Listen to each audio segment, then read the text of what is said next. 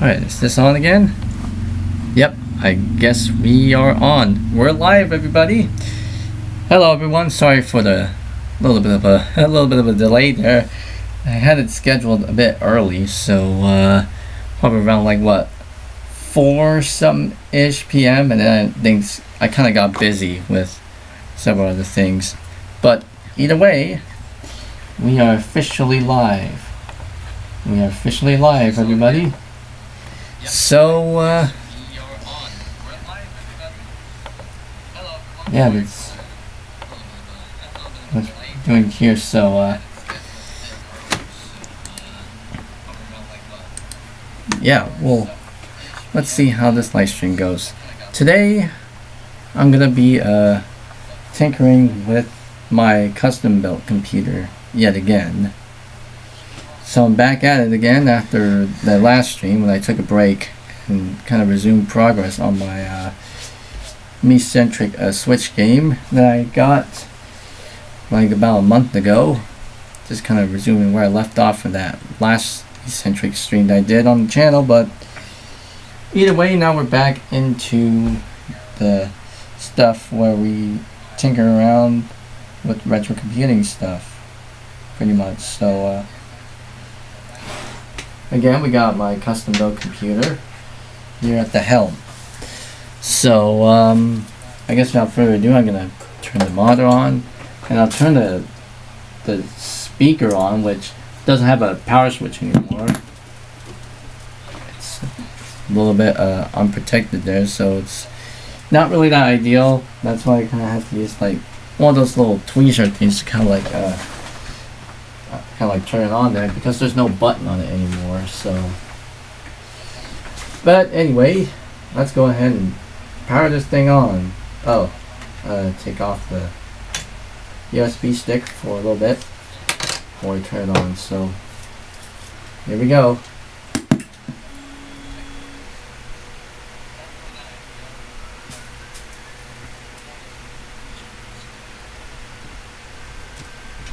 See where we left off last stream. I mean, we kind of left off on the just kind of backtracking here, but I guess without further ado, I'm just gonna go through the usual, scrolling by through operating systems on here just to double check to see what I have on here. I'm gonna switch out the filters here. Excuse me. There we go.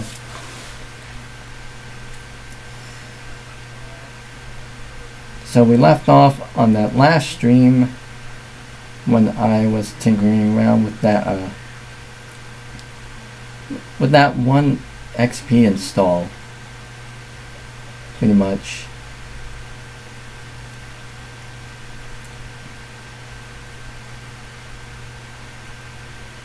We'll see how the things go. The creative Sound Blaster stuff already initialized. I saw some some other stuff that I want to install on here in the meantime soon, so haven't really set this up yet, but we'll see.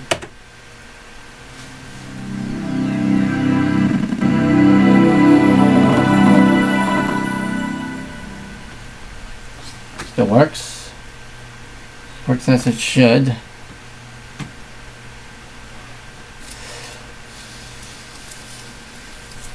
Now, I have run a 3D Mark 2001 SC test already. Let me see if I can do PC Mark. So before we do anything in the other partitions, I want to see how Windows 98 second edition on this can handle PC Mark. Now, obviously, it will fail. Like near the end of the test. So we'll see what happens. So I'll hit benchmark. And now it's going through the whole thing here. So PC Mark 2002. This is kind of like a 3D Mark 2001 SE, but for tailored for, like, benchmarking, like not just the, like, not strictly to gaming, the gaming parts, like the 3D gaming stuff, This is pretty much related to everything, like for normal computing use, pretty much. I don't know if that's a good explanation to put it, but oh well.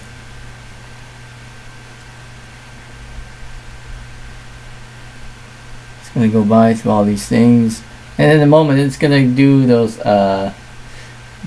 rainbow wavy lines in there just to test tearing or whatever. I don't know, but we'll see. So it's doing memory banks reads.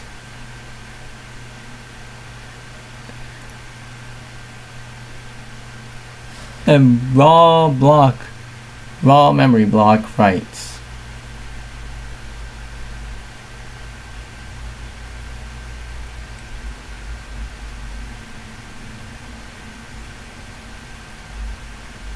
I mean, as far as the hardware goes, it's fine as what it is. I mean, I've done the hard drive swap like a little while ago, and I did get a zip drive upgrade, but that zip drive was not really of much use because I guess it was pretty much non-functional.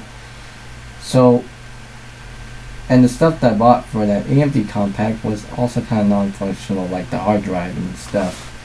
I put it in there for the time being. I still haven't gotten new working replacement parts for it. Oh, here comes the...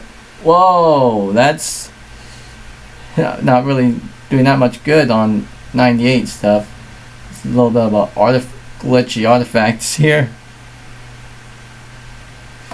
Well, I mean, on Windows 2000 and up, that doesn't seem to be much of a problem. It's had trouble displaying it on 98 second edition and maybe even Millennium edition, and pretty much I believe almost all versions of Windows 9X has this kind of issue, but oh well.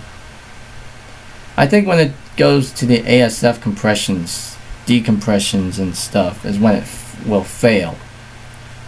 And that means I really cannot complete the PC Mark 2002 test on 98 second edition. We'll see what happens. We are sitting around at 9 views and 3 concurrent viewers at the ready.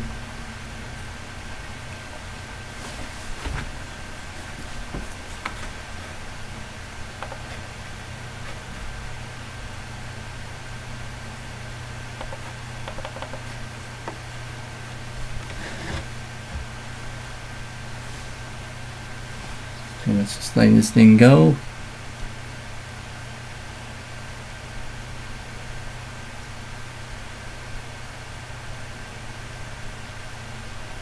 I'm just pretty much readjusting the camera here because it looked a little bit tilted there. It's doing all those tests. Now it's doing like the hard disk tests.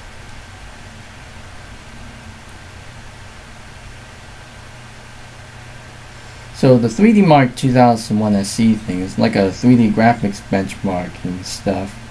And then the PC Mark 2002 thingery is, what's exactly what it is in the name. It's a PC benchmarking tool. So not just tailored for 3D graphics specifically, but tailored for, the overall hardware of the computer itself.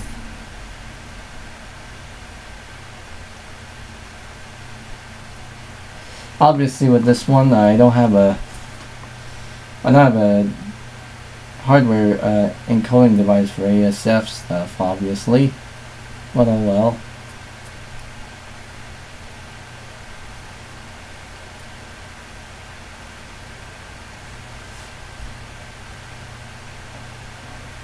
Hard disk cache file read.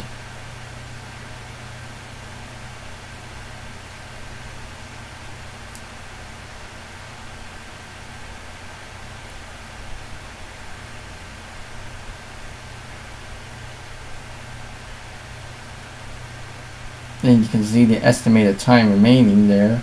Right now it's reading 7 minutes and 50 seconds remaining. Total progress 33 out of 62.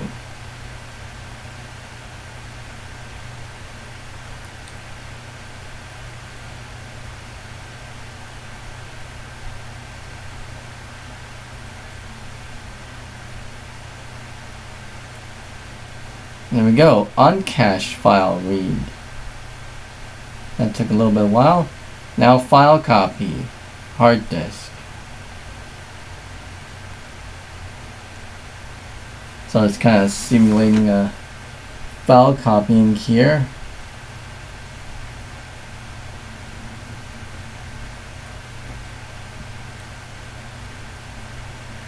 We are sitting at 12 views and 3 concurrent viewers now.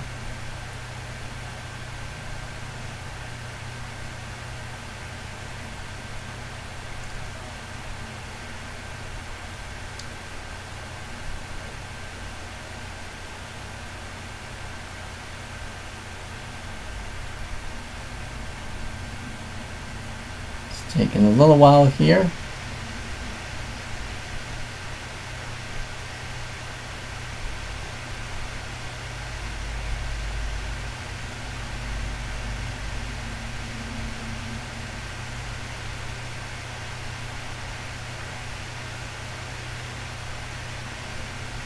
Oh, and I didn't see that went by there. Oh, it's doing the line things now.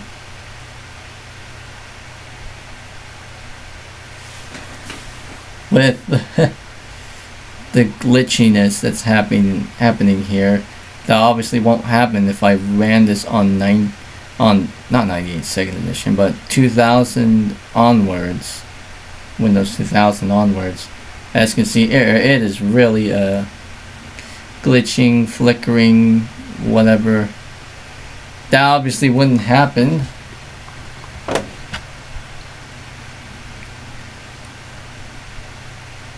Wow, that doesn't really look that good. I could run this test again on Windows 2000. We'll see about that. And it's doing now it's on the ASF compression and stuff. I think it might fail. ASF compression, low, high is pretty much done here. And what part is it going to fail though? I want to see where it fails.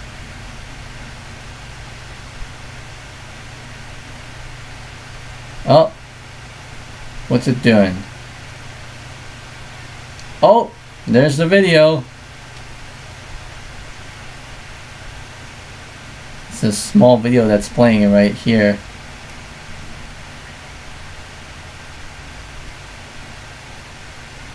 PC Mark stuff. So that's the low ASF. And I think this one's high ASF. Yep, this one's playing very well. Even shows a little bit of the test sequences for 3D Mark. I think all 4 modes too. All four game mode tests, like I think that was like out of the 4 of them, I think there was like 3: lobby, dragolithic, and nature. Okay, what was our score? I think it's already finished. Yep, there's our final scores. A CPU score 6320, memory score 5270, and hard drive score is 346. So that's our scores for this custom build I got. So what's our details? So everything's pretty much done successfully. Even the ASF stuff and the DVD playback. Well, we don't have a DVD encoder obviously on this thing, so those are all skipped. We don't have a hardware DVD encoder for 98 on this thing, but oh well. But it did all the other tests. So even the ASF compression and playback is all done well and correctly. So yeah, I'm gonna go ahead and save, print screen this. Let me just click out on these things.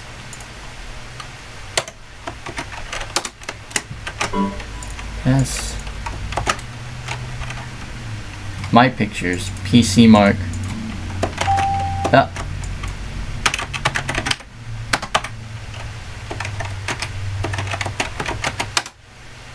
PC mark O2 test results.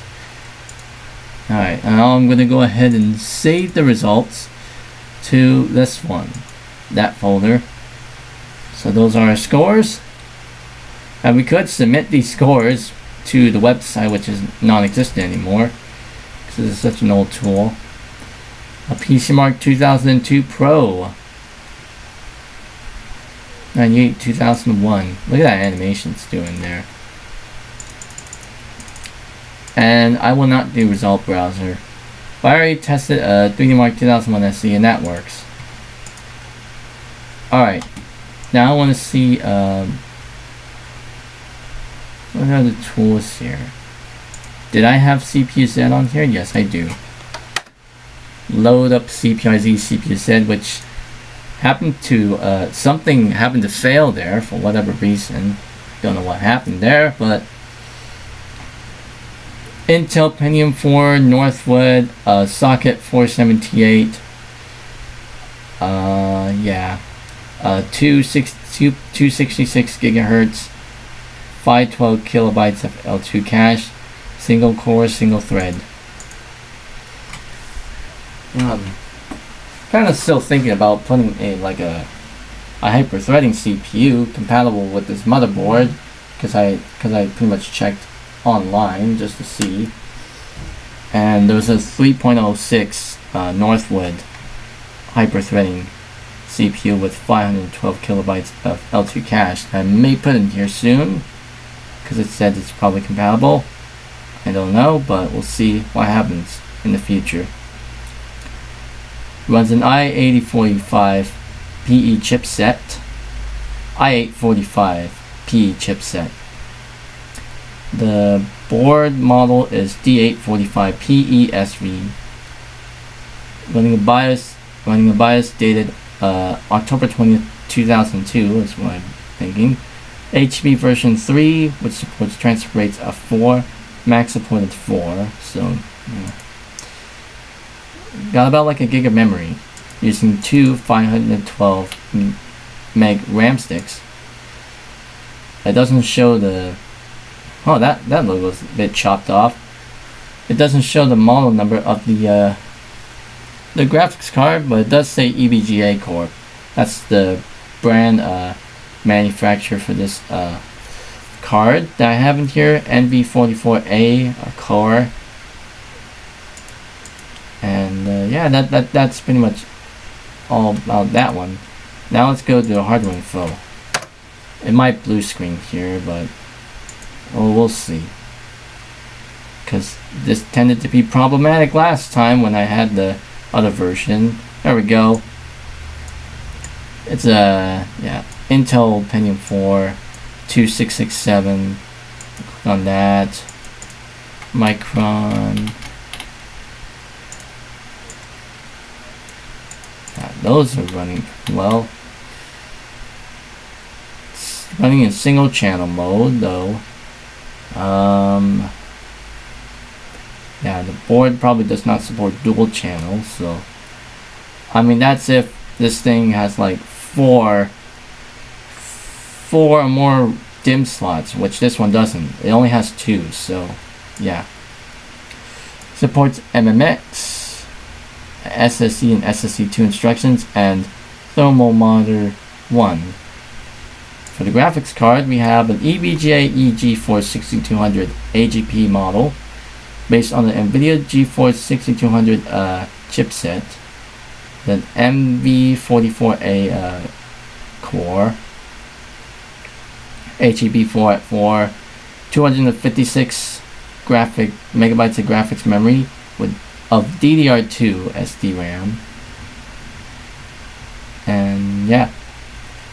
Operating system Windows 98 2nd edition. Does not support I don't know what that says. I'm gonna have to like bring that up over there.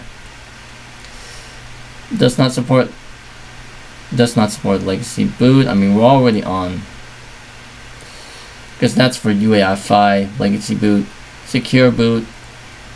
We don't have that in the BIOS. We don't have TPM nor HWCI, hypervisor protected code integrity. HVCI, no, we don't have that in here. This computer is too old enough to have it. I'll close all that out. This is what we have here. P4 Bondi, I said as the computer name. Computer description is known as the John Pack Bondi P4. That's what I named this computer as. Yep, John Pack Bondi P4. Manufactured and supported by John Pack, J-O-N-P-A-Q. That's how I spelled it out. Obviously, a direct nod to Compaq, C-O-M-P-A-Q.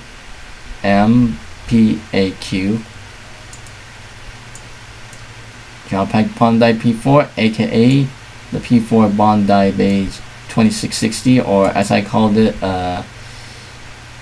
simply as the P4 Bondi in one of my recent videos that I built between the days of the 15th to 19th of December of last year. So yep, and this version is 7.64. I think the max was like 7.71, but that tended to have problems on here, so I'm using that older version. So I got everything on here. Oh, and I have not checked out this Microsoft Bob. I have not set that up yet. We'll see about that. You're running Bob Home version 1.0a. Rover down there.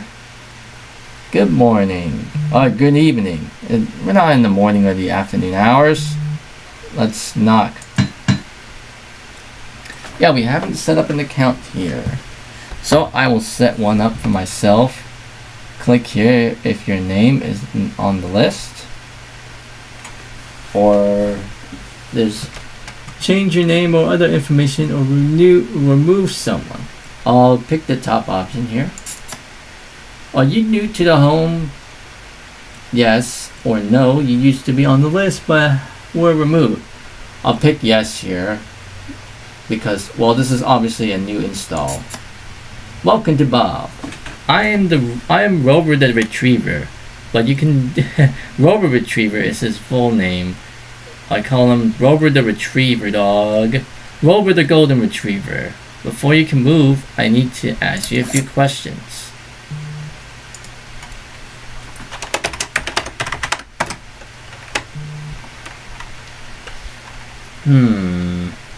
What did I have said on there? I mean, I know I said on like something else, but I'll just leave that blank. I'm gonna put that on there. Oh, okay. Okay, Rover. So I had to be put I prefer it to be called, just put in my first name. And we still got hometown. Just put as United States on here. And the birth date. So just fill out this. So that's pretty much all I need to do here. Password. You need a password to sign in. Okay.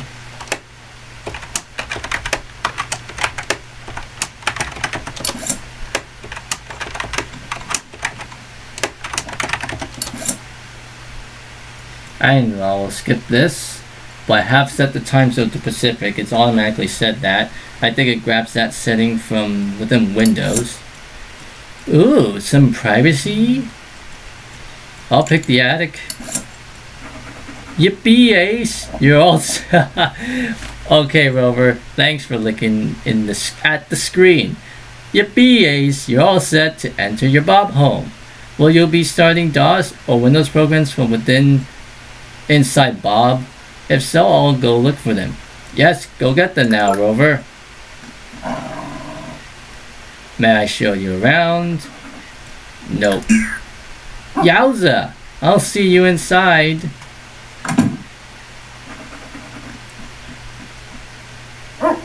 Welcome to the Bob home, John. When you're done with any program, just click on the green exit sign in the lower right corner at the bottom of your screen. For now, click thanks to get started. Oh, I can turn off these tips, but hit thanks. You know what? Will I change stuff? My username, password, and info. My username. I'll just call it what I have before. I can't do that here. Unfortunately, I can't change your preferred name from inside your home. You have to go back to the front door. Okay. Yes. I'll sign out here, and then I can change my username from here. So I can't do it from within that room.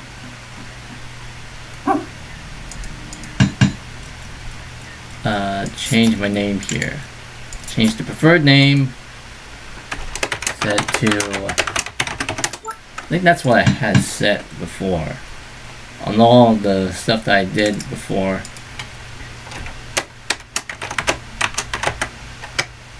I'll have to change my password now.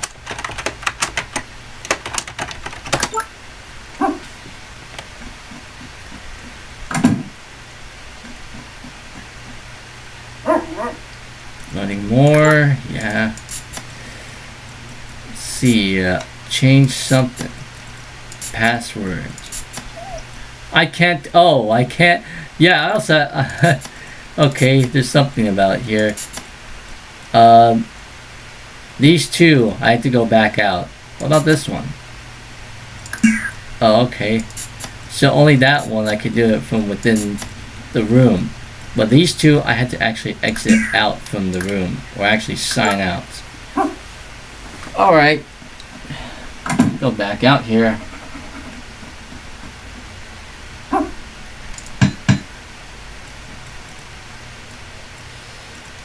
Okay, yeah, change password for this one.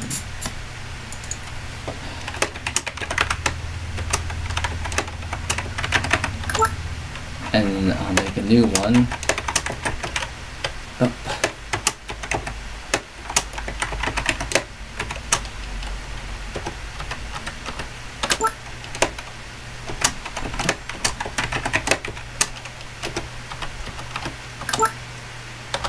Okay, knock on the door now. Change my password now. Oops. Yikes! Woof! That's not the right password. That's because I typed it in incorrectly. There we go. We are in now. I have not added any programs in here yet. Welcome home, me. Okay. Find the program. There's more. Oh, I can just simply hold down that. And I can also search for more programs on the disk. And it's already found all that.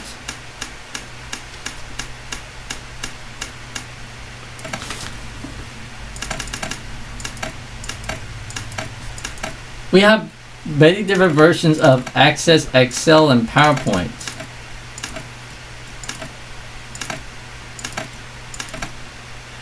See, oh, I can have the control panel on here. I could right click, change the look. I'm gonna use something postmark. I need something contemporary. Put it on there. I'll click that. And does that open up the control panel? Yes, it does. It does work. And let's see if I can... Ace, try this. Add something. And Windows and DOS programs. What the heck? Chinese, simplified Chinese traditional. Weird. Japanese Korean. What are these the MUI packages that's detecting it as a Windows or DOS program? Weird. Get Notepad and Paint. Oh wait, you can only select one. Okay, Paint.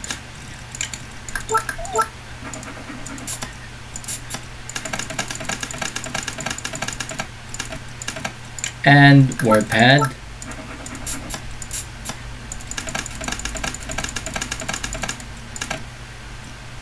Windows Stat, because yes.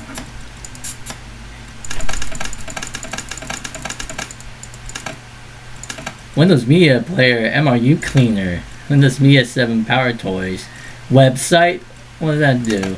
And uninstall, it found the uninstall programs, which I'm not gonna be putting, and it found a couple readmes.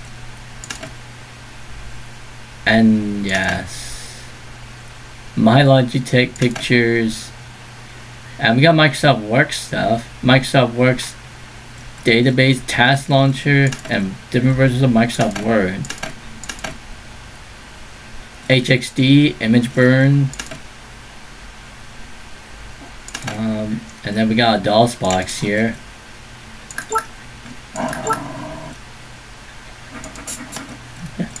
We got a DOS box. We got desktop themes here. Oops.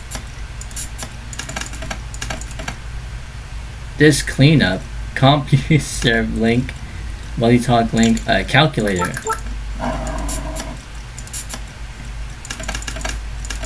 And I'll search for my own, browse the file system, and it comes up with this old, I think a Windows 3.1 style open dialog box that also confirms to the 8x3 file name stuff. So let's see, under Windows, and Windows WinVer, WinVer.exe, yes.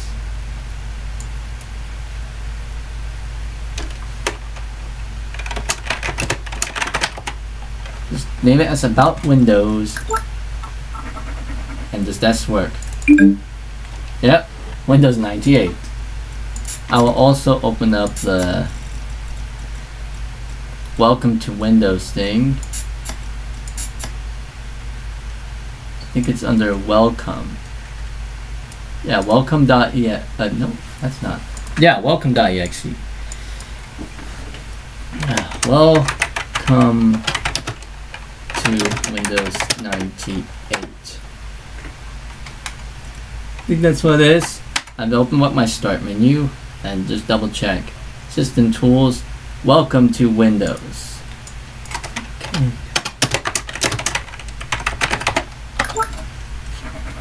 There we go. Okay, that's the door to the other room. There's two doors that goes to other rooms. And that's a little mouse hole there too. So that also acts as another room. It's all the sounds. It's May the 24th now, so the clock is actually reading correct. Bob calendar, that's what it reads. Welcome to Windows. Let's see how we can launch it here.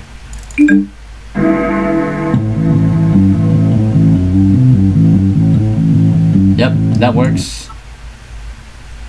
Oh, I'm gonna turn that off. Skip. Let's take a look at all the stuff that we have on. Oh, it seems like this one is having a little bit of issue displaying, so I'm gonna put this on postmodern and use that one. That works. I'll change this look. Postmodern, this one.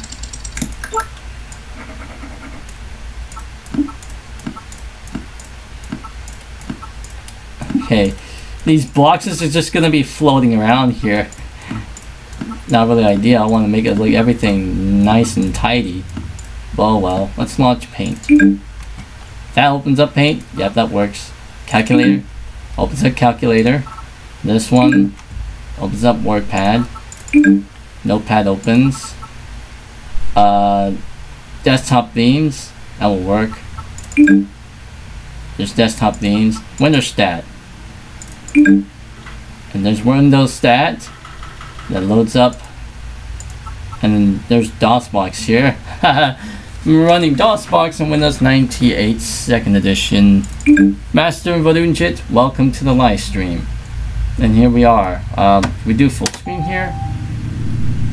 Oh, hey, you changed the resolution while Bob was running. That had an unfortunate effect on Bob, as you can see. But that did, but it's not. To fix it, change the resolution back to what it was, then exit Bob, yada yada yada. Oh yeah, I had to exit out Bob. Is DOSBox? Yeah. I can only run the window mode here while I'm running Bob. But yes, I'll put that up on there, and I'll put this. This is pretty big icons here. And then I'll get all my office suites and stuff all sorted out soon. Geo Safari, Household Manager, a letter writer, financial guide, and a checkbook. And then we got other miscellaneous stuff here. What's this? Bob email, Bob address book. And then we got decorations here, like the wicker chair, armchair, etc. The county flowers and the table lights. By the way, where is the safe? I think we have to go to the other room. A door to another room. That goes to public study. Oh, both doors go to public study, right? Here's the public study room. And there's a hidden safe on. I think there's a hidden safe around here.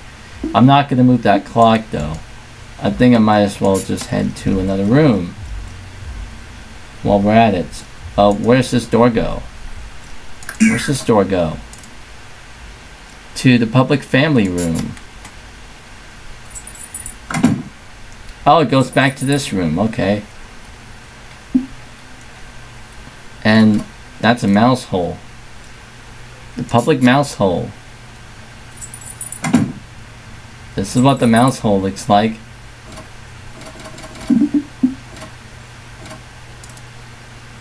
And we'll go back to the previous room. Alright. Let's go to another room. Click on the door. Okay.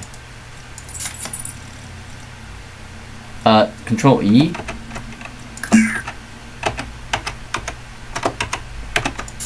What kind of hotkey did it say? Control G.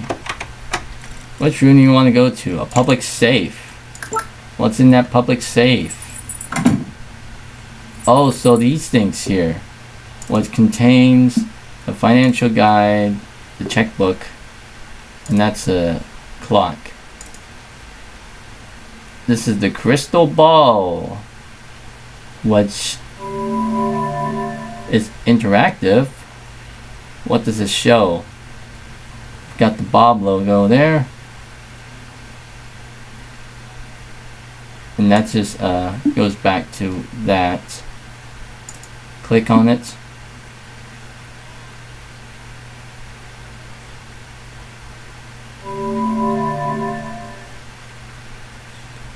And it shows Rover, that part now.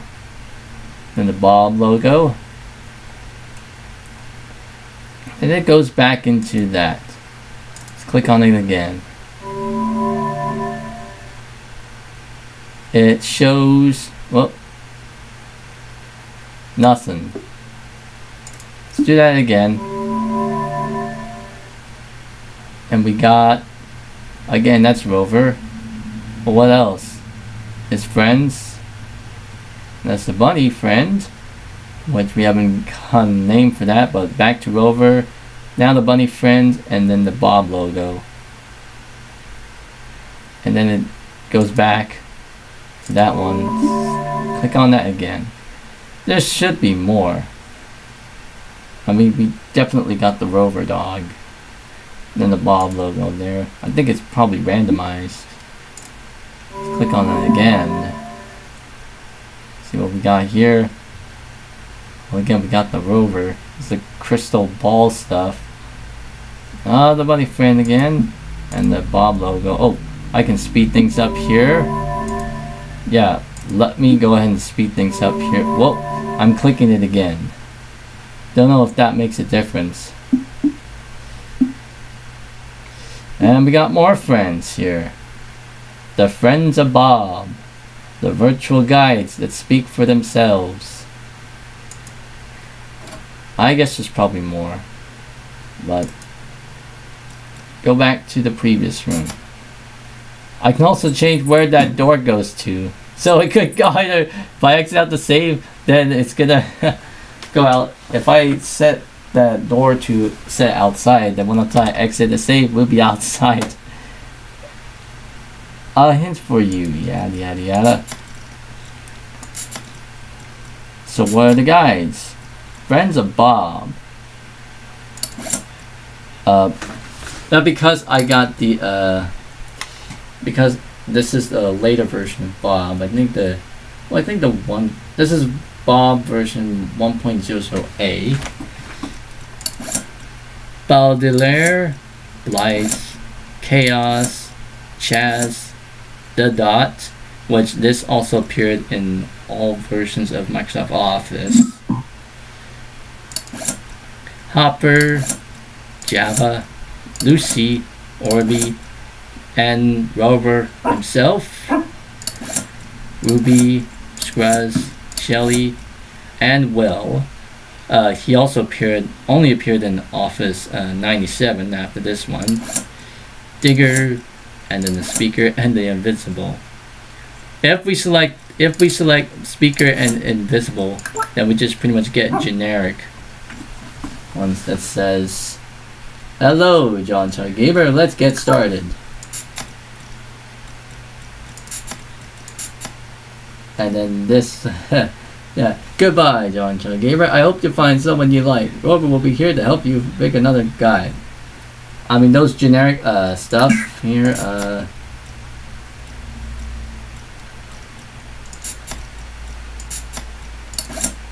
The generic stuff. The two generic thingeries here.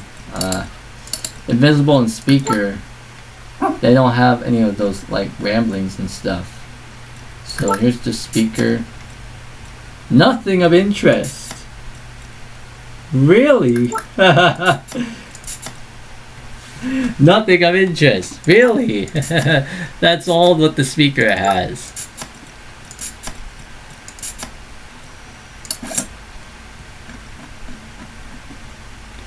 And let's go back to Rover.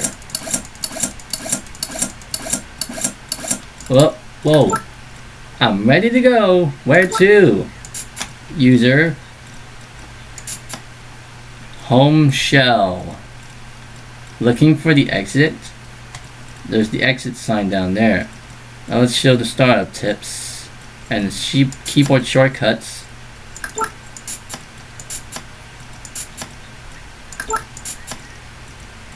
Rover's ramblings. So it's like all these things is random. See system information using MS Info. Wait, Bob has its own MS Info program, right? I'm an unsuccessful pop. I couldn't find MS Info. It's usually in Windows MS apps.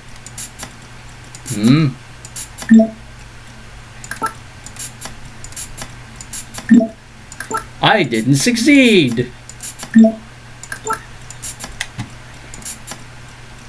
Oh, so what happened to MS Info on here? Oh, should I get Windows Explorer? I'll have to open up Windows Explorer. Because I don't think it's in here. Let's go browse the file system, and I'll find Explorer. Explorer.exe. Windows Explorer. There we go. You got a Windows Explorer icon. Set that as. Do they have a green? I don't think they have the green thing. Well, I'm just open up Windows Explorer. Windows, and what does it say? Where's MS Info?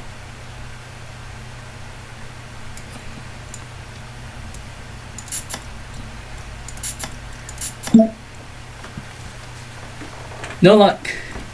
Windows MS Apps. MS Apps. So no, we actually don't have MS Info on here, so it's actually missing.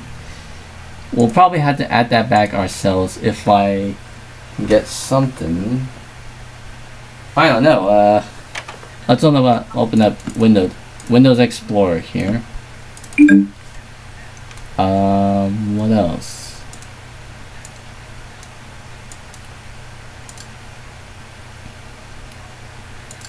Well, this is everything on MS Bob here. And we got all the list of actors here. This is all the list of actors that are technically compatible with Office 97 because they use the same virtual character assistant technology. I know in Office 2000 onwards it was replaced with Microsoft Agent. Safari. And these are all the other stuff. And I will also like to believe that it also came with a system, and also came with an additional actor named Hank. And then for Notebook, it also came with its own actor too. I think it's under Checkbook, Lex. That came with its own actor. But these are the default actors that it came with. All the ones here, including Dot and Will, which later appeared in Office 97. You know what? Let us go ahead and change the. Let's probably add a user here. I'm the only one in this one. Let's see about that. Click here. Yes. Welcome to Bob. Okay. I'm just gonna type in a random username on here. Something that I know of for sure. Causing.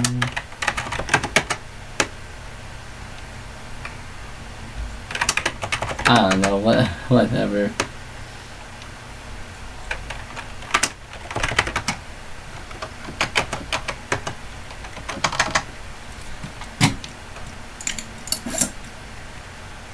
Password.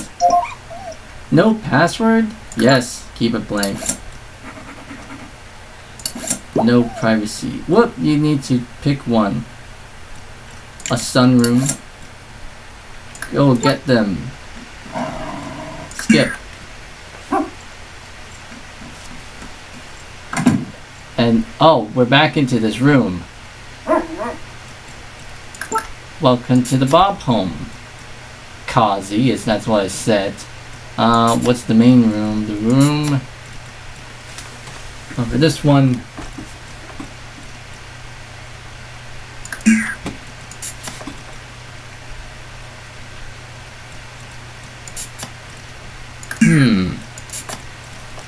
I mean, this is the public room, so everything in there. See what happens if we. I mean. Let's set the personal guide to Shelly, the camper guide. Now, I don't know if we exit out and if it goes back to Rover. I don't know. Hello, what can I do for you? nature lore.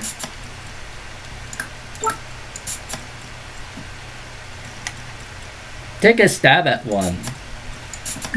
I'll be at my shell. Okay. I goofed on this one. I'm bowing out.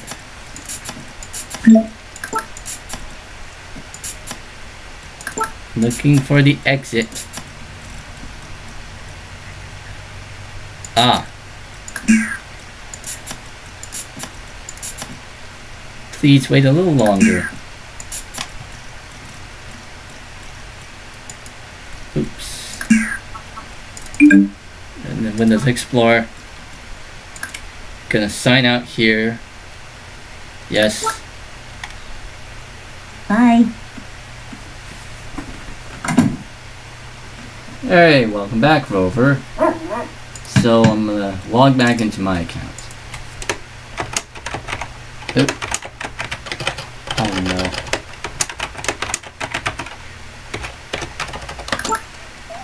I need to change that password now. So make it easier for me to type. Change password on me.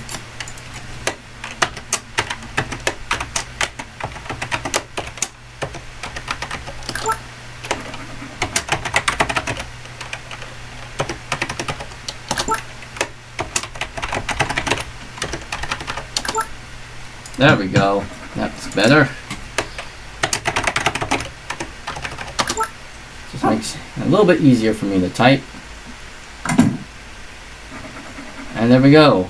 Rover is still set as our guide. Adjusting sound. Yada yada yada. We could also, we could exit out from here to the front door and then exit out from there to completely close the application. However, if we want to completely close out the application from any time, anywhere in the room, in Bob, just simply hit Alt F4. And what the?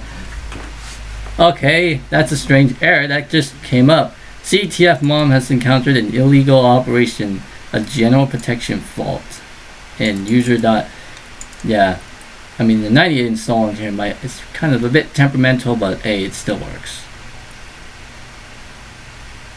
Welcome to Java 2.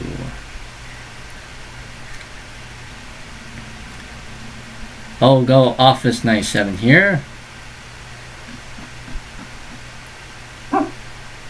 So there's Rover now in Office 97 because they use the same exact. It uses the same exact actor system. This is Word 97 without any service releases, so no service release 1 or 2. We're sitting at 36 views and 5 concurrent views now. Choose Assistant. I had to fill in these things here with user or something, so that way it doesn't come out as glitchiness. So I kind of had to make a little bit of tweaks here by a hex editor. Because I know how to do that. But yeah, that's even the information, the bio stuff on here is pretty much the same as it is as a display Bob. Even with this stuff that says, hey, that's B, yada yada yada, it's like that.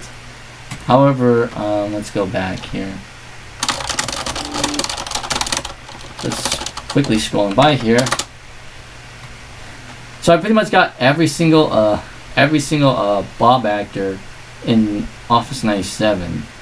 They're compatible. So we got Baudelaire and Blythe, Chaos, Chaz.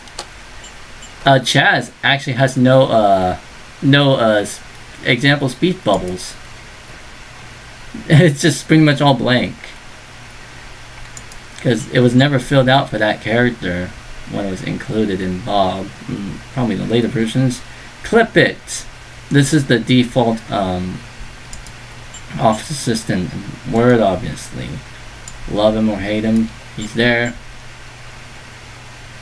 I've seen YouTube accounts, YouTube channels that has a clip it paperclip. Obviously, I think that's in a result of that Louis Rossman video, obviously, I watched. What the heck? What is this? Why are there 2 instances of dots? Okay, that's 1, and that's 2, and then we got the Bob version of the dot that also compatible, but we got 2 instances of the dot here. Okay, that seems a bit weird. Does that mean that we have 2 instances of the Office 97 will alongside the Bob version of will? Yeah, it seems like it. I'm gonna have to go back to that. The Genius. Oh no. Now we have 2 instances of the Genius. Okay, now I'm gonna have to fix that. I have duplicates. Oh wait. Let's see. Program files. Office. I think I'm just gonna do a find thing here. Like .act. Actor file. Microsoft Actor. Mac.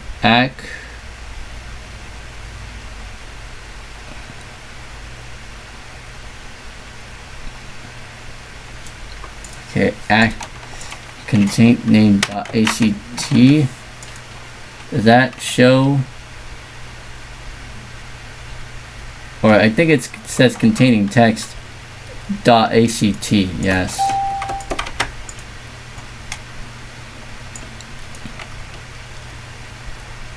.act.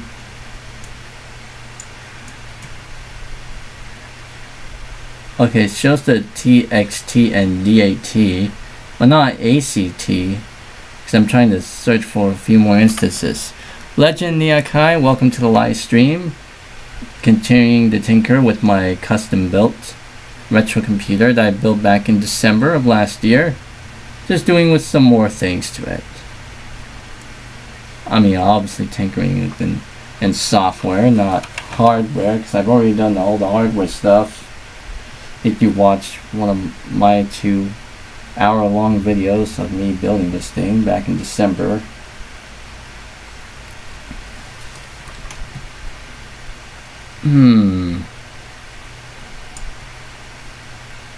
Okay, it's found the OCX stuff. I'm gonna have to stop that. And let's see, I'm gonna browse here. I'll probably around program files, because I think that's where it all goes. I'll find now. See if it finds anything that contains .act. Well, we got DLL stuff.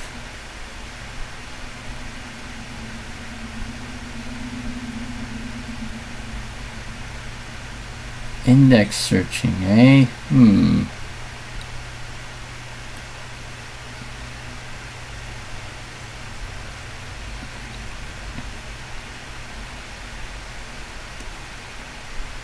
I think while that's doing it, I'm gonna go ahead and go into the Explorer.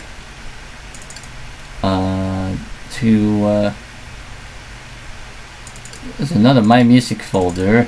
There's already a My Music folder in the My Documents thing. Let's create a My Music folder. I don't know where that was created.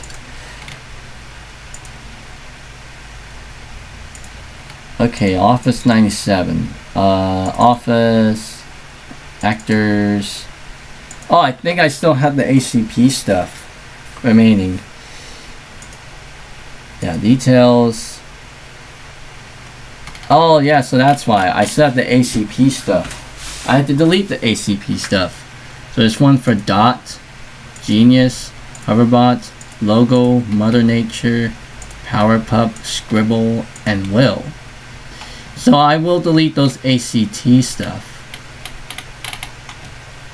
So ACP, that's like the Microsoft Actor preview files. So for Dot, Genius, Hoverbot, Logo, Mother Nature, PowerPup, Scribble, and Will. I'm actually going to delete all those. Oh.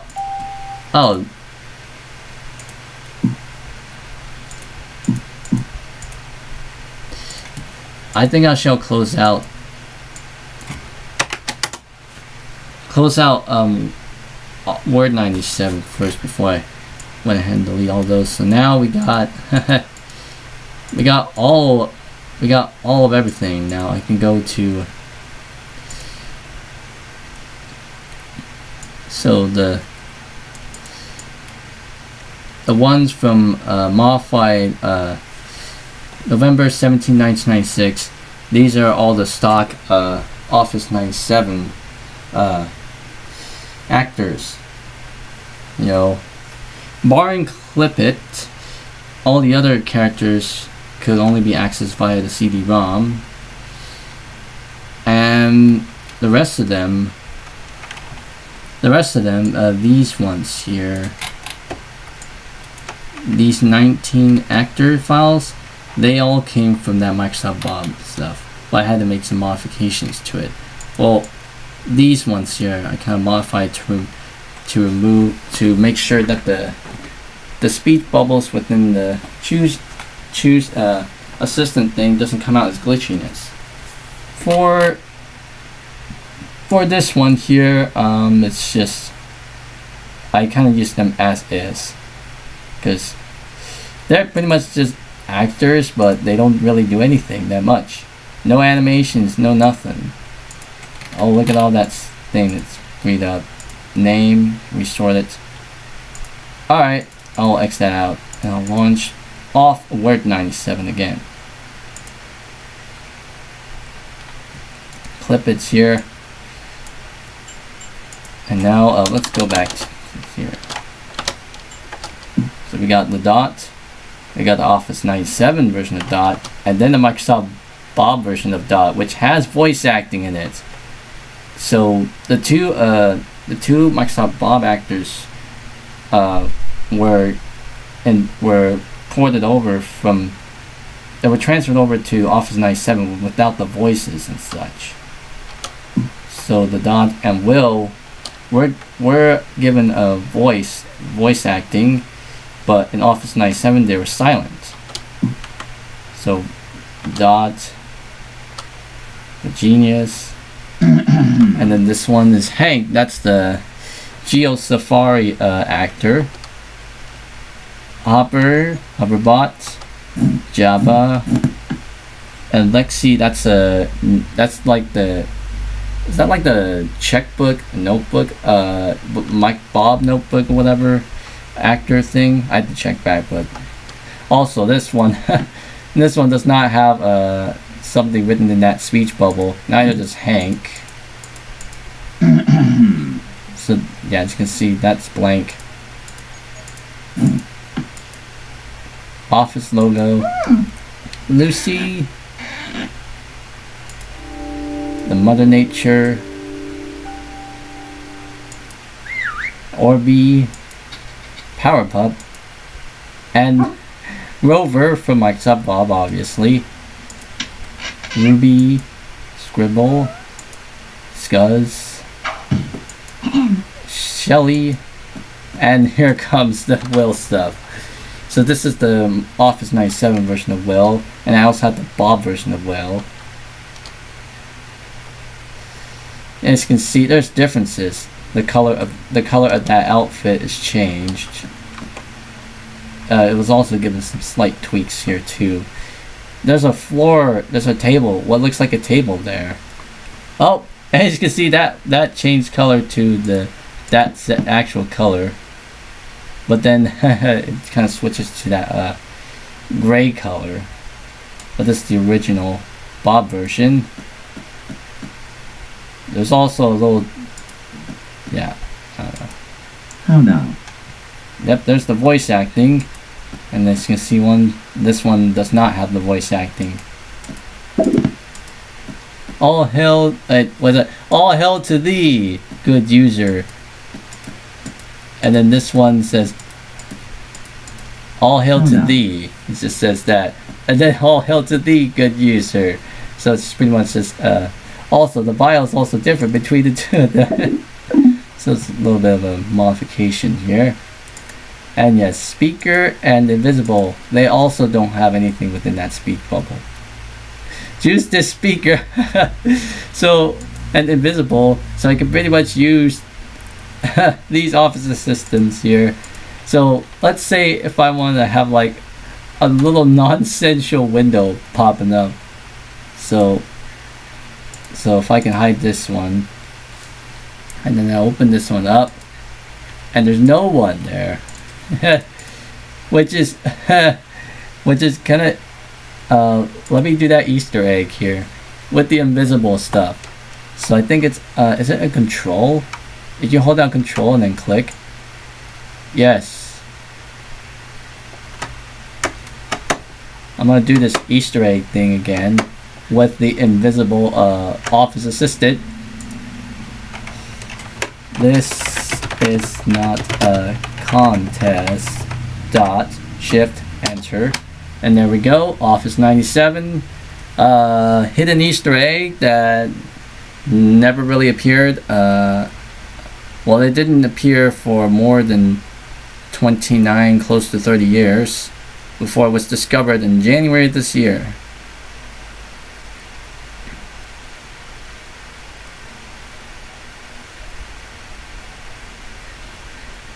Now I kind of memorized how to do it now after kind of doing it multiple times, and I even kind of like did a speed run it for a little. Oh no, and I'm out of space on my computer now, the other computer, because it was still recording. I don't think I have enough space. I bet there's gonna be something with that. Yes, it's talking now. I used to hang with these guys.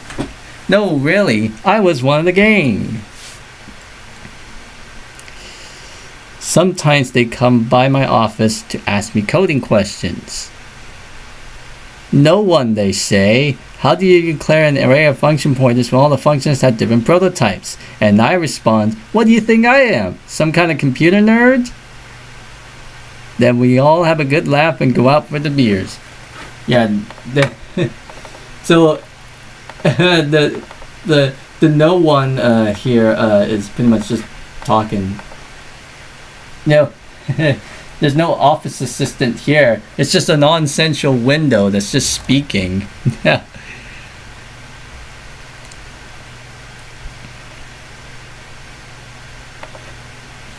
I admit, I like these folks too. It wasn't the same as Dev. None of the geeky byplay and jokes about cache size. But there was more raw fun. Hey, someone would yell, I just crashed toolbars.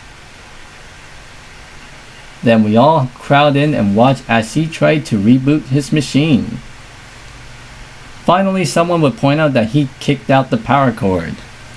What an unusual circumstance, especially in the late 90s. Oh man, this hard drive's almost filled up now. I'm gonna have to get another pack. Program managers were very strange. They dream up these bizarre features and beg me to add them to the product. But get real. Who wants to read a spec that's over 3 pages long? In the end, I just made up my features as I went along.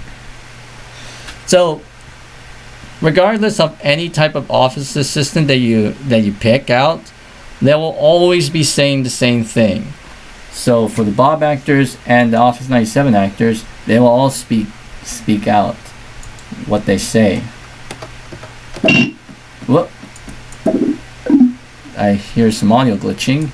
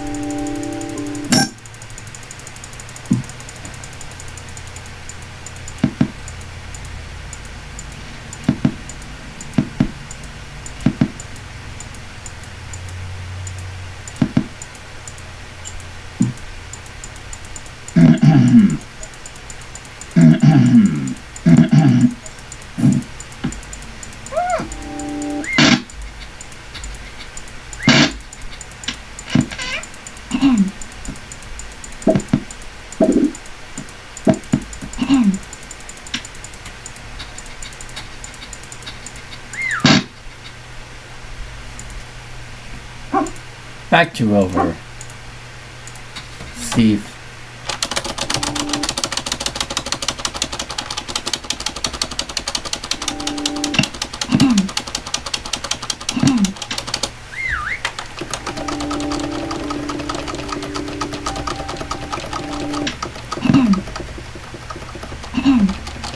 just kind of scroll back here, just hit and enter all those off systems that I have on here.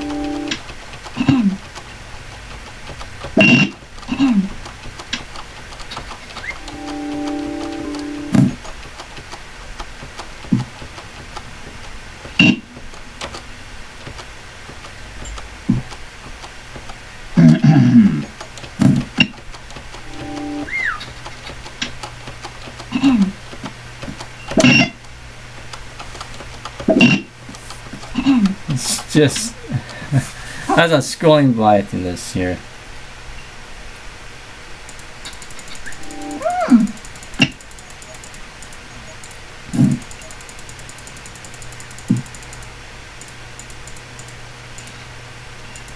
Let's go by Hank from Geo Safari. See how that handles. So Office 97. Go. Standard. Just going by through here, just going by pretty quick. This is not a contest.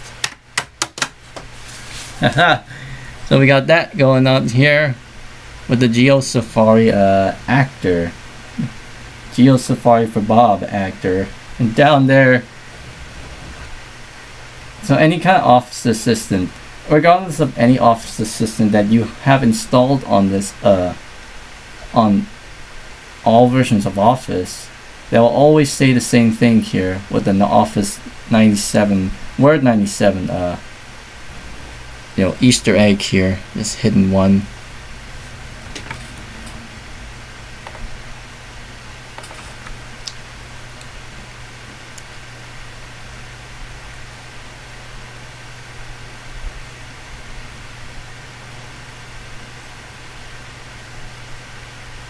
The Amazing Deaf Team. I used to hang with these guys. No, really, I was one of the gang. Sometimes they come by my office to ask me coding questions. Heck, they say, how do you declare an array of function pointers when all the functions have different prototypes? And I respond, what do you think I am? Some kind of computer nerd? Then we all have a good laugh and go out for the beers. The language, it kind of amazes me that they managed to ship this product. The kind of language doesn't really fit in with the actors that we have in here, especially Hank. The tenacious testing team.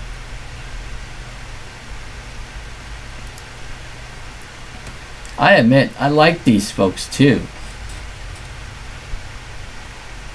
It wasn't the same as Dev. None of the geeky byplay and jokes about cast size.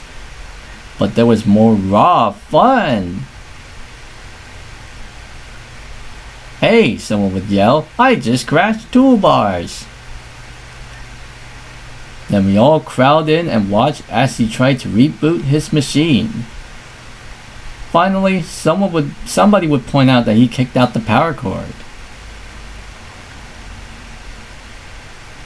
You can see the names kind of like animating here, and program managers were very strange. They dream up these bizarre features and beg me to add them to the product. But get real, who wants to read a spec that's over 3 pages long? In the end, I just made up my features as I went along.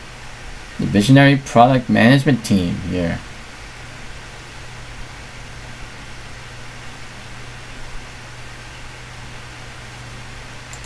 It has no animation there.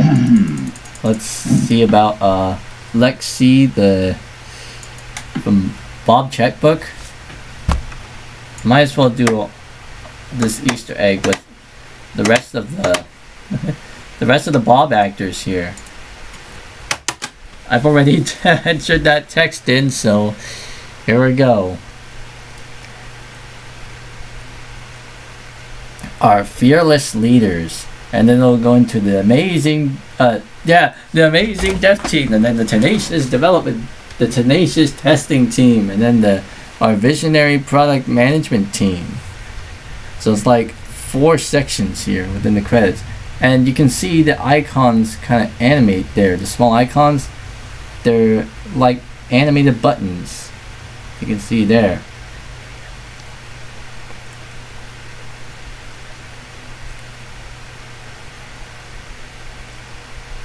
Also, I am running this Easter egg on real hardware too, so yeah. And if I had something like Office 97 Service Release 1 and such, I would get another Easter egg. I used to hang with these guys. No, really, I was one of the gang.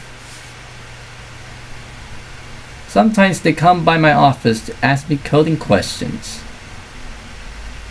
Lexi, they say, how do you declare an array of function pointers when all the functions have different prototypes? And I respond, what do you think I am? Some kind of computer nerd?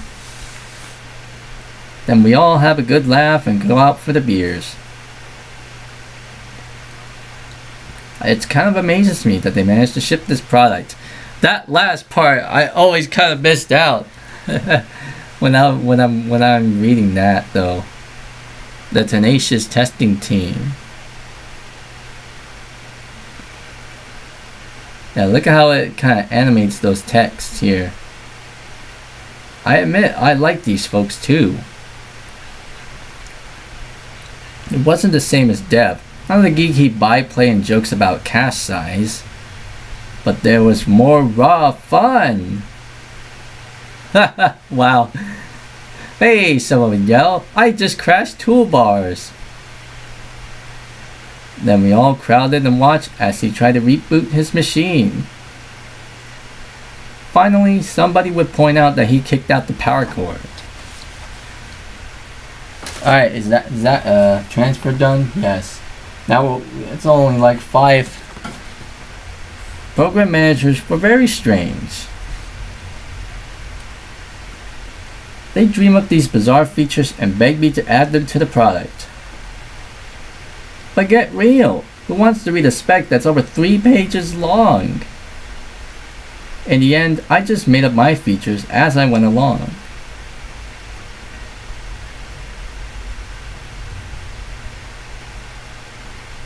Okay, got it. Now that has an animation too. Let's go to Shelly here. See what she has to say.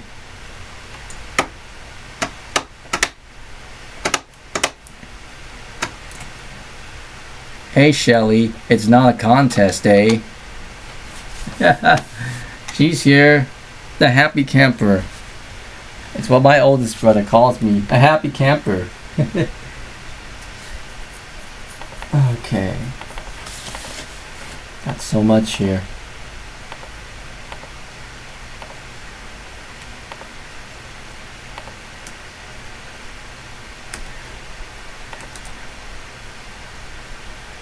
I'm gonna get another set of hard drives soon.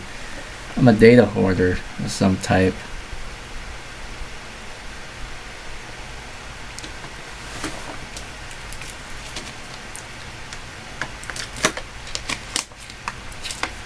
Gonna drink my water here so I can do some voice acting here. In a moment. There we go. I used to hang with these guys. No, really. I was one of the gang. trying to do my best here. Sometimes they come by my office to ask me coding questions. Shelly, they say, how do you declare an array of function pointers when all the functions have different prototypes? And I respond, what do you think I am? Some kind of computer nerd? Then we all have a good laugh and go out for the beers. It kind of amazes me that they managed to ship this product. Oh, did I see those names in like different shades of blue? It seems like it. Okay. I admit, I like these folks too. It wasn't the same as Dev. None of the geeky byplay and jokes about cast size.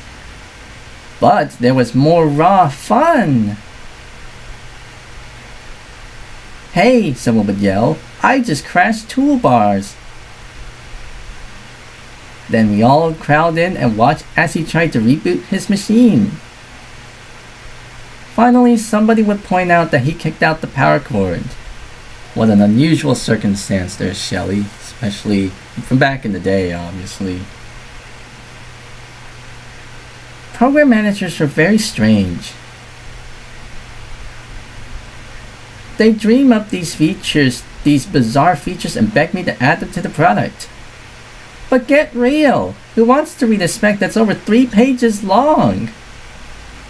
In the end, I just made up my features as I went along.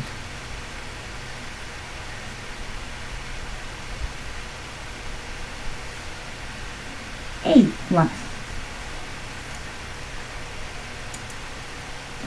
Oh, assistant. Let's see.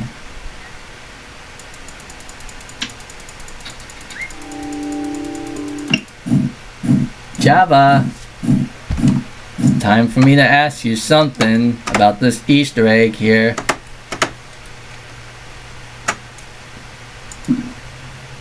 It's not a contest, Java.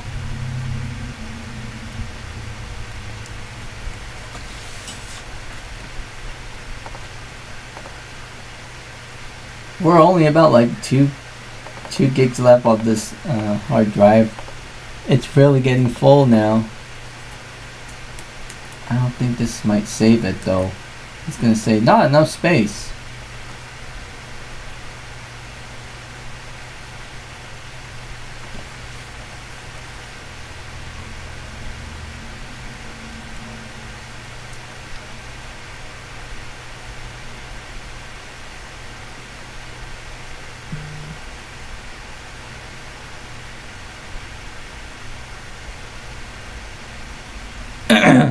Just prepping my voice acting skills here.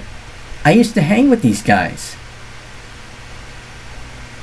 No, really, I was one of the gang. Sometimes they come by my office to ask me coding questions. Java, they say, how do you declare an array of function pointers when all the functions have different prototypes? And I respond, what do you think I am? Some kind of computer nerd? Then we all have a good laugh and go out for the beers. It kind of amazes me that they managed to ship this product. Just trying to do my best in voice acting here. Because all the Bob actors have voice acting in it. And I try to go by what the mannerisms of the original voices. I admit, I like these folks too.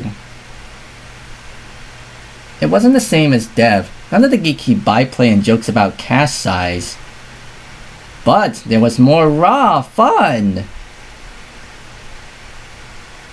Hey, someone would yell, I just crashed toolbars. Sorry, I had to take a sip with my Then we all crowd in and watch as he tried to reboot his machine.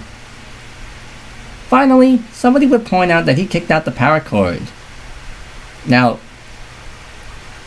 you do have to excuse me for a moment. I did have to take my sips of Java, my copy. Program managers are very strange.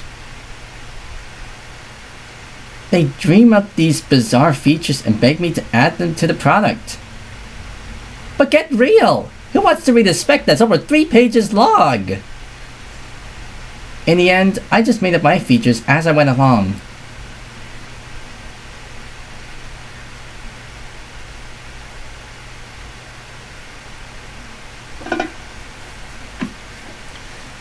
Different. Alright, back to Rover now. The dog. But before we go back to Rover, I'm gonna go to clip it itself. Him. 1, 2, 3, 4, 5. It's not a contest, clip it. You're the OG here. Why are you pointing the wrong way? You should be pointing at the top, where the window is. Because I've already had I had set the office assistant window at the middle, so I could set up the before we begin, or the whatever that I want to put at the middle there, you know, at the start of my videos, obviously.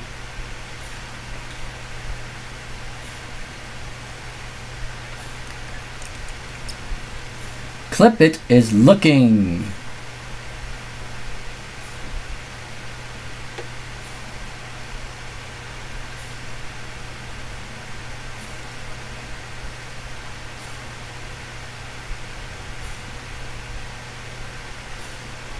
See if I can try to do my Gilbert Gottfried interpretation.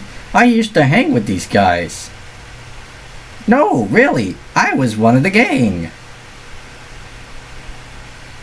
Sometimes they come by my office to ask me coding questions. Clippy, they say. How do you declare an array of function pointers when all the functions have different prototypes? And I respond, what do you think I am? Some kind of computer nerd? And then we all have a good laugh and go out for the beers. It kind of amazes me that they managed to ship this product.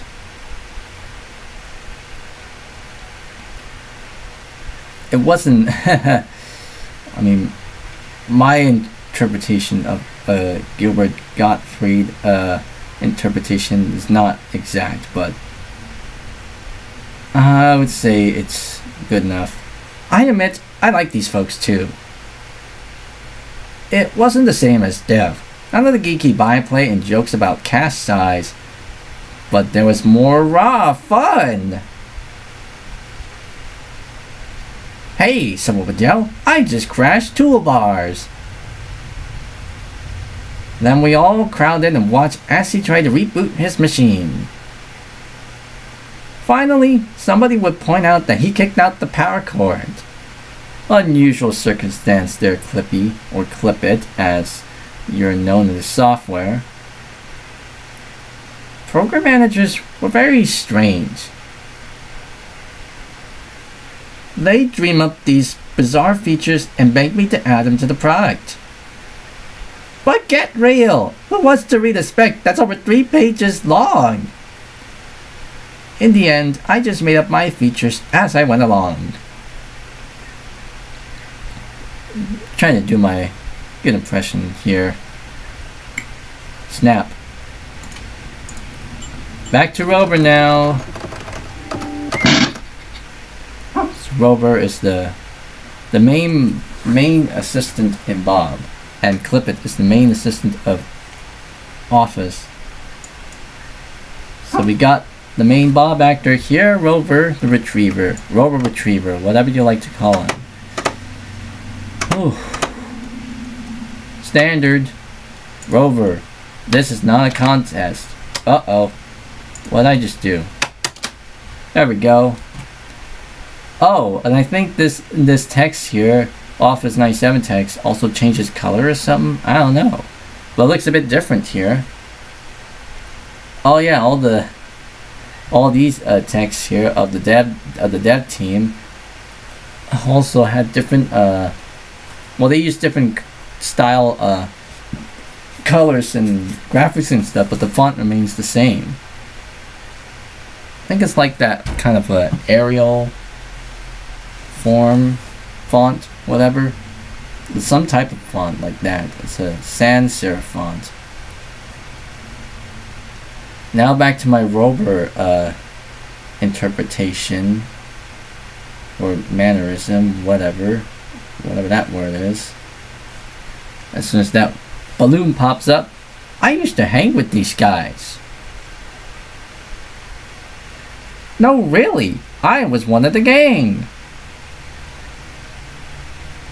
Sometimes they come by my office to ask me coding questions. Rover, they say, how do you declare an array of function pointers when all the functions have different prototypes? And I respond, what do you think I am? Some kind of computer nerd? Then we all have a good laugh and go out for the beers. It kind of amazes me that they managed to ship this product.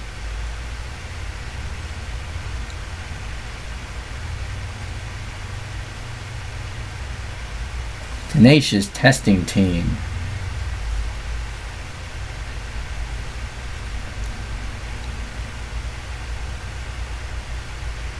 I admit I like these folks too. It wasn't the same as Dev. None of the geeky byplay and jokes about cache size. But there was more raw fun. Hey, someone would yell, I just crashed toolbars. Then we all crowded and watched as he tried to reboot his machine. Finally, somebody would point out that he kicked out the power cord. Unusual circumstance there, Rover, especially back in the day. Program managers were very strange. They dream up these bizarre features and beg me to add them to the product. But get real! Who wants to read a spec that's over 3 pages long? In the end, I just made up my features as I went along. Oh, I guess that's about it for this Easter egg, it seems like. Whatever that we have on here.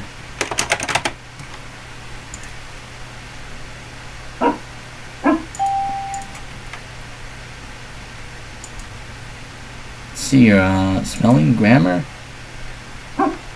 The spelling grammar check is complete.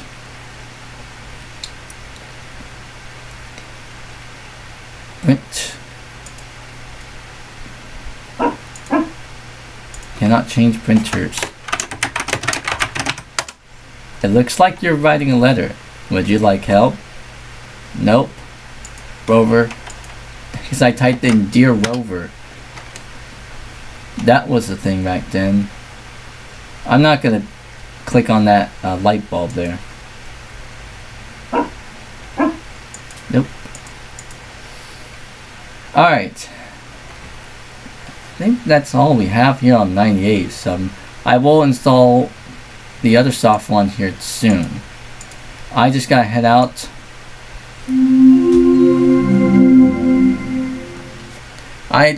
On Windows 98 and gonna go to Windows 2000 and let's see if I can try it, because I don't think I have a 3D Mark and PC Mark benchmarks on there yet. Well, we'll see. 2000.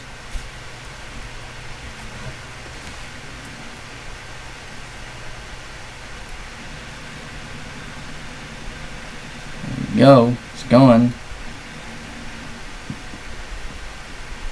Again, this is going to be such a casual stream, obviously. Nothing too major. It's just me and this custom build that I'm kind of just messing around with live.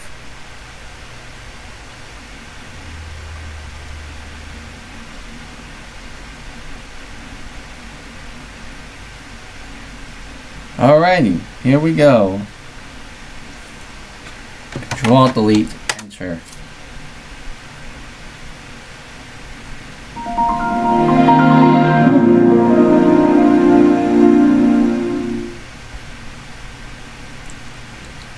Yep, it doesn't seem like we have any benchmarking software in here to begin with.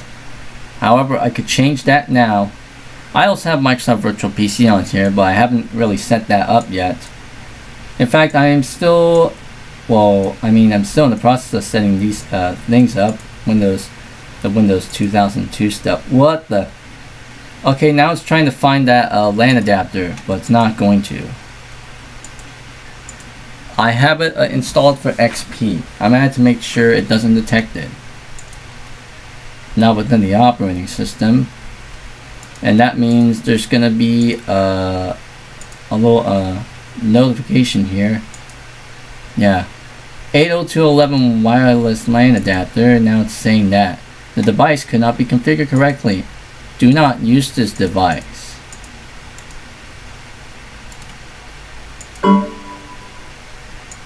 So we'll have to disable that. So it doesn't actually show.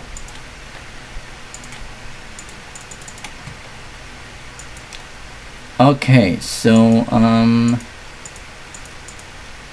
I think I have everything here in the programs list. Benchmarks, yep. 3D Mark 2001 SE. So just install it from there. I pretty much got everything out moved over to the hard drive, so it goes by pretty fast. Now it's converting all the textures now. We got a gig of RAM here. I mean, I would expand this up to like 2 gigs of RAM, but I'm a little bit concerned about that because if I reinstall or clean install Windows 98 Second Edition on here while having 2 gigs of RAM, it will constantly reboot itself. That means I'll have to go into under system.ini and safe mode or whatever, or just under a Windows 98 emergency disk and fix it from there. So yeah, the registration code. I'm gonna hide it here because it's essentially a little product key of some sort. Use this key to unlock the full version. Yeah, just register the manonion.com product. And yeah, I will not view the README, but we do have an icon on the desk. If it will, there it goes. Took a little while there. PC Mark 2002. This is the PC benchmarking companion to 3D Mark 2001 SE. PC specific one. Alright, another registration code. Use this key to unlock the full version. Yada yada yada. Yeah, just registered the manonion.com product. And once again, I will not view the README. And I will go ahead and install the Pro Pack with it because I already put in my key. Yes, next. Updating. Install Java 1.3. So it also includes an old version of Java. Old Java logo. Java 2 runtime environment. Installation completed. Okay. Alright, now I got the benchmarking stuff. Let's go ahead and test out Windows 2000. What the heck? 3D Mark 2001 SE was not able to detect the required minimum features in your 3D accelerator. Please ensure your DirectX installation is working properly and that you have the proper drivers installed. Oh, that is. Whoa! Now it crashed. Let's check on the DX diag. It is DirectX 8.1, but you know what? I'm gonna upgrade that to 9.9 DX9 because that will always help. Programs, DX, different versions of DX9. February 2010 redistributable.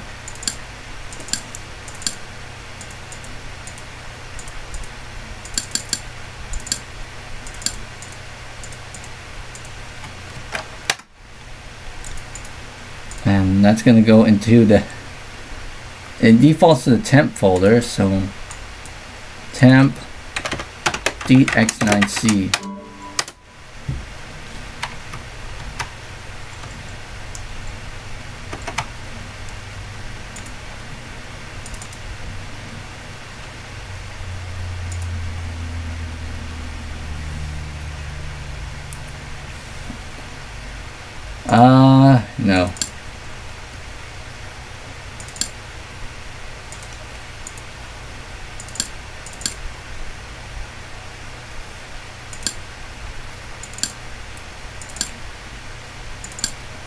launch the DX9 setup here.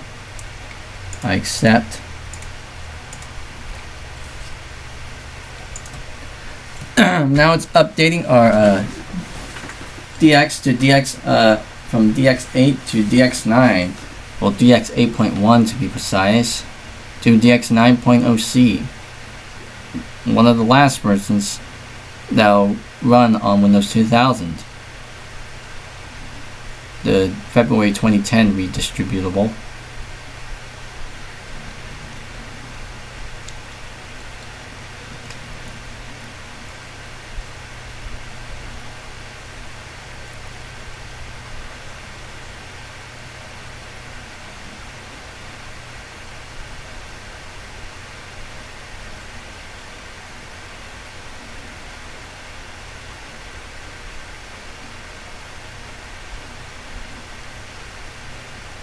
And now it's wanting us to restart.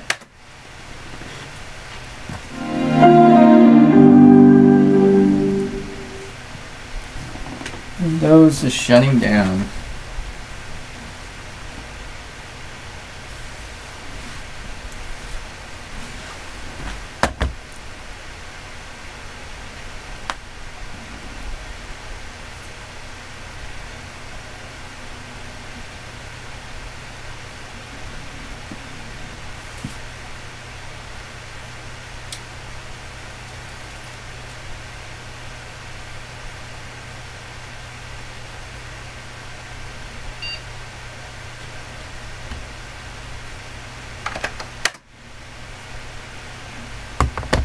Oh, these earbuds are dead.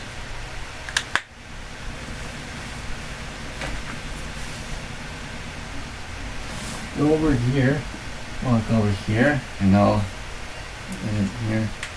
Just plug it in.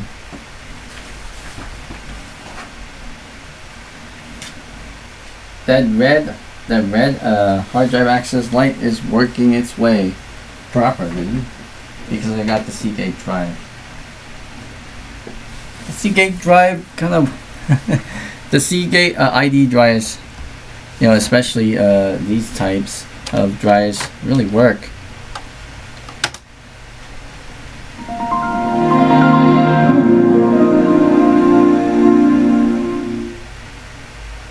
And we are in.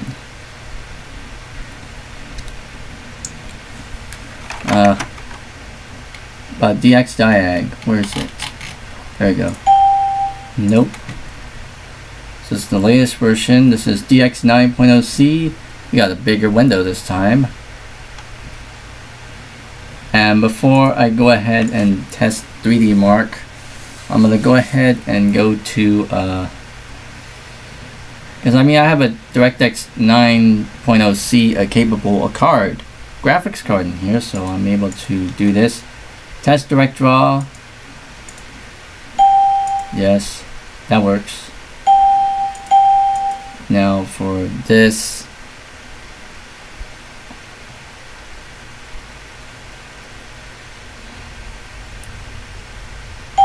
that works. Now direct draw on full screen, that works.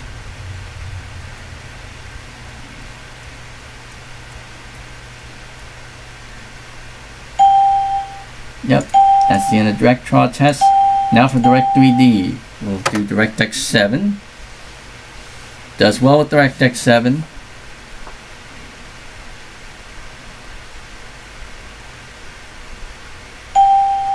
There we go. DirectX 8 now. DirectX 8 does well here. And then we will go into DirectX 9 soon. Which is now DirectX 9. And yet that's working. It's working as it should.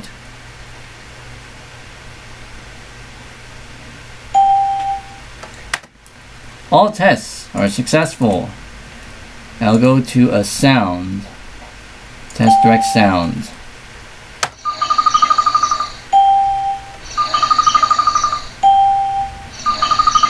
So it's doing software buffers now.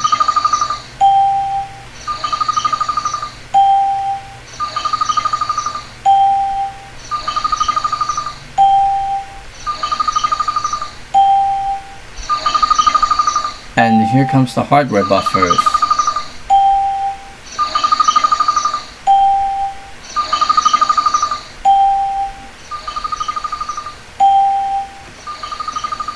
And you may notice there's a weird space here because that used to say 3D, 3-D, but that was removed in DirectX 9 for whatever reason I do not know.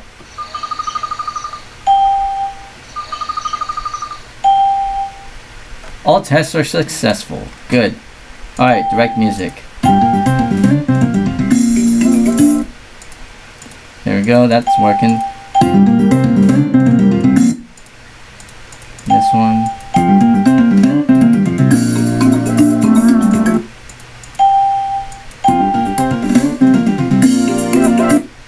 And this one is like it's just the same instrument set as what we had with the those Sound Blaster 128 stuff.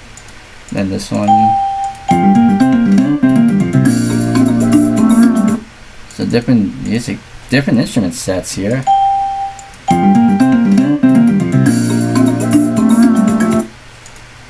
This one, the mini port, and then this one. That's loud.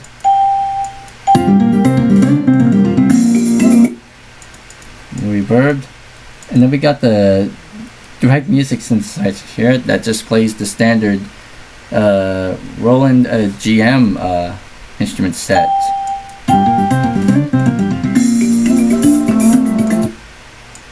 Now all that works. Input works, network works.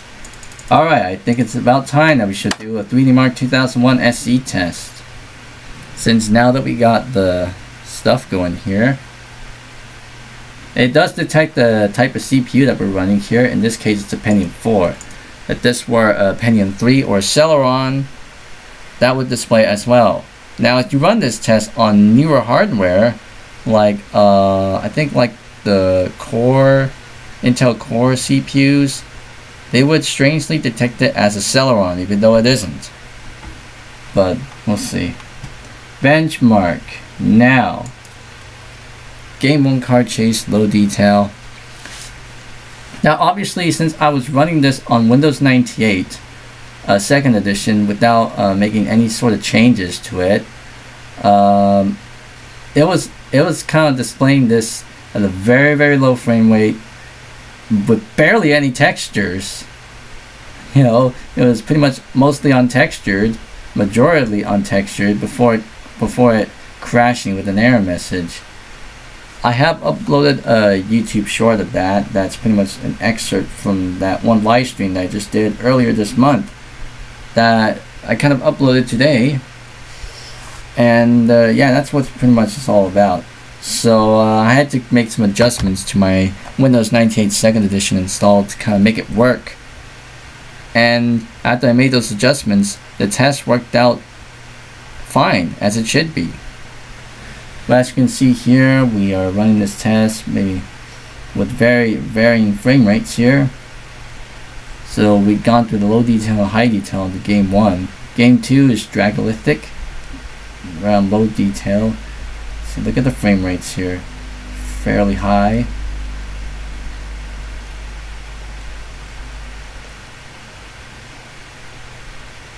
So we're going to be doing the 3D Mark 2001 test here on Windows 2000. Then we'll move on to PC Mark 2002 test on 2000 as well. I don't know if I'll install these benchmarking tools on XP or whatever, but we will see. Hi MFW 4912, welcome to the live stream. This is just pretty much me just kind of like playing around with my own custom built retro computer that I have here. The hardware that I have in this specific retro computer of mine is pretty much from mostly around like the early 2000s. There's some mid 2000s hardware in there, you know, if I'm going by through years. Alright, game 3 lobby, low detail. running within the hundreds of frame rates here on this low part. The frame rate's dropping down a little bit.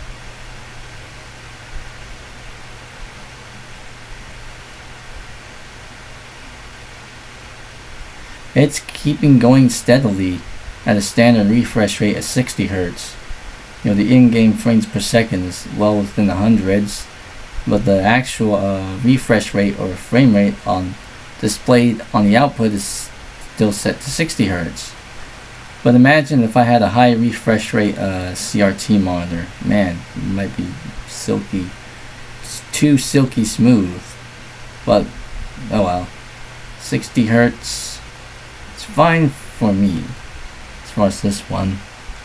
How much RAM is this thing? 1 gig of RAM. This board, this computer can take up to 2 gigs maximum. The board I have in this one is an Intel based motherboard, model number D845PESV. This is the first, and as of the time of recording or live streaming, only board that I have for this computer, obviously, because I may switch it down the line. We'll see about that.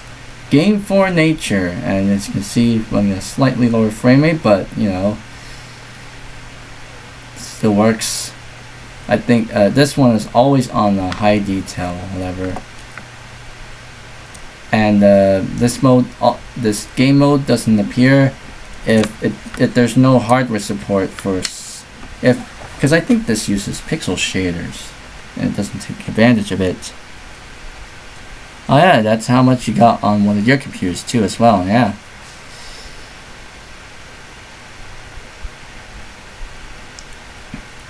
I have two 512 megabytes of DDR RAM in here, like 2 sets, and that's how I got 1 gig of RAM. I do have a 1 gig DDR RAM stick, but I'm not using that. Alright, fill rates. They made slightly slower, but hey, it still works.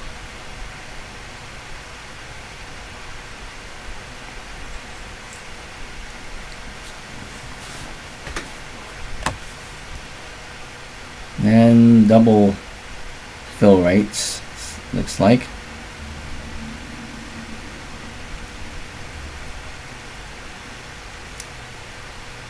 And the high polygon counts 1 light, going a bit smoothly.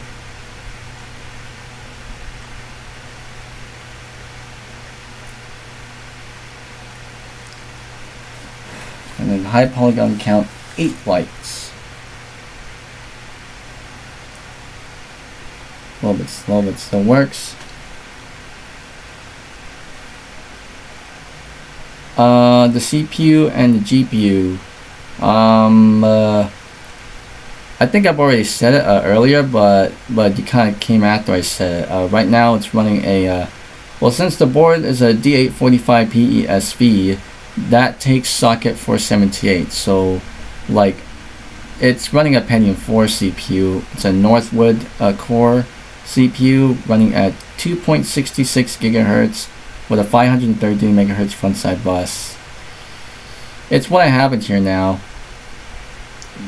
I'm potentially thinking about doing a future upgrade to maybe upgrade this to like what hyper threading 3.06 gigahertz Pentium 4 Northwood CPU with a 530 megahertz front side bus.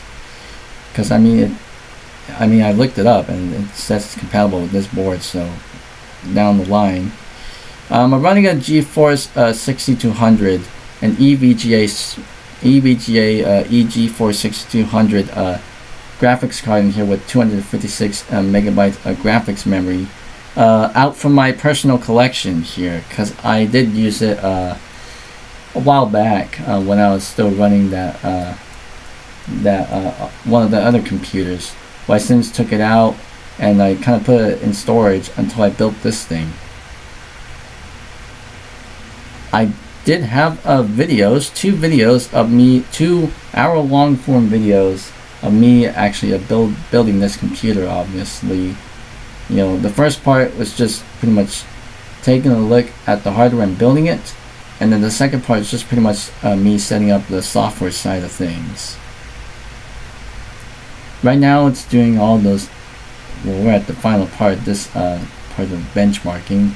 So it's doing all the high quality image screenshots of all the certain scenes of these game tests, including game 4. And final score on Windows 2000, 7966. 3D marks. So let's see, I'm just going to set untitled. So that's done. Now for PC Mark 2002. Let's see how this will work on here. The home and office benchmark. I'm hearing that floppy drive seek sound. I was also kind of thinking about getting another floppy drive for this thing so I can have like drives A and B. Right now we only have drive A, so I'm going to hit benchmark. Now it's going to do all of its usual benchmarking stats for the CPU, GPU, memory and such, and hard drives too.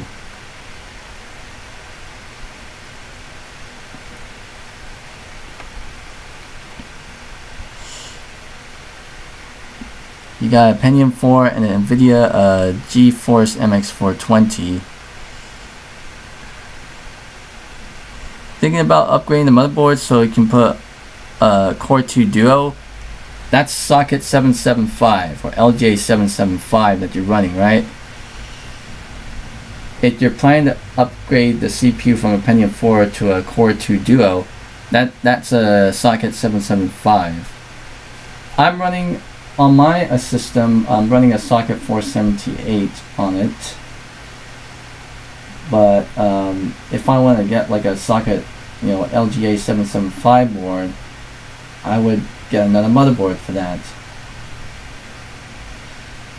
A socket 775 board that could take, either a Pentium 4 or a Core, a Core 2 Duo or a Core 2 Quad or whatever. Anything I could think of. For the time being, we'll see. We'll see about that, because like what I have set up for now is reasonable enough for my needs anyway. It's doing all the memory stuff here. And as far as the parts that I have in this thing, just kind of going by through here. The case I bought first. Then came that 1 gig of DDR RAM stick, and then I got the cables, then the motherboard, and the hard drive itself. And there's the little, that's the, it's doing the little tearing thing, this wavy thing here that really only partially displayed it well. It was kind of glitching out on 98 second edition. Probably backtrack on that part of the stream to see that, but it was really glitching out. And here on Windows 2000 it doesn't seem to be a problem. As you can see here, it's really going by through that smoothly, properly.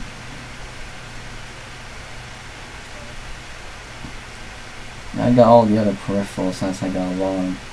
I have a zip drive in the system too, along with me getting a couple of zip disks just to try it out. I have not properly tried them out yet, but in the future, maybe. I'm running a zip 100 drive in here, by the way. Would love to upgrade it to like a zip 250 drive. Because I got several different well, I got one zip 250 drive, but that's non-functional. So I put it in one of my computers just temporarily. And here comes kind of a slow part here, but seems to go by smoothly, and it's also displaying correctly. The wavy stuff is going by pretty smoothly. I think after this, it's going to go through the ASF compression and playback. See how that goes. I know on 98 it does well, How about Windows 2000? We'll see what happens.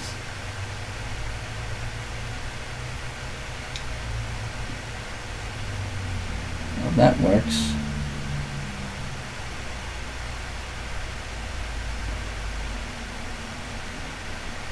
Alright, now it's going for ASF compression, low and high. Then it's going to play back those things. So I'm hoping they will work. Hoping that they will work.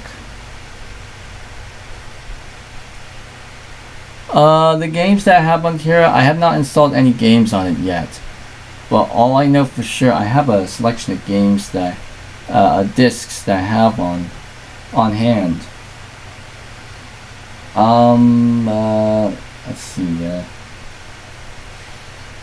Well, I think I got two off-roading.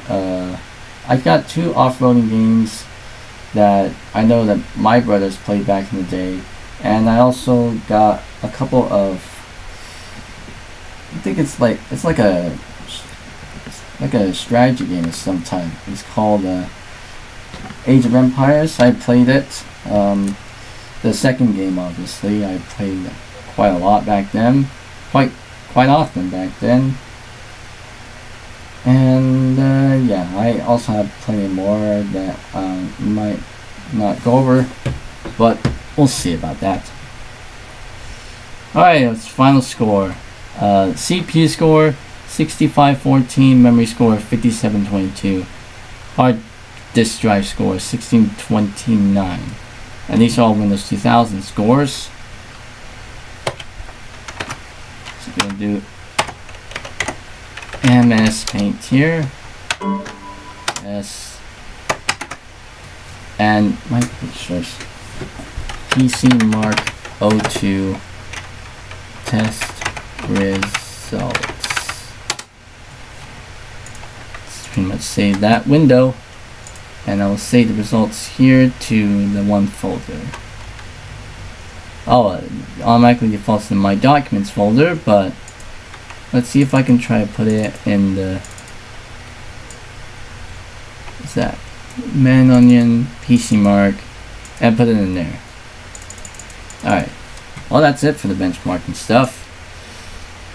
Alright, now on this machine I have installed something called Virtual PC on here, which lets me virtualize an operating system from within Windows. So, yep, I got Virtual PC on here. The only virtual machine I have is Windows 2000 on here. Wow, Final Fantasy 8. Wow. On PC. The speakers. I'm running the JBL Platinum speakers that are designed for the specific setup. I have them attached to this monitor that's called the Compact Presario Multimedia Monitor MV740. Well, Compact MV740 for short. And it's a similar model to the monitor that we've got for my childhood computer, which is a Compact Presario 7000 computer from around 2001, and I think that came with the CB735 monitor, because it's like this monitor, but it doesn't have the silver accenting, and it lacks a built-in microphone. That's all I know for sure.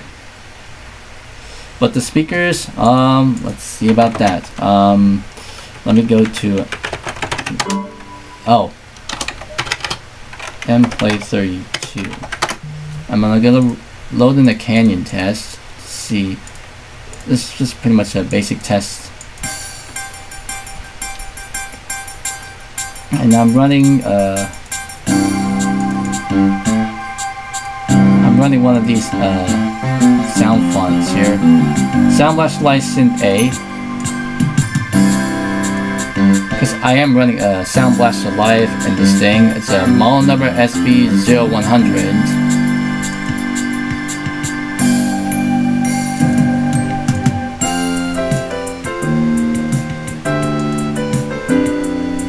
But yeah, the speakers sound good on this thing.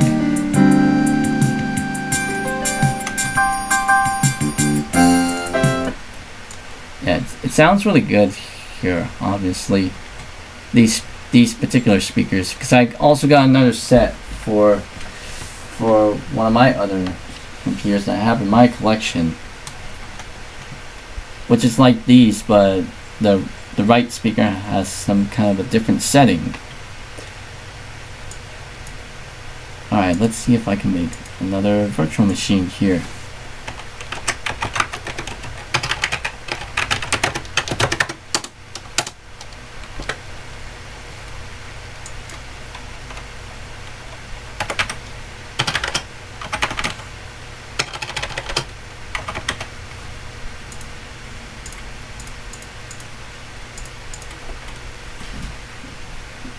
Okay, let's see about that.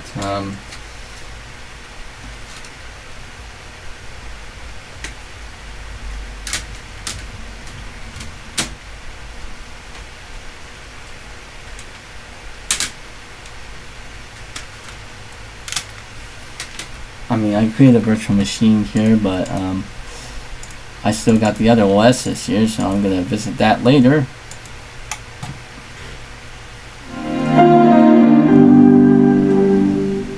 Just gonna restart, and I'll go back into what I have on this system. Because I mean, with the hard drive I have in here, I kind of split it up into separate different partitions. And because I installed various operating systems on it, I pretty much have a multi-boot configuration. So let's see if we can go back out here and see what we have in store as far as the operating systems are concerned here. Well, we got 6 entries here on the bootloader menu. We got Windows 98 2nd edition. We got Windows 2000 Professional. Then we got Windows XP Professional and Home Edition. And then we got 2 other operating systems that it's pretty much based on XP, but with an aesthetic switch up. That's these 2 here, and we'll get into in a bit. For now, let's go into XP Professional. So, because I mean, the motherboard in this thing is pretty much from around the early 2000s, somewhere around 2002. So, and XP was the latest Windows operating system at the time. So, and so we're going by here. See how this goes.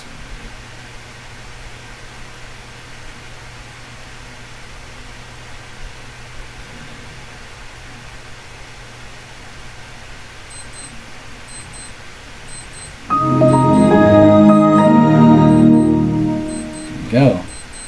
Oh, my watch, my sports watch is ringing that it's 10 o'clock now, 10 p.m. Here we are, Windows XP. This was my main daily driver OS for about like 7 or 8 years until we switched to a newer PC. Oh, Joshua Stellar F, welcome back to the live stream. The graphics driver I'm using for XP, well, I mean, remember that I have a actual graphics card, because you said on the last stream that your motherboard has integrated a graphics. So I mean, what I'm using here, oh, it's 10 o'clock now. So turn off my alarm on my phone. The graphics driver that I'm using for this one,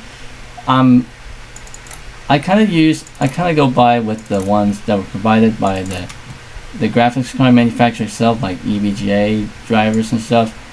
But since this is an NVIDIA based graphics card, I just pretty much use the drivers that were provided by NVIDIA themselves, and they will work. Now, if I was using an ATI or AMD graphics card, I would likely use the ATI or AMD drivers, obviously. Now, if I was going for like integrated drivers, I don't know. That's another thing, obviously. Wow, some 1500 RPM hard disk drives. From a Lenovo server. Well, I mean, I've seen, because there's a thing about, there's a thing that's called SAS, Serial Attached SCSI, and those SAS hard disk drives, intended for servers, they have a connector that looks almost similar to, I actually have a hard drive here. I'm gonna grab a hard drive out from my collection. The one that's just lying around. Here's a Hitachi SATA SATA 6.0 GBS, probably SATA 3, a SATA hard disk drive, and this one is 3 terabytes, and you can see here's drop the tripod here. I'm gonna have to get a new tripod soon, because the middle part where I can pretty much lock in the middle part of this tripod is broken, so I'm gonna have to find some sort of trick to do that, so just to make it stand up here. Well, as you can see here, I don't know if I'm getting this on camera, if it gets it best on camera, but these it's not gonna show it correctly here, so that means I'm gonna have to use some light source. But as you see on here, this is the SATA port connectors. So I think on an SAS based hard disk drive, for servers, they might have a connector, hard drive connector that looks like this, but did you see there's this notch right here that's pretty much this notch is pretty much like it's like a conjoined together, so you couldn't necessarily use a SAS an SAS SATA hard disk drive on the normal SATA system without some modifications or whatever. But yeah, it's something like that, but hey,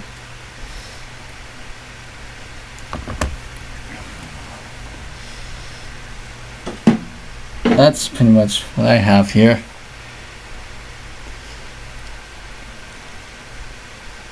Yeah, I kind of got to my point, obviously. I kind of got into that into my point, obviously, especially if I'm looking for a SATA hard disk drive. I would kind of see some that would look like a SATA connector, but it has those it has the one conjoined thing, obviously. It has that one conjoined, the one connector, the one that looks like a SATA connector, but one of the parts is kind of like conjoined in, so you can't use normal SATA connectors on it without using like like a certain adapter or something, certain connection, specific connection stuff.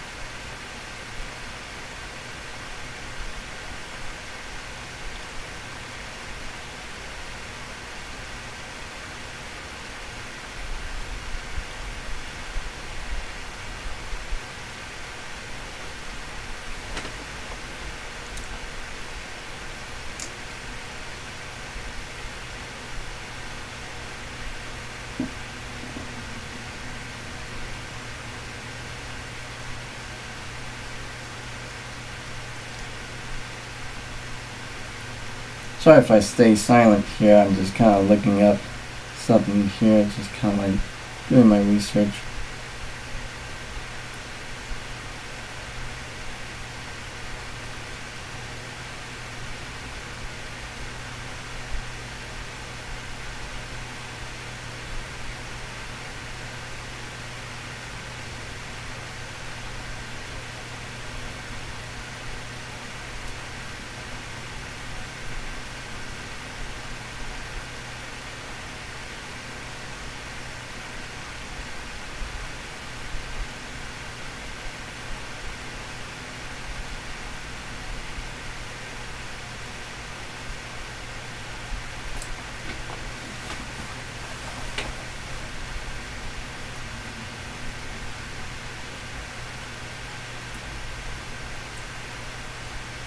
I think it's pretty much SAS HDD connector SFF-8482, and that looks like a SATA connector, like all in one, but with the additional link.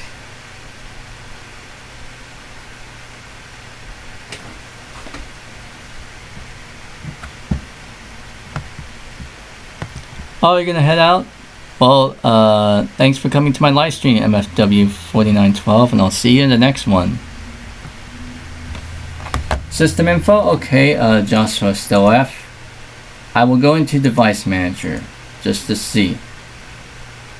So yep, NVIDIA GeForce 6200 there on device manager, and if I have it installed, I don't think I have CPU Z on here. Nah, I don't think so. Well, it's time for me to go ahead and install those things, because I definitely need those things when NT. Last version 2.09, because I basically have them all organized. Where's hardware info? Hardware info 772. This is one of the last versions that will run on, you know, previous versions of Windows. You know, that works. Home for the LED. Welcome back to one of my live streams. One of the Easter egg aficionados that pretty much showed me Easter eggs for Office 97 and Office 2000. Welcome back to the live stream. Yep, I am on XP. What I'm doing here is I'm pretty much doing something here for that one the one viewer who's watching the stream right now. I'm gonna show them what kind of graphics driver do I have on the system. Well, I know for sure I'm already running an NVIDIA based graphics card. So as you can see here, NVIDIA GeForce 6200, and I'm using this is the one provided by NVIDIA. Yep, it's the one provided by NVIDIA, and it's the latest version. That'll work on this driver. That works.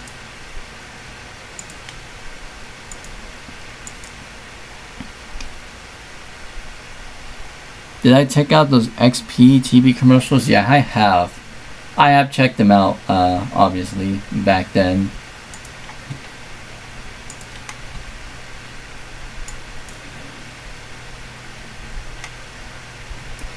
Alright, CPU Z, all this stuff here. Graphics, bench, yada yada yada. Hardware info. Put a shortcut for that on the desktop.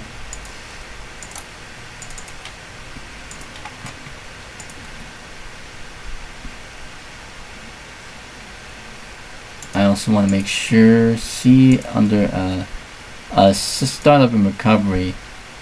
Right now it's set to this. Do not automatically restart. Do not send an administrative alert. Do not write an event to system log. no memory dumps here.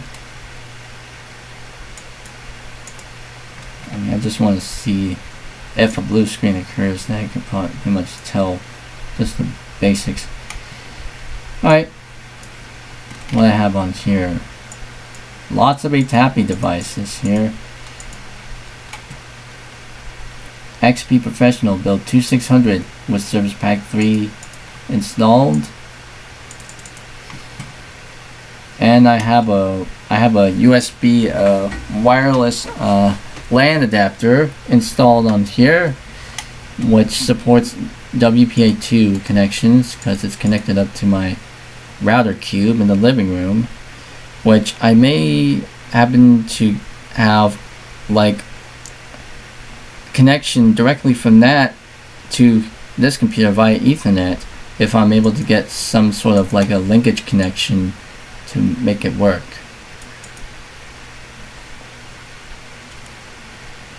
GeForce 6200, is that good for Dell Dimension 4300? Never heard of that model before. A Dell Dimension 4300, never heard of that model before.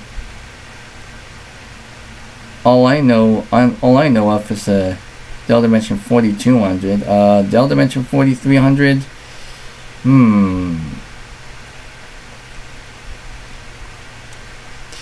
I mean, I have an AGP 6200 card. I have not personally tested it out because I don't have that computer, but I mean, it should work. I mean, it's an AGP card. I mean, the 6200 has the 6200 is an AGP card. It's not AGP 1.5 card, so like it's not AGP 1.5 only card. So yeah. Oh, let's see. Yeah, AGP 2 graphics card. And that is running 845 chipset.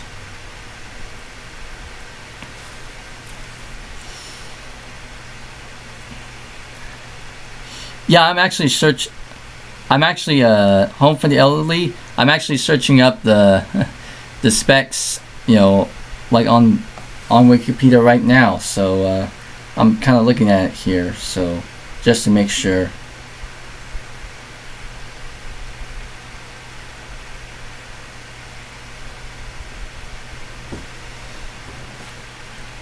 Yeah, Dell Dimension 4300 that was released in 2001. Yeah.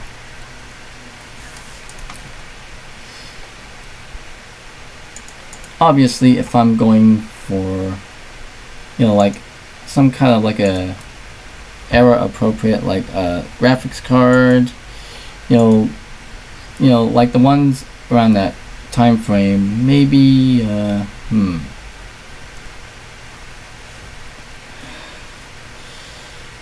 I mean, there's like several NVIDIA ATI cards around there. There's different models of ATI Radeon cards and different models of NVIDIA GeForce graphics cards around that time frame in 2001. Like I know for sure there's the GeForce 3, and then there's a couple other GeForce 4 models, especially for the MX series. Which I do have a GeForce MX 440 in one of my computers. Well, I used to have it on that computer, but I kind of swapped it out with that NVIDIA GeForce 3 Ti 200. I have it in there right now.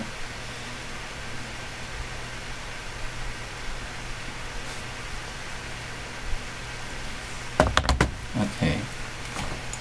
So I gotten all those programs out of the way. Did I test okay, Logitech Quick Count.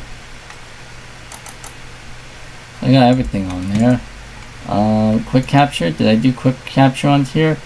I don't think I got set up Quick Capture on here, so I'm gonna have to like also that uses my that uses the microphone here, so I'm gonna plug that down here, see if I can plug that in there, so see if I can get any microphone inputs.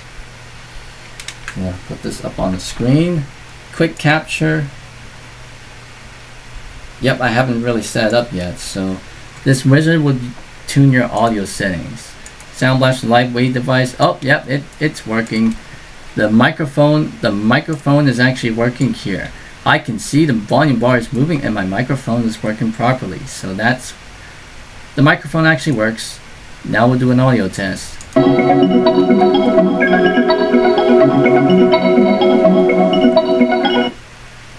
that works. Congratulations, you have successfully configured your computer to record and play sounds. Alright, that's working here.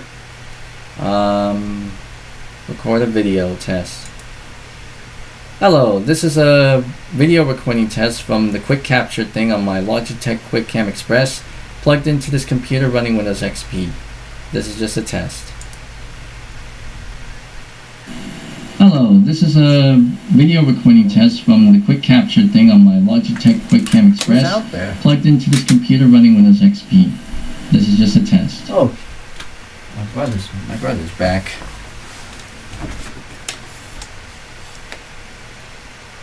I was just checking to see who was outside. It's my brother. He had to take another car to go to work or something.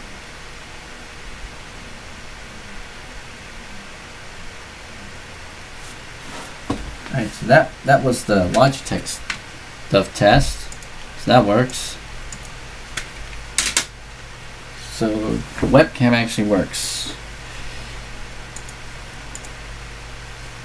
And just to show you that we're actually connected, let me go to the old net, see how that works.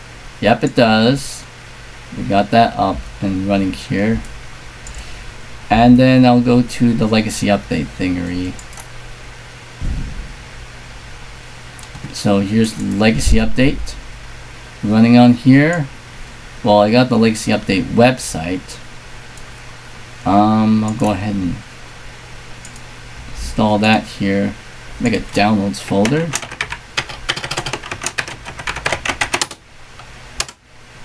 Let's put it there. Download complete. And now we'll also go to the Windows Update Restored v4 website. See what we have in here. Here we go. Windows Update website. Run it on here. This is provided by the lovely folks at Windows Update Restored, which I have done videos on Windows Update Restored like a while back when I was using a wired Ethernet connection when I was living at the old room, and now the router's in the living room and I don't have any other way to connect.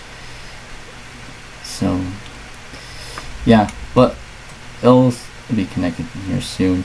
Upgrade to Microsoft Update, automatically receive updates from Windows Office and more. I have not set up any Office Suite stuff on here on XP nor in 2000 yet, but maybe later. Check for updates. And we have 4 updates now. 4 Windows XP updates. Visit the Windows XP website. That does not work anymore. Nope, just goes to a different page. DirectX 9.0C end user runtime. It shows that even though we already have DX9 installed on here. So yeah, we already have it here, but it's listing it in here. So let's add. And I had to like install it separately. So let's see how I can go by installing it here. Install now. And there we go. It is. I can't really see that part of the text because this title bar is kind of covering it, but it, as you can see here, it's kind of downloading here from the servers through my wireless LAN adapter, running a 58 megabits per second. It seems like a little bit under, but I think that's kind of capped out here. And local area connection. Oh, local area connection 2. It has renamed that, so rename it as local area connection. Local area connection. The network cable is unplugged, so I don't have a network connections over Ethernet yet. You know, because the network card, the network interface is integrated into the motherboard. It uses a 10100 Ethernet. Can DirectX 7 work for XP? I mean, you can have like DX8, DX9, pretty much anything with a DX8, DX9 can run DX7 too. So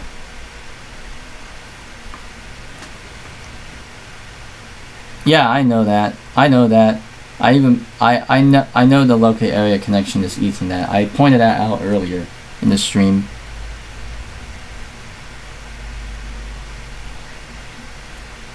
Oh yeah, the 3D Pinball Space Cadet Easter egg. Everybody knows that Easter egg. All you need to do in 3D Pinball is when the game starts. I even this is one of the Easter eggs I know off of the back of my head for years now. I remember playing this back in the day. Basically what we do here, HIDDEN space TEST, and I could hit enter here, and then what we are in here for, let's click on anywhere here, and we're moving the ball around. So we're moving the ball here, and there's also different other hotkeys that we can do so in this mode here. So this is the so-called hidden test feature of 3D Pinball for Windows Space Cadet. And I can let go of the mouse button.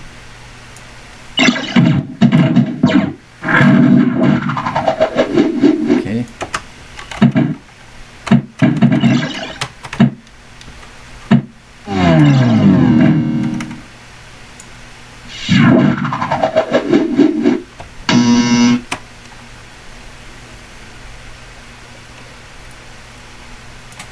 Yeah, that's pretty much it. So close that out. But yeah, that was the one Easter egg that I know of from the back of my head, the pinball stuff. And I guess there's one for Minesweeper here, if I could look up for myself.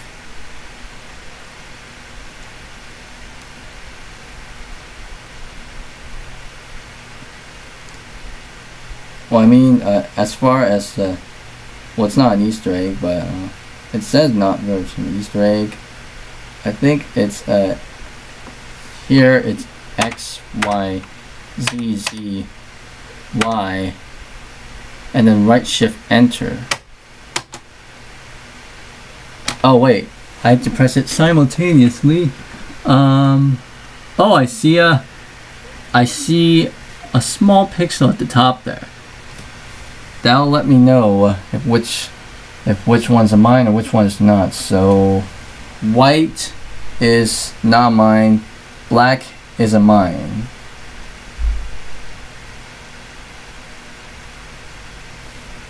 So let's see if I can click on the black one, and it moves that mine away. So let's see how I can go by here.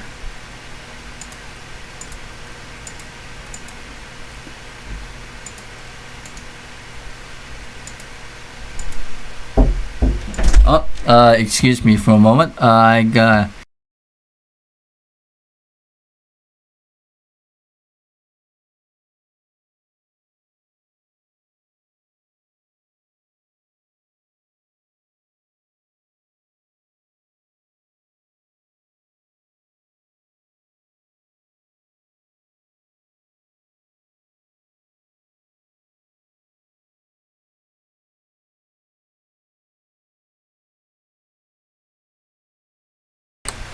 If you excuse me for a moment, I'm actually gonna head out here for a little bit, because my brother actually got me some food, so like some some kind of like a jack-in-the-box thing or something. But yeah, I'll be back in a few minutes. So once I'm finished eating, I'll come back here and we'll continue where we left off. So don't go away. I'll be back with you guys in a sec. Now, I know it might be kind of long depending on how I spend some time out there in the kitchen, whatever. But yeah, I'll be back in a few minutes. Stay tuned.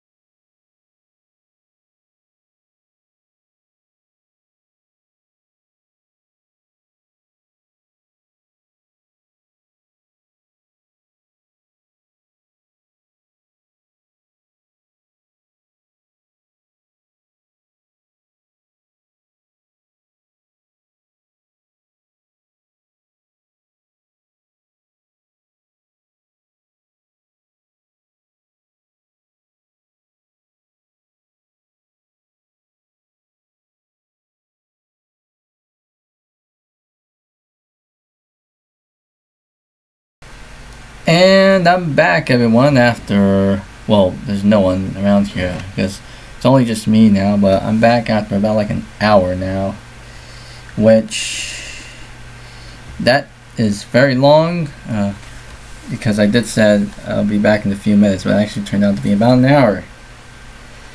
Anyways, back here. Installation complete. We are sitting at over 3 hours and 52 minutes on this stream now. View the installation history. Well, only that now. So now let's go home, install.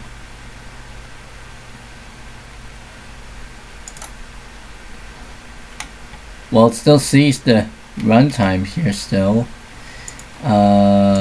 What do we have here? I mean, it already shows all the stuff now. Show updates. Yes, there's a currently installed programs and updates.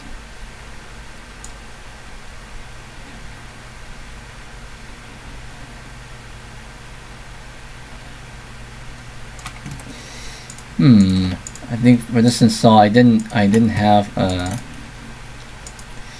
you know what? Let me just install this. .NET Framework 1.0.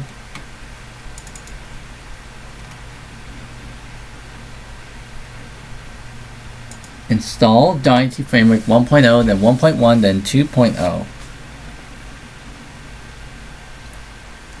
I mean, the Windows Update Restored website is not going to take that much credence with that. I'll install the European Euro conversion tool, so see how that goes. It's going to attempt to install.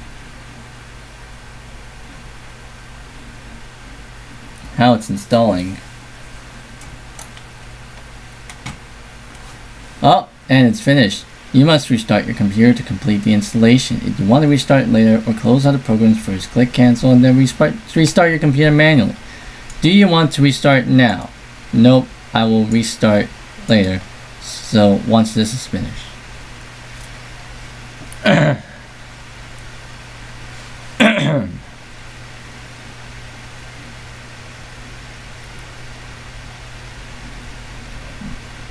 So .NET Framework 1.0 is installed. Now it's going to install .NET Framework 1.0 Service Pack 2.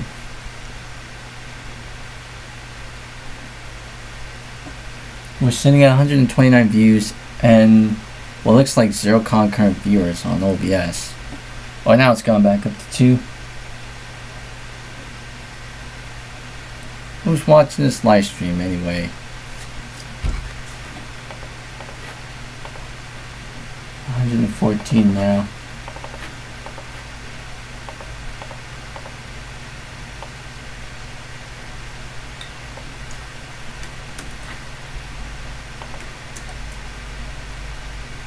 This is really filling up that space.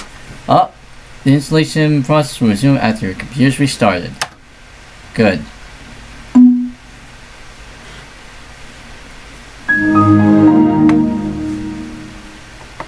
Restart.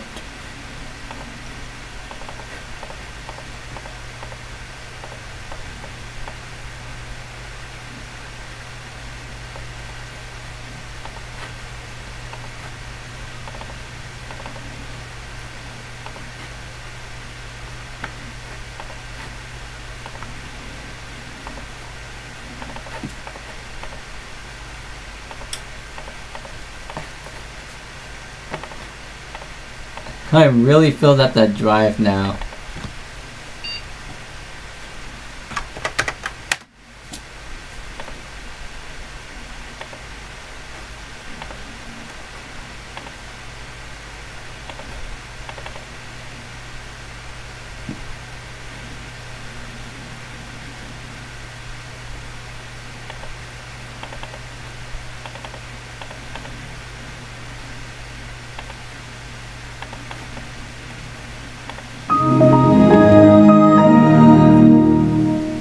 Okay, and it should say it should say complete.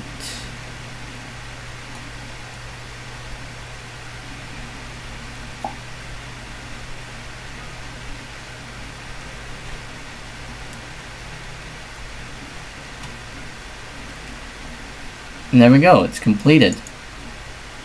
So that's Dynamic Framework 1.1 installed. Next, 1.1.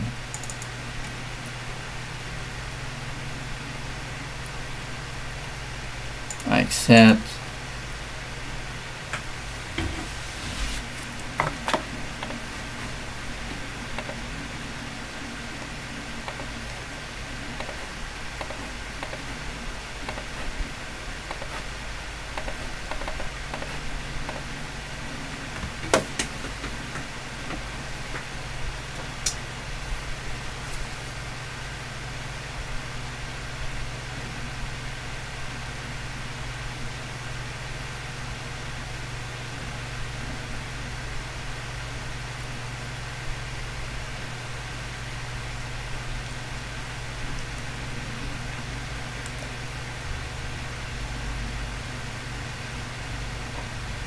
Now we're seeing 130 views with only 2 concurrent viewers now, so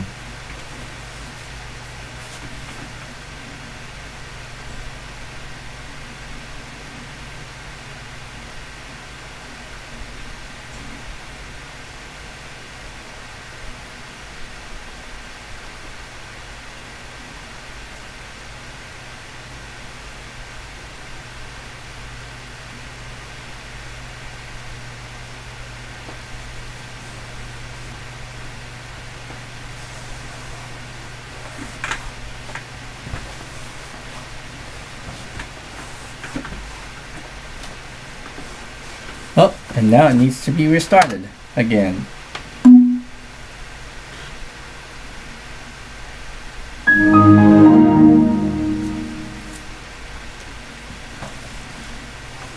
You know what, I might as well change that background soon.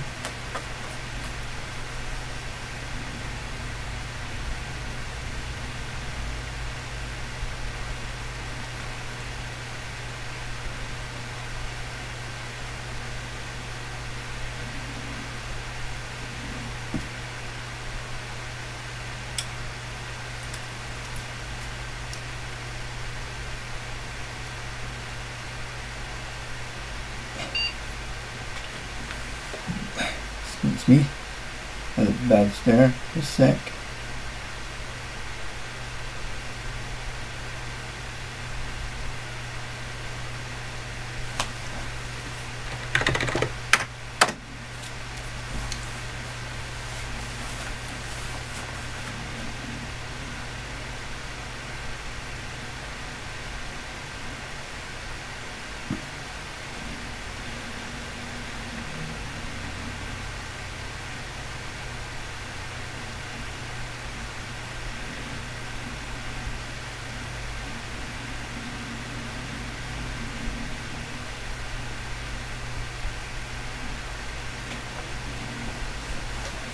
Oh, now it's displaying this.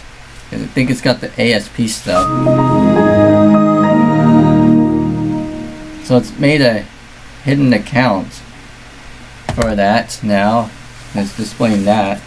So it doesn't automatically log into this one anymore.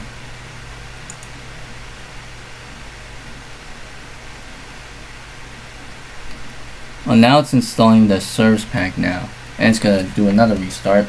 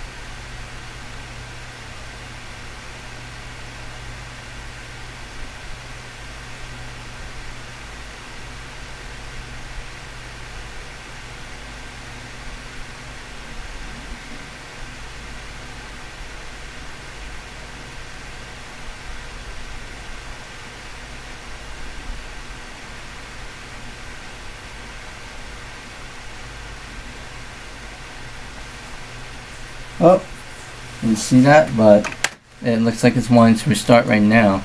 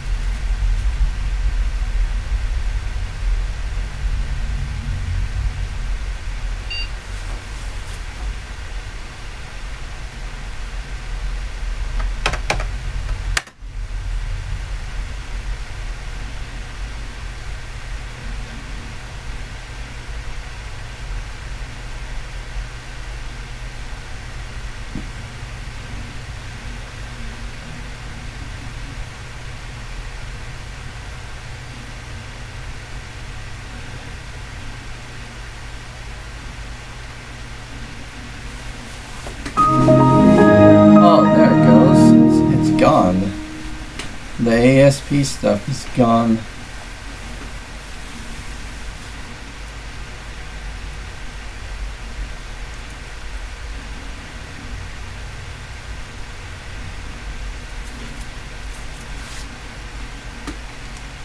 There we go.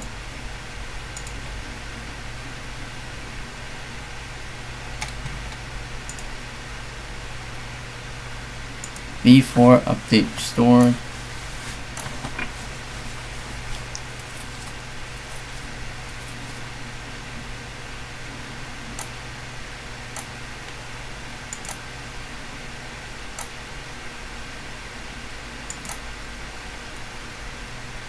Whoa, only one critical update?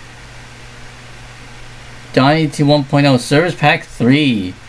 Okay.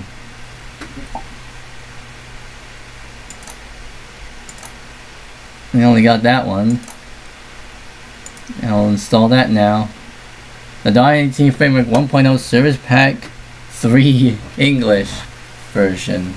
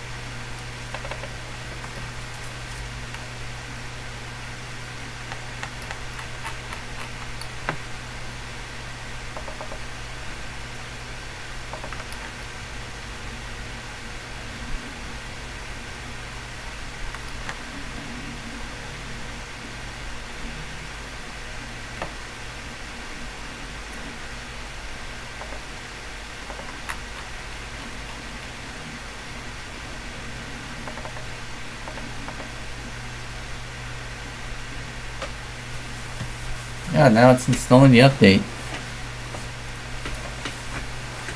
135 views and 3 concurrent viewers at the ready.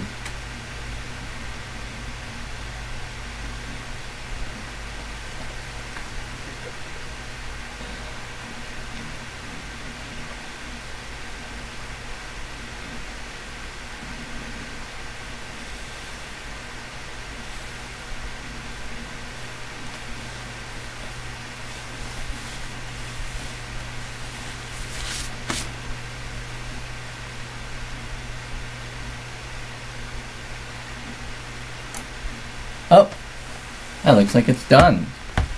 I don't even need to do a restart now. So back to the main page it goes.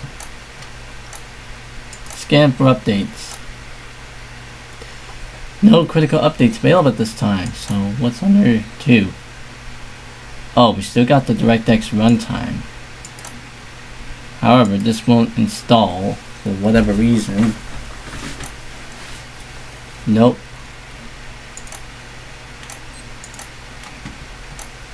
So that'll always remain there.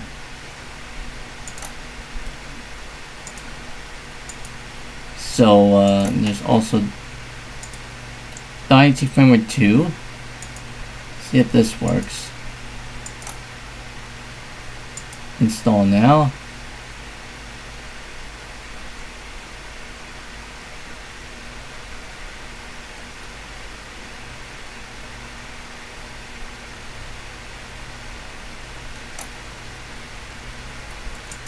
Okay, it seems like that also didn't work too. Look at that. Failed.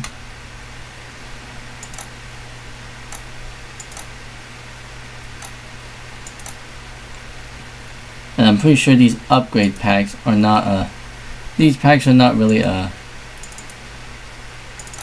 they're not implemented via Windows Update Restored yet. So let's see, where's the IT framework stuff?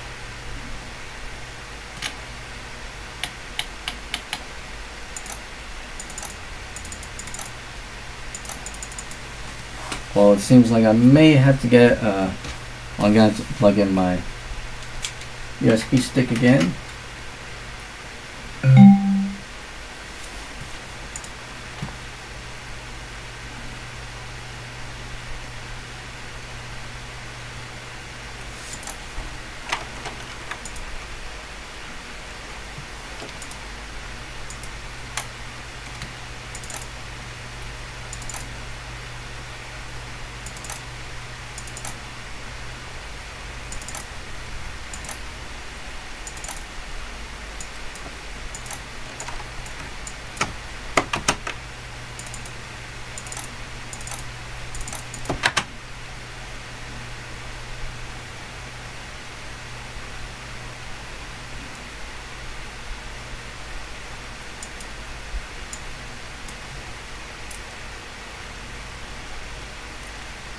Now it's doing copying files now.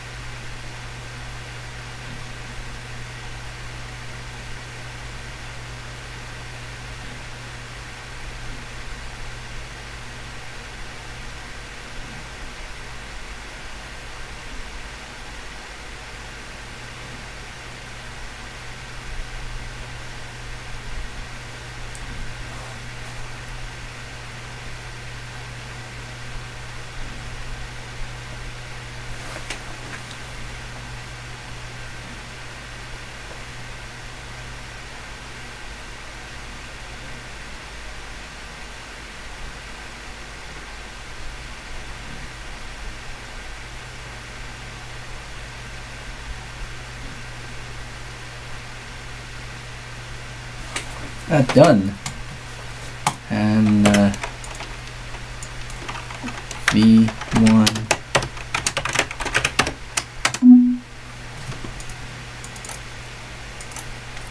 V1 with XP.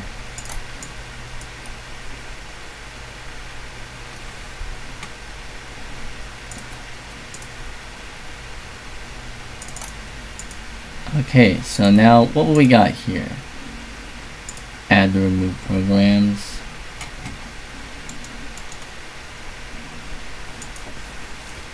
Well, we got everything here. We got .NET Framework on 1.0 with Search Pack 3 installed.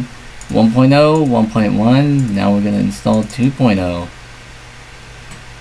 See how that works. The wizard will guide you to the upgrade installation process. .NET Framework 2.0.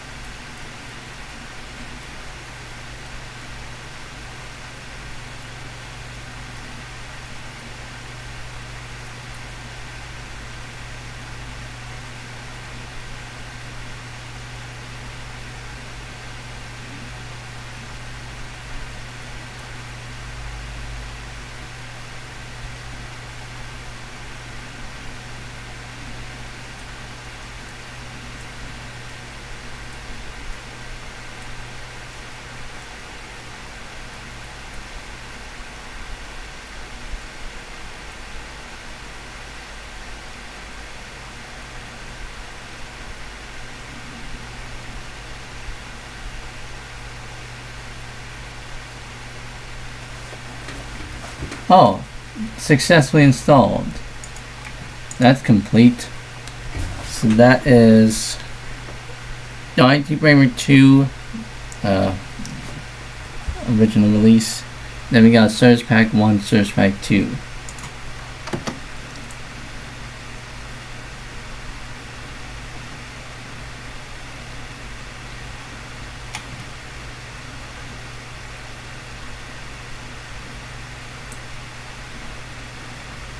I have read.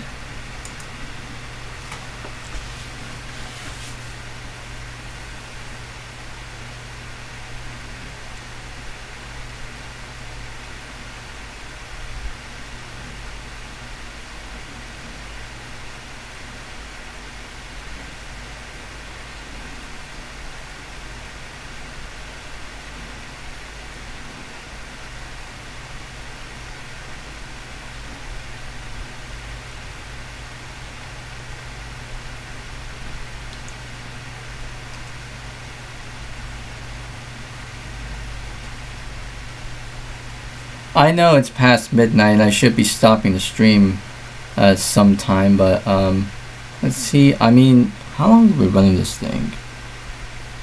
4 hours and 20 minutes.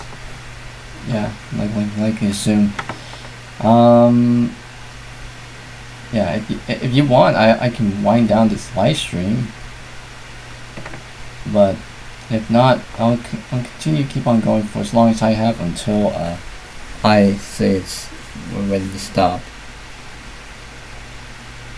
Which that doesn't count, but still.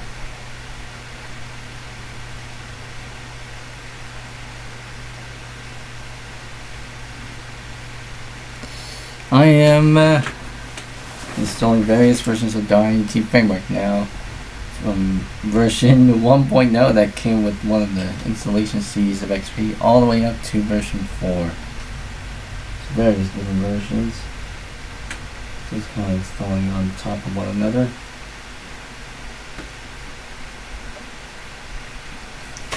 That done.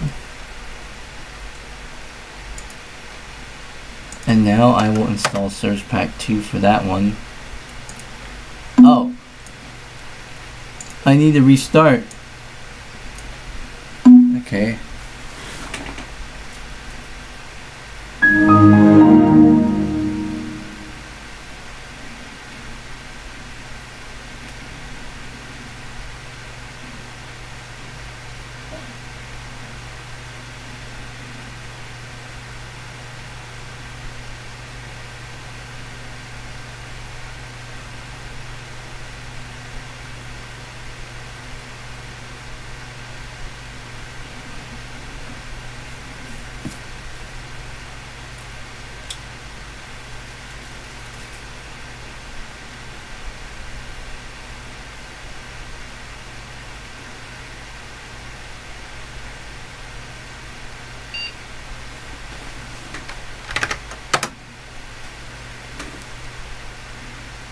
Do I use Windows 7? Back in the day, yeah. I have used Windows 7 as my main OS from the years, I think 2010, 2012, or 2013 or whatever.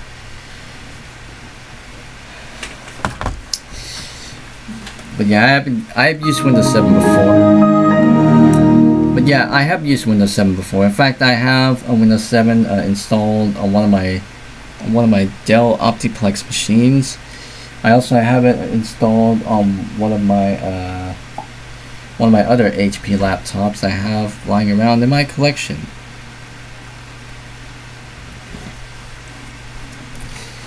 Alright, that should be done now. Next. Now for Surge Pack 2 on this one.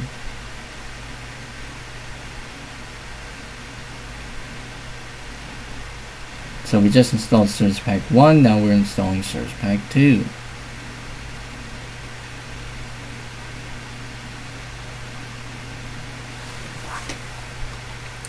Yes, I have read and accept that license agreement.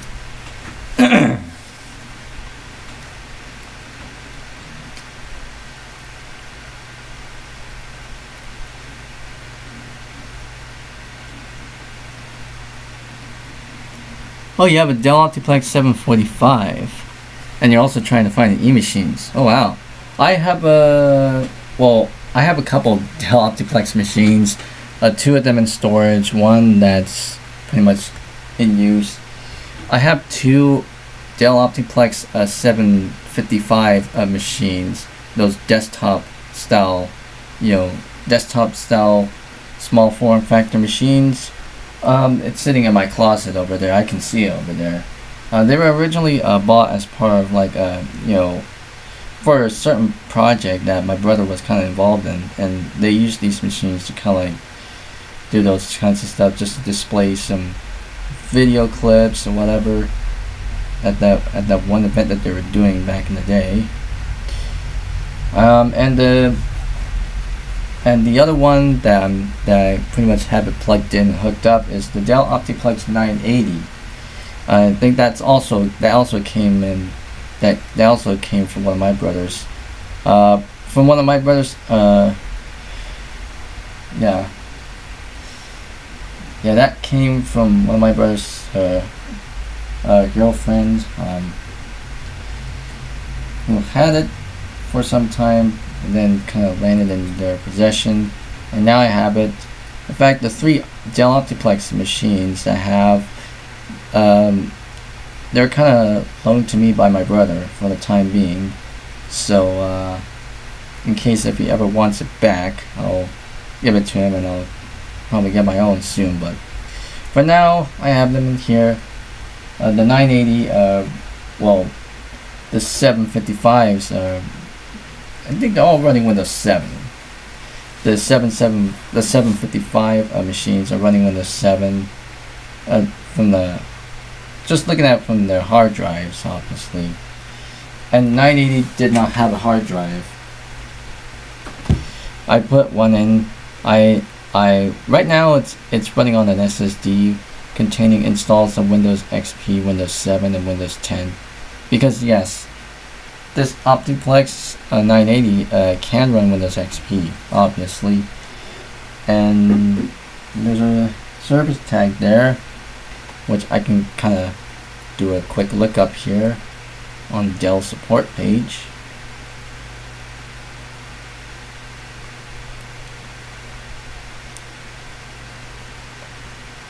So I'm gonna input that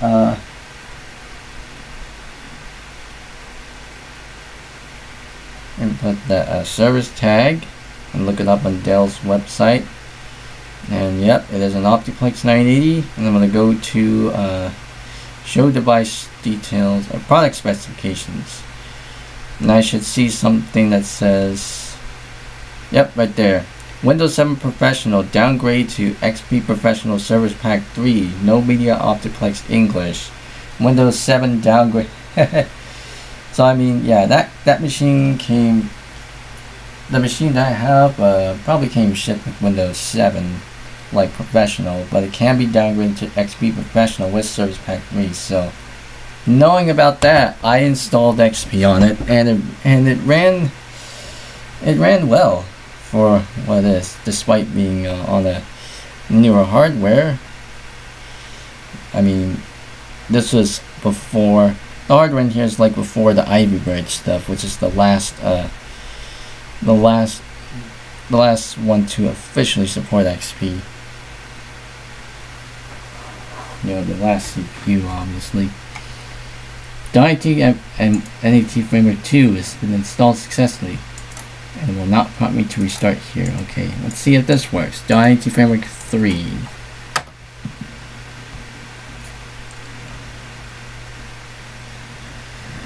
And we get no service packs for this thing. Let's see if I can try installing this one, and then get 3.5, and then up to version 4.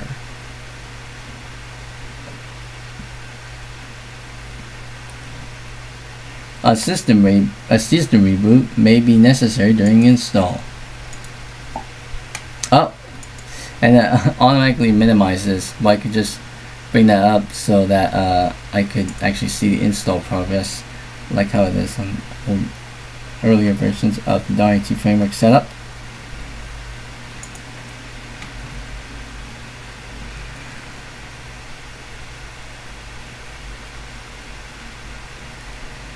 What kind of vintage one did I have?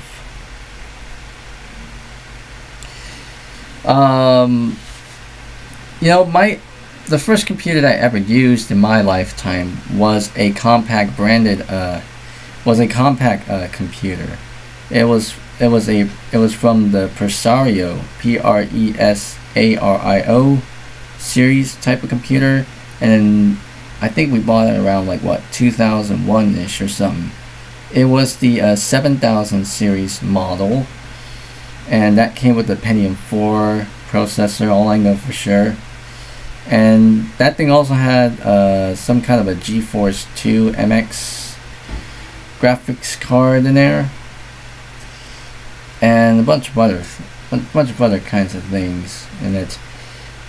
Well, I used that from like what, as early as 2004, something like that, if my memory can recount, up until 2008-ish or something, when we replaced it with that HP Pavilion Media Center computer with Windows Vista on it.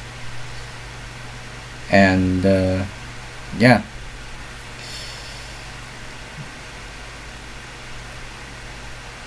I mean, as far as that computer goes, the first computer I ever used, which was my childhood compact Presario 7000, because that's what it is. That's kind of led me into this this realm of where I am now for retrocomputing stuff. Especially the first computer in my personal collection was the compact Presario 7000 series model, but not the exact model that I got, because, well, the exact model that I used as back when I was in my childhood, back when my family owned it, we still have it. My dad is still keeping hold of that in his room. He's never gotten rid of it, which is a good thing. It's a good sign for me, obviously, because, I mean, it's been sitting for a while now, because, I mean, my dad was kind of tinkering with it a little bit, and I think I asked him one time, and he likely said that he needs to do some fixing work for the hard drive that he has in there now. I think it was like a 320 gigabyte hard drive that he put in there like a while back. The manufacturing date was like from around 2010 or something like that, so that was like a recent upgrade that he pretty much did, because I think that computer came with like a 20 or 40 gig drive back then. But yeah, if he ever fixes that hard drive to the best of his ability, then he'll be able to kind of like take all the stuff out from that thing, pretty much back everything up from that drive, and then he can pretty much just loan it to me so that I could have my own childhood computer back as part of my collection soon enough. Oh, you're upgrading your processor on your Dell Dimension 4300. I mean, I know the 4300 came with a Pentium 4, but seeing that machine released in 2001, 4300.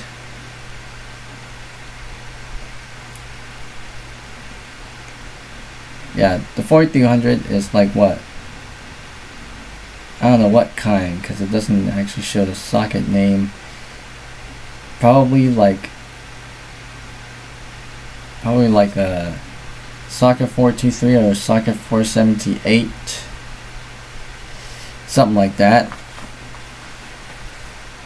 I mean, as far as these 4300s go, Pentium 4 processor speeds are like between 1.5 to 2.0. And then there's the 4300S. That's a different model.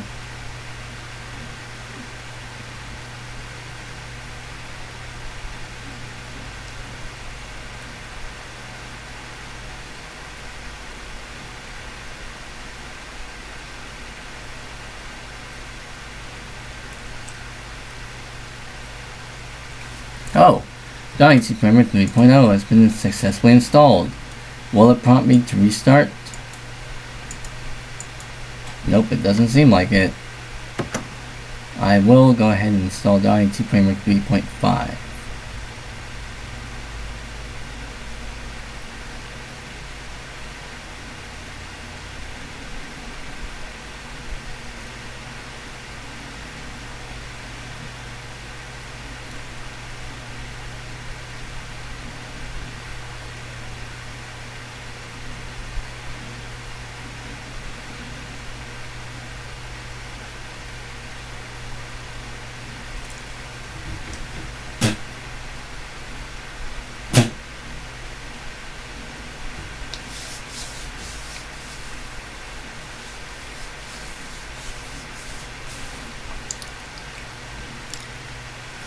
Oh, that's socket 775, LGA 775. But I'm seeing here, I'm just kind of looking it up on Wikipedia here. Dell Dimension 4300. Didn't specify what type of processor. I'm reading here 4300 section 2001 Intel 845 chipset, Intel Pentium 4 with processor speeds of 1.5 to 2.0 with an SSD speed of 400 megahertz. Seems like it takes a SD RAM, 2 SD RAM slots with officially up to 512 megs, but can take up to 1024 megs unofficially, or 1 gig unofficially. PC133 SD RAM, HEP2 video card, and yeah, 1 HEP slot and 4 PCI slots.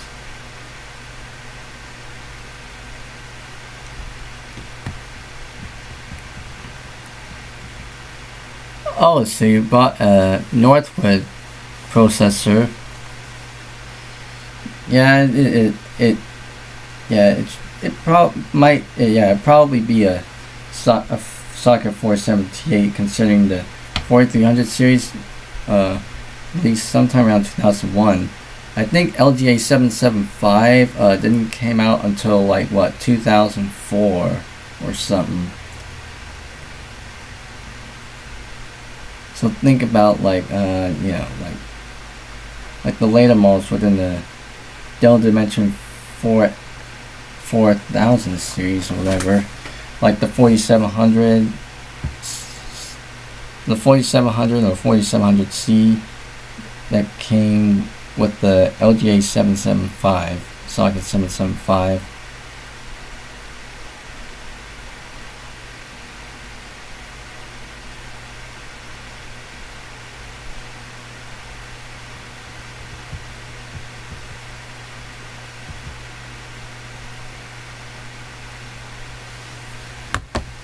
Ooh, down to Boomer 3.5. Ha! Download files nice. I think, let's see if this actually works. Total download progress. Wow, download complete. It's very quick, especially since I'm connected now via my wireless connections. And I still have yet to install the other things.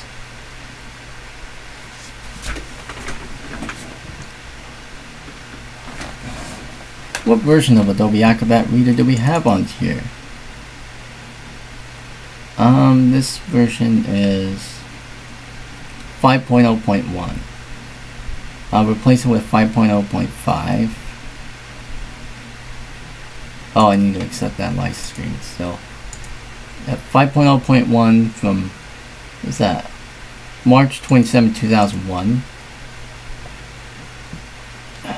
Okay.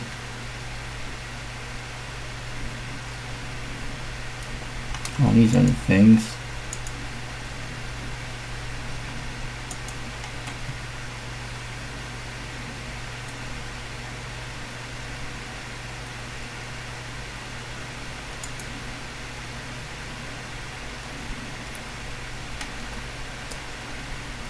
Res Hacker.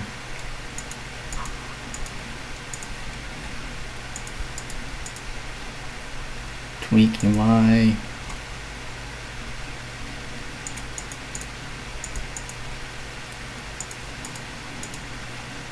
Hardware info.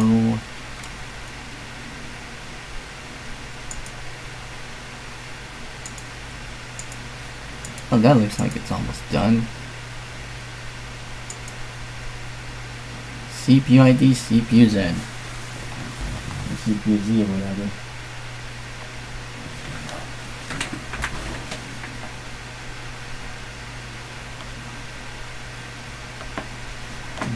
Let's see if I can install some Office suites that I like to install in here.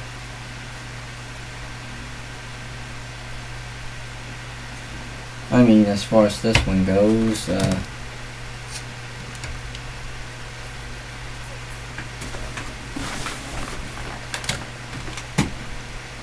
CPZ, yep. Installed successfully. And it won't prompt me to restart. So. .NET Framework 4.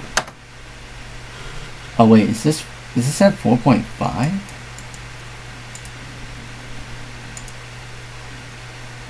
Says okay, .NET Framework 4 setup.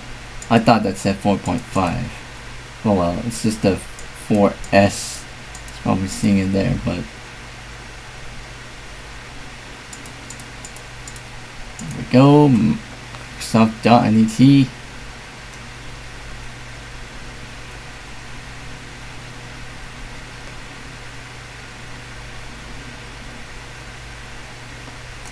Alright, there we go. I have brand. I guess while I'm at it, let's see if I can take out that drive, that stick. Oh, cannot be stopped.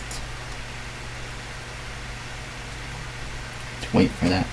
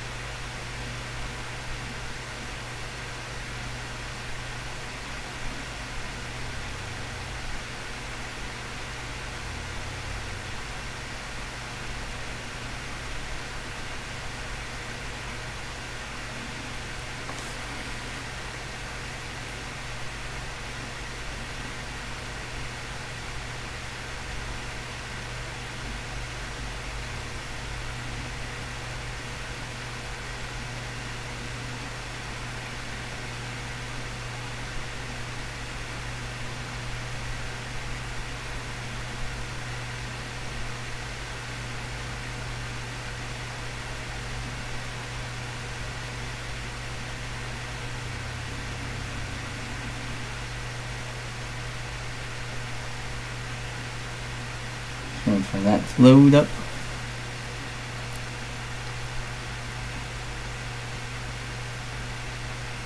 Yeah, I kind of agree with you there. You know, in fact, I'm running a Northwood Pentium 4 CPU on this computer, on this build of mine too. I mean, as far as my build goes, it's obviously the first retrocomputing I ever built, and it's also the first.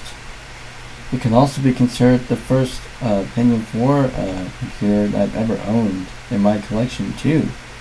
Even though I technically, you know, kind of built it from scratch using parts that I kind of got online and parts that I got lying around the house in my personal collection.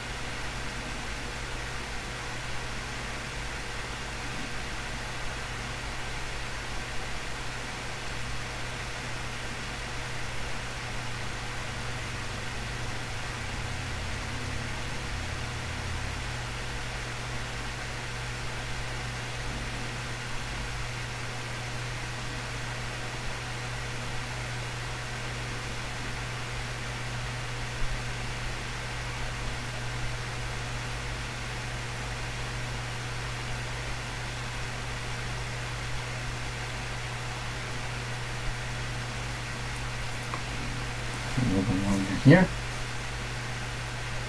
We'll get there.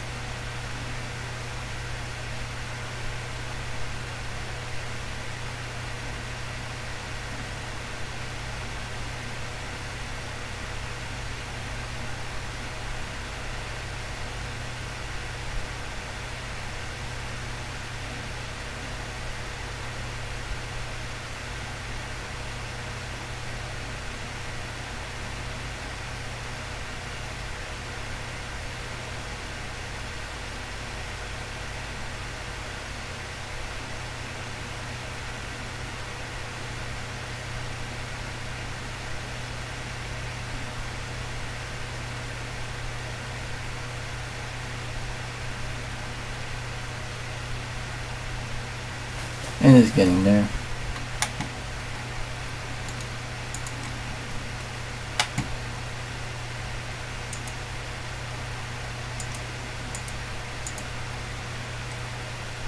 Page file usage.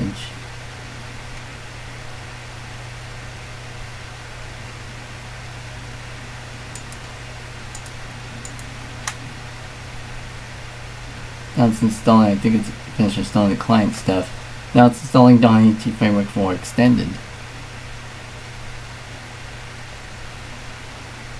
I don't know. As far as your new processor goes, I'm not too sure about that.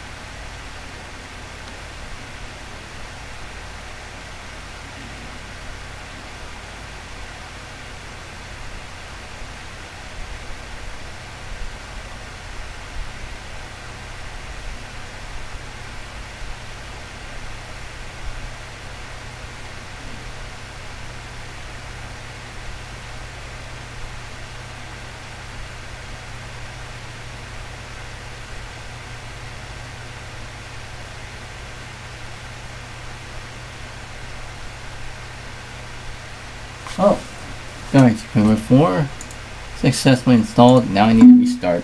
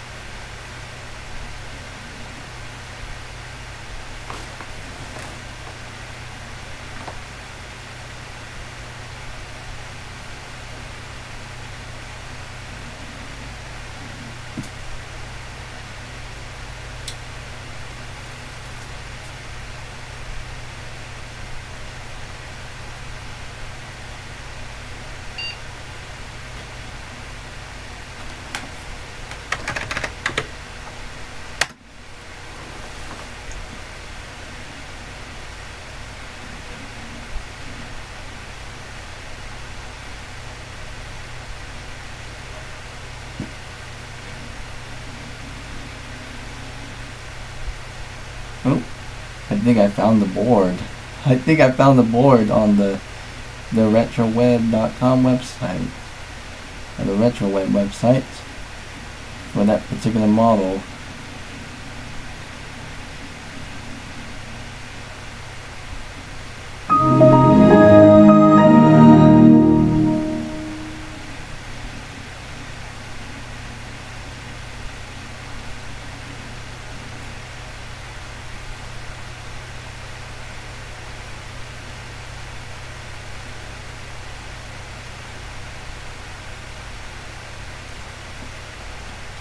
See here. Wilmette, Northwood.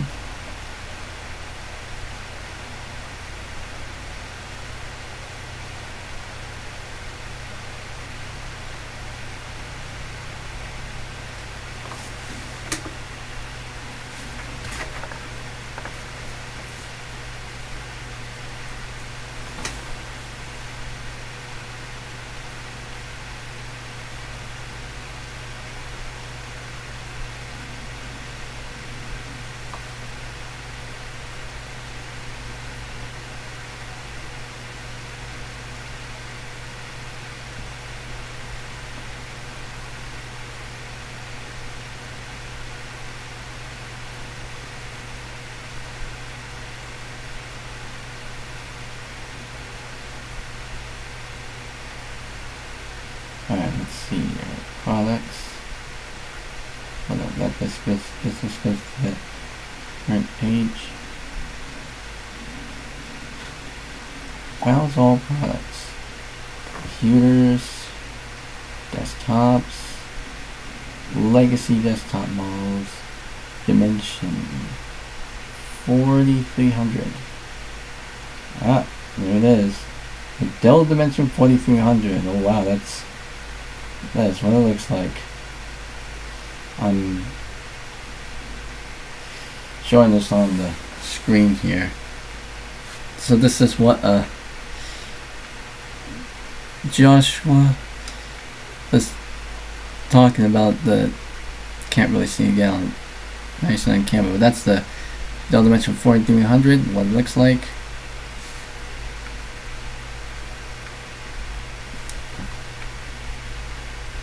So I had to like do some adjustments to the camera, focusing.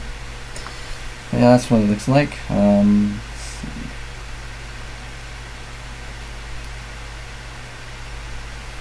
Quick links.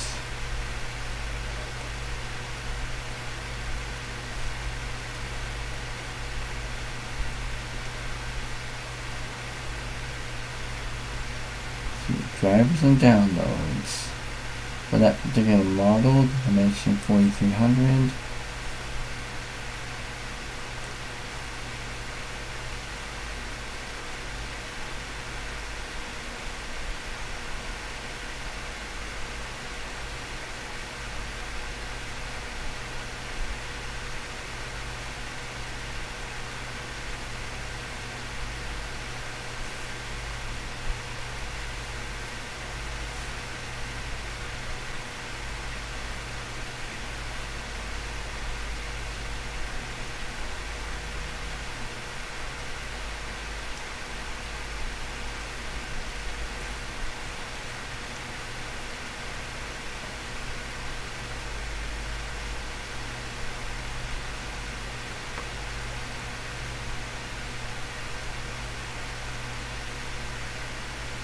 Let's see.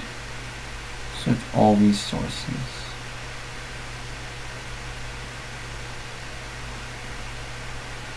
There's a user's guide, and then there's the solutions guide for said series.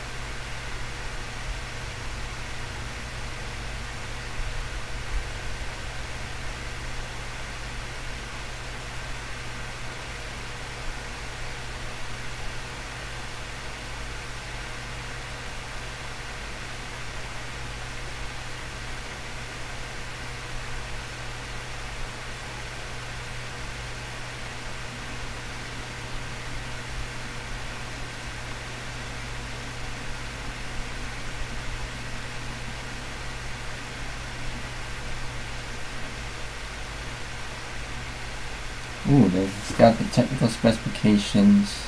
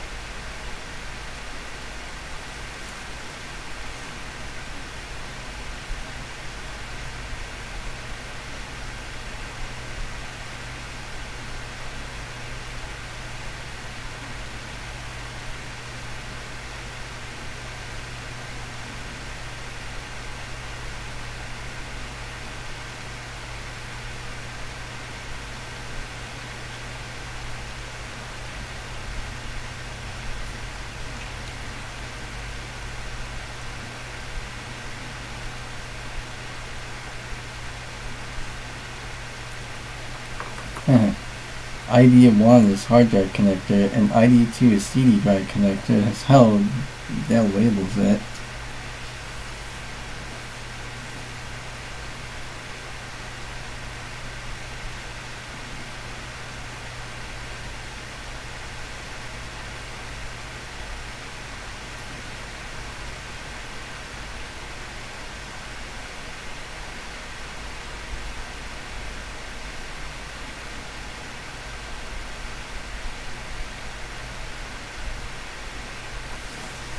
Oh, I'm back here.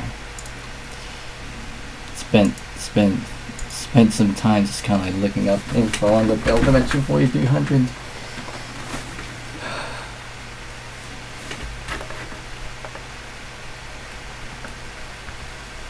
Almost up to 5 hours now. 4 hours and 58 minutes. Let's see here. Yep, dying to framework 1.0, 1.9, 2.0, 3.5, and 4, and 4, I guess. So I got all that installed. And I don't have virtual PC on here. So I guess I'm gonna go ahead and launch it. We'll reinstall it. Starting from this one. I think I already have the XML stuff. I think I've already installed it. A higher version already exists. Okay, yeah. So we already have that installed. So let's go ahead and launch Virtual PC 2004. Setup.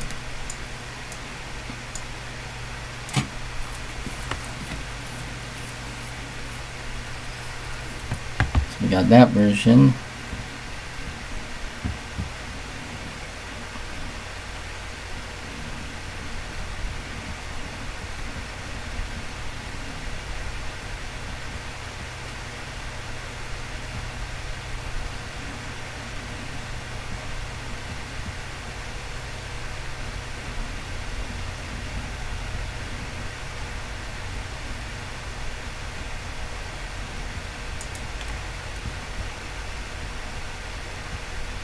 Alright, Virtual PC 2004, Microsoft Virtual PC is installed.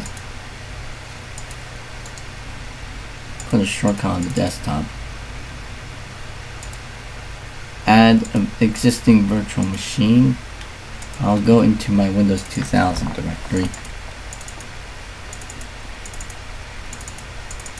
So add that first. Then I'll add another one.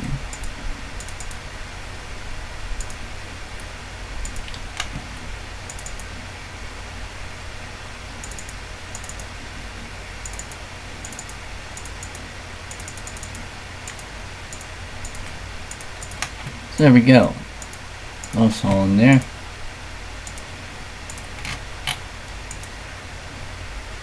Virtual PC 2004. 2007.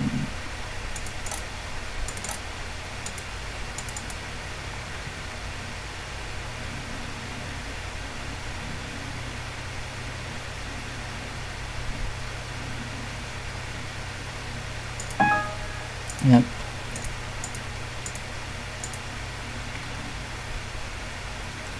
Now it's removing the old version and replaced it with a new one.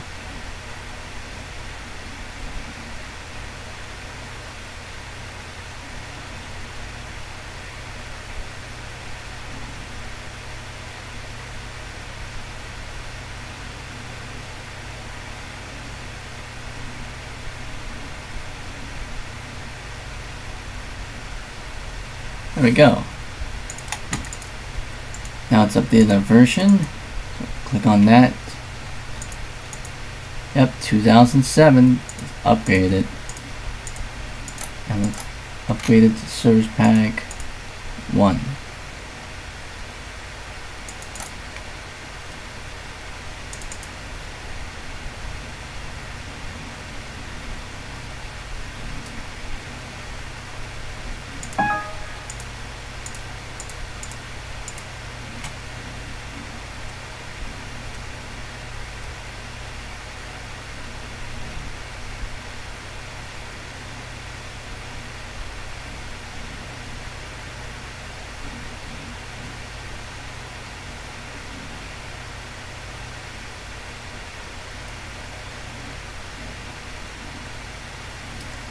Installing network driver. Okay. And there we go. I mean, it looks the same, but we have Storage Pack 1 installed in this thing, and I'm not going to install these ones here. I think it probably broke virtual PC, but oh well. Alrighty. So I got all those out of the way.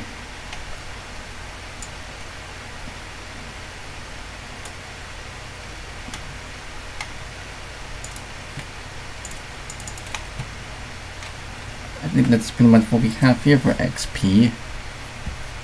As far as XP is concerned. I don't know why I'm using my mic. Alright, I got something very special that I'm going to be putting in here, so that's why I'm using the BRB screen here for a bit.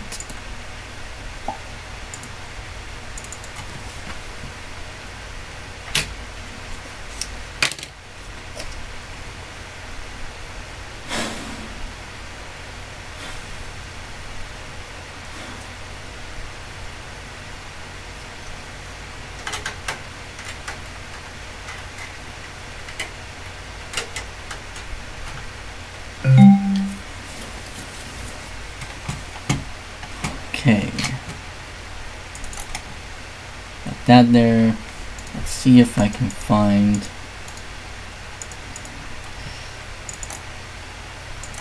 that image that I was looking for. I don't think it's in here. I think it's under backup files.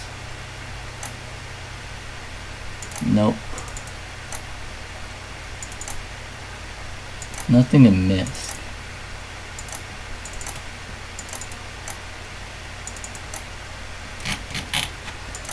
Nothing on that backup thing. Shall I actually bring over the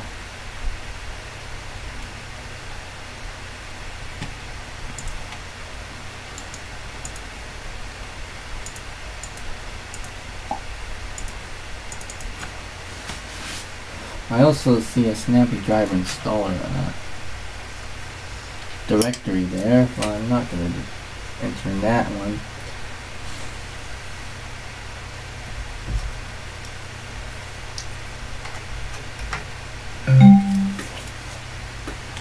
Okay, I've not detected this one. Disk drive. New hardware is installed and ready to use. And there it is. All the other different photos here. Nope.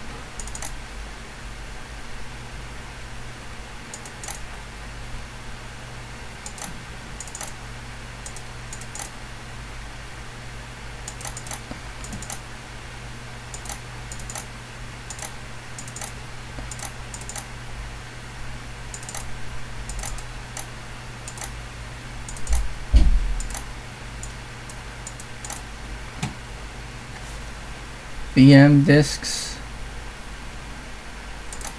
Wow, this is all the VM disks that I have in here.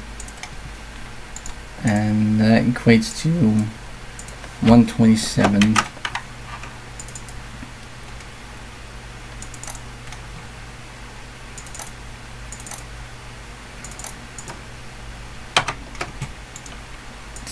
I'm plopping in those VM disks in there.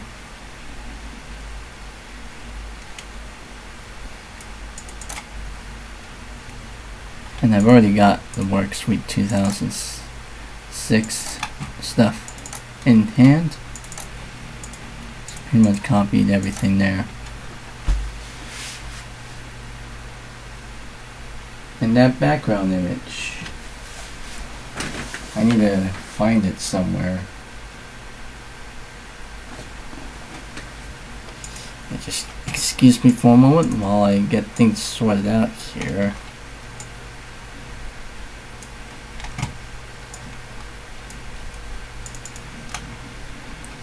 What's in that recycle bin thing? Oh, product registration stuff. Okay. I'll just go ahead and empty that out. Just empty emptying the recycle bin. Yes.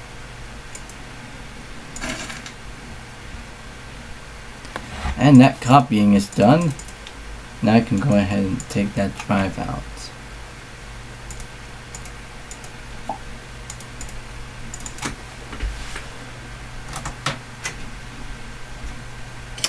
Insert the other one in.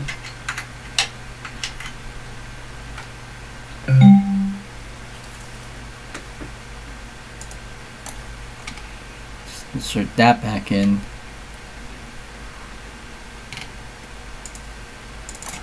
See if I can find that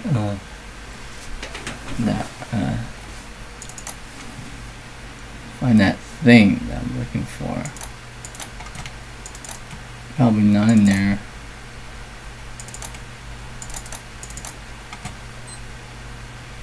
Is this it? Yep, this is probably it.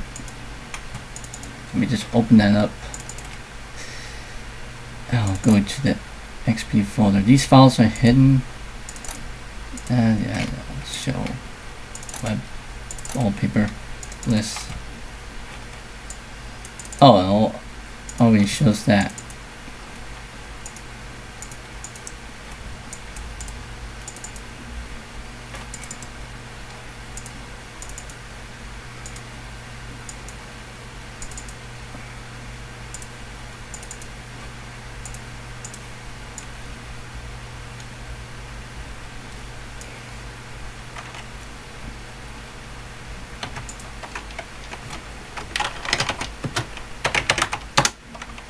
Happens if I rename that.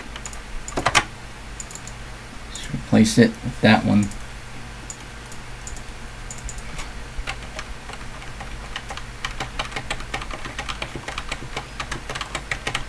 Yep. And that would apply to every single one in here.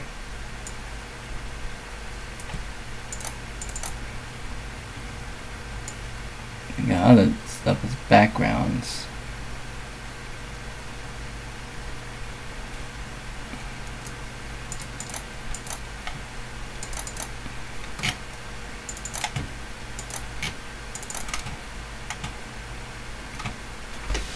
There's also a pink version. These are at a resolution that's way too high. I'm gonna have to probably bring it down. So I guess in the meantime, let's just go ahead and install some more stuff. IRFM view, Windows XP, Surge Pack 2, Surge Pack 3, 462. I think that's what it is. There we go. Start IRFM view, close it out, install the plugins. Installation successful. Alright, IRFM view. I'm gonna go to, was that wallpaper? Oh no, this one here. Yeah, higher resolution than what it is. It's 1440 by 1080, which is too high of a resolution. The original wallpaper was like what, 800 by 600, so I'll go ahead and just pretty much bring that down. Resample.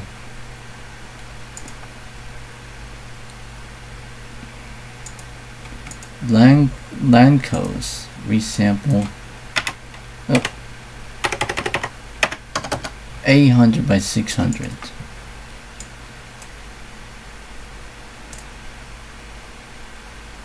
And then I will save as wallpaper. Was that Bliss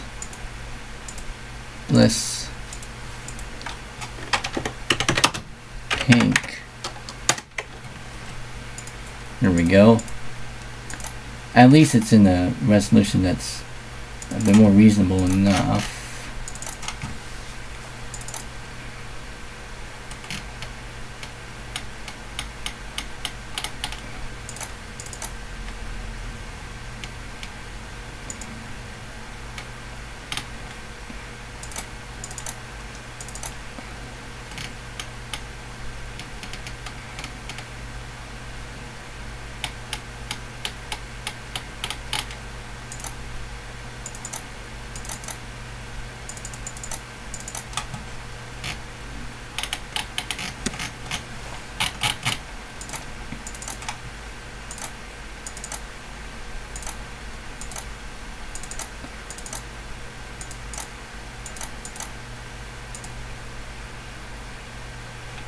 Okay, this seems to be like a... I'm just taking a look at here, just going by through all the files. Inexperienced patcher.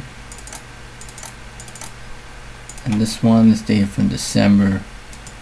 And the other one was like, what, September.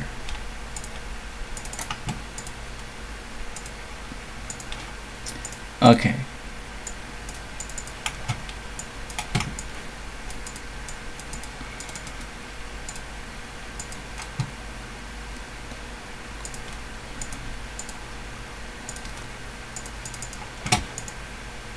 New programs installed. Okay, that's IRFM view. IRFM view thumbnails.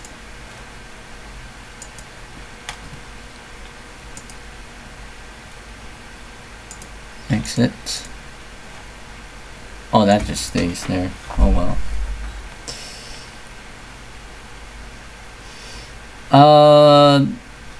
What type of camera do I use to record my live streams? I just use this, I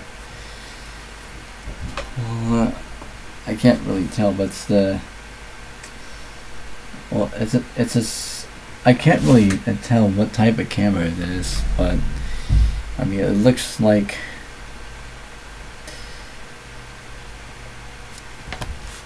yeah, I don't really know. I think I may have posted about the, this on my socials, but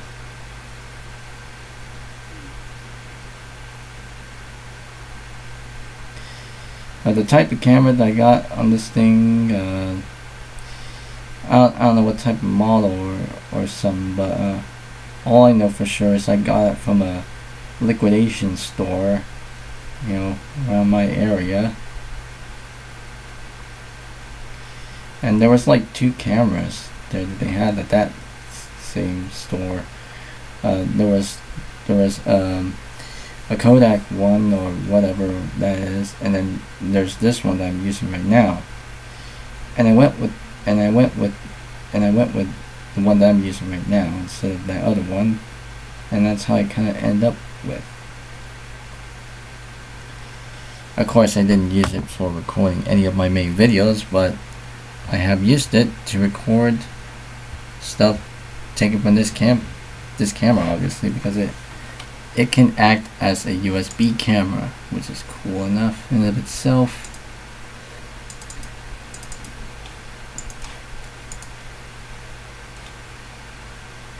Okay, that highlight doesn't go away. Oh wow. Well, I'm gonna go ahead and restart, and that background is gonna be a bit different now.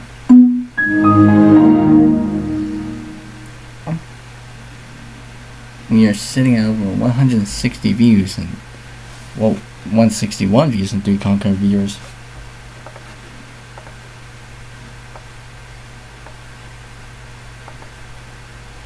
Five hours and 17 minutes now.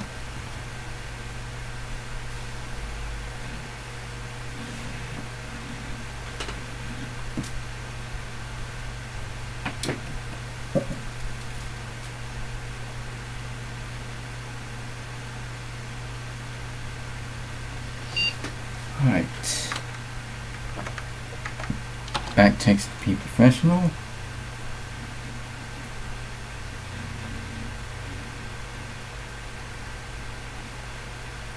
And let's see what type of wallpaper that I have put on here. It's going to be pretty interesting what type of wallpaper I have. I have set this up before on the other hard drive. Let's see.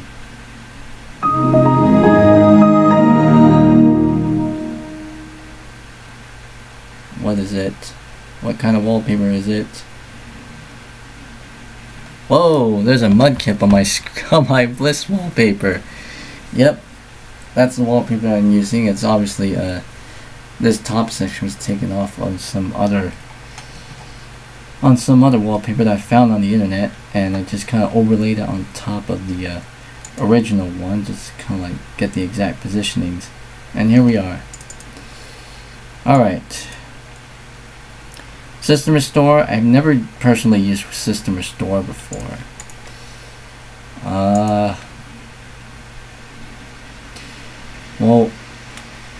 I could do that on the other hard drive when I'm experimenting things, because I'm not risking it on this one main hard drive.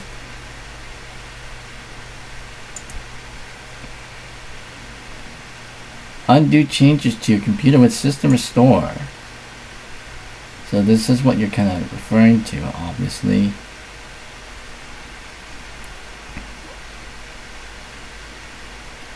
So essentially, system restore, it's like a little tool where you make a return point, and then if there's like a problem, you can return back to that return point, etc., etc. That's basically what it is. System restore. You can use system restore to undo harmful changes to your computer and restore its settings and performance.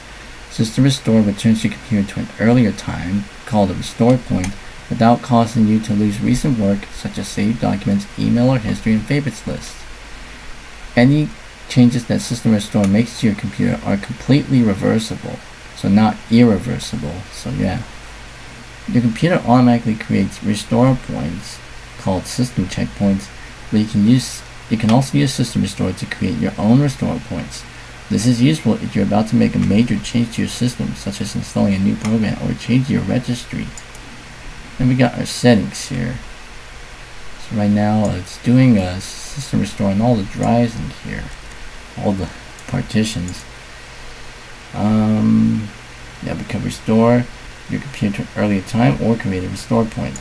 I'm not going to do any of those now. Oh, did I launch 2 instances of system restore? Weird.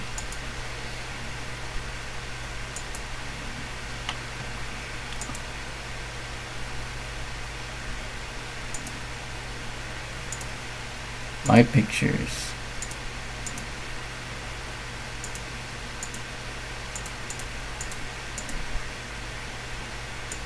It's got that one there. Alright, that doesn't really show. It doesn't go anywhere. Away the factory reset the computer. I don't know. I mean, you can factory reset Windows on newer versions, obviously. I know for sure Windows 10 has that sort of option.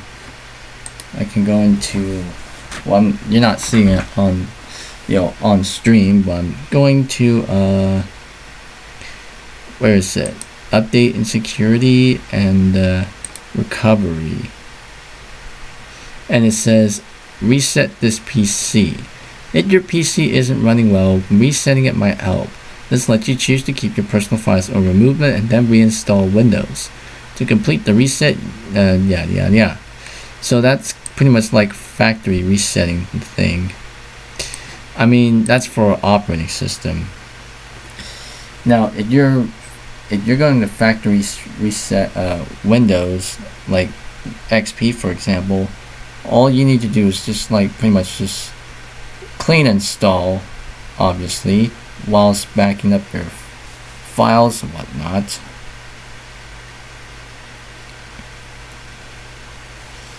Yeah, I heard about Legacy Update before. It supports all NT versions as early as Windows 2000. There is also a little tool known as Windows Update Mini Tool. Let's see if I can actually find that link. I'm sure it'll work here. Let's see if I still remember it. i430vx.com/file/wsus stuff. Does that work? Oh, whoa. Oh, it went to the Bing stuff. Oh, it's net. Okay. Files, WSUS stuff. There we go. That's what we want. WSUS update support files readme. So, we've already got the update agent stuff, root updater, whatever. But I think for this one, let's just go ahead and try out Legacy Update on here. I mean, pressing the Windows Update thingy does not work here. Oh wait, I think it's actually going to the Update Restored page, and we are not running on a proto web server. that seemed to work. Yeah, that seemed to work somewhat. Windows catalog doesn't go anywhere though, because that webpage is already down. But the Windows Update link strangely works now, since I went to the Windows Update Restored page. So that works.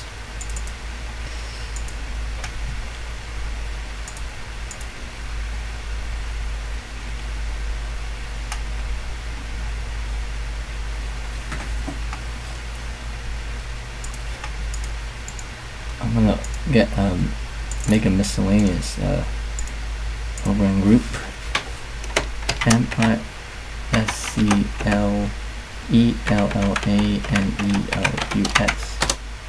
miscellaneous folder, just to put that Windows Update link in there, just in case it ever disappears when I use Legacy Update. There we go. Launching it. Do not always ask. Run. There we go. We got Legacy Update, root certificate updates, Windows Update Agent update, and then we got another option that's unchecked, which is enable Windows Embedded 2009 updates. That's for like Embedded Standard and POS Ready. We're not going to do that. I know the unofficial Service Pack 4 for XP actually has those stuff integrated into it. How do I get Windows Update restored? I think it's just simple enough. You just go onto the Windows Update Restored webpage, which is pretty much windowsupdaterestored.com, and then you'll get everything that you want to know there. Or you can just simply, for XP, to get the V4 version of the Windows Update website, it's v4.windowsupdaterestored.com, and then it'll go there. I would, but there's a note on there. There's actually a note on there that says, that the updates might not be compatible, but I can understand your point. I'm just not going to do it here. Sorry about that, but them's the breaks, as some people would say.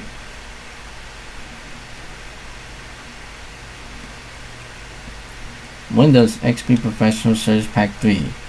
Interestingly enough, if you have the OEMinfo.ini edited so that it reads something else, then it would apply to here. So that's the case for the other install that I have on here, obviously.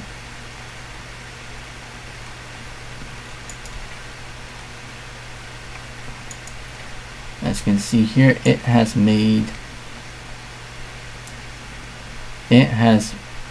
put the Legacy Update link there, and I moved the standard Windows Update link to here for the time being.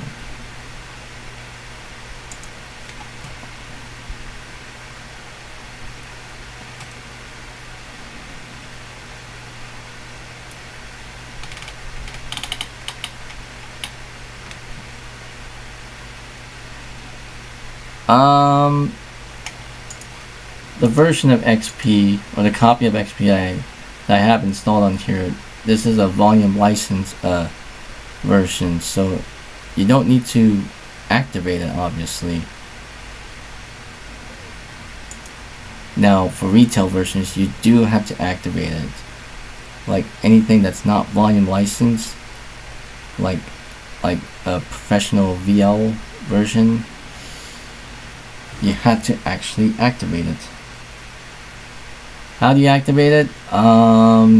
You could primarily do it on the internet or via the phone service, which that has been discontinued. But they stopped doing that. But I think there's a way. There is still one way, and that's like what, aka.ms/aoh.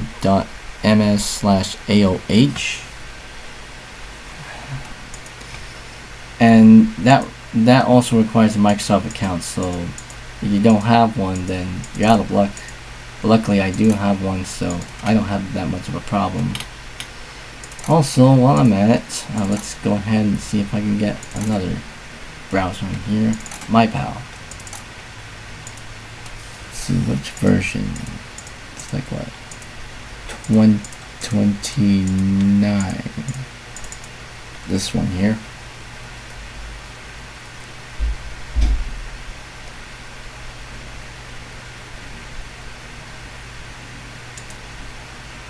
While this is still loading,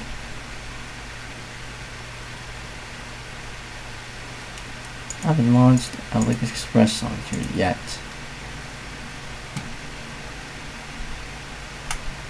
Think it's gonna set up for first time use, yes. Nope. 100 mil AliExpress, yeah.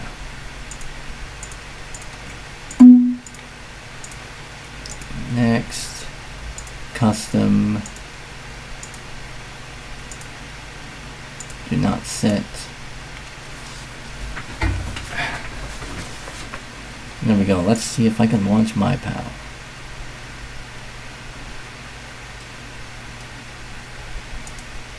And I see a MyPal link down there. Nope. Not now.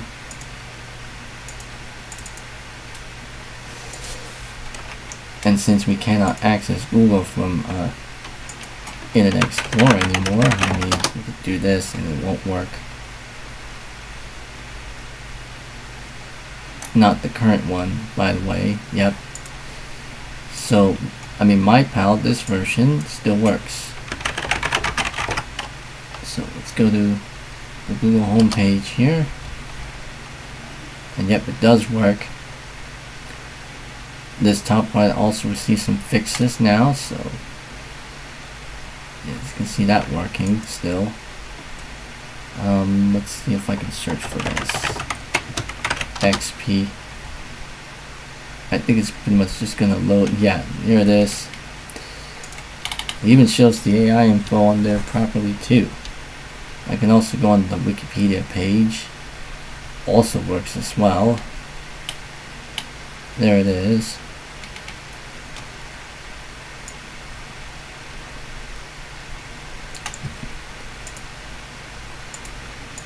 Which I'm going to use. Let's see. Copy the link. Copy the link location, and I'll do and use skin equals monobook.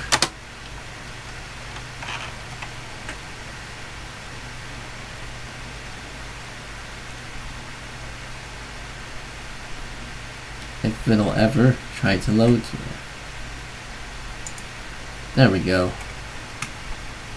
Got the monobook skin here.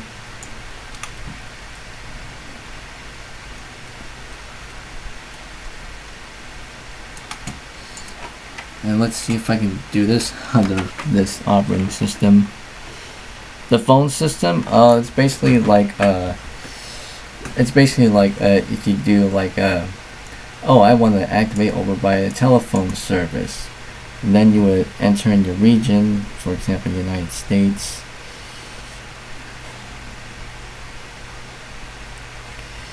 And then you would simply dial in that number that is provided on that activation window, and then it'll go into your to the automated phone activation service, which as of last year, as of late last year, they changed it so that it pretty much redirects you to doing online. Which, let's see if we can access it under XP. Let's see. aka.ms/AOH. Does this work? Microsoft support.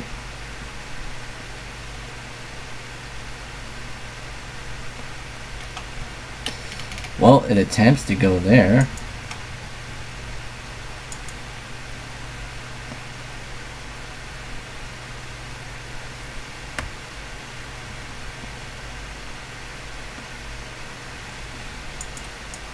Yeah, it attempts to go there, but it's not displaying it properly.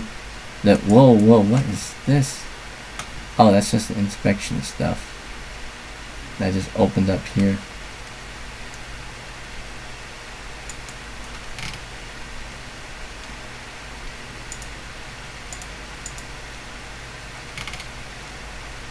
Look at that, it is trying to show it, but it's not actually showing. Because I think this browser is a bit too old for that. Because I can obviously access it from my main computer here. Just type in that same link.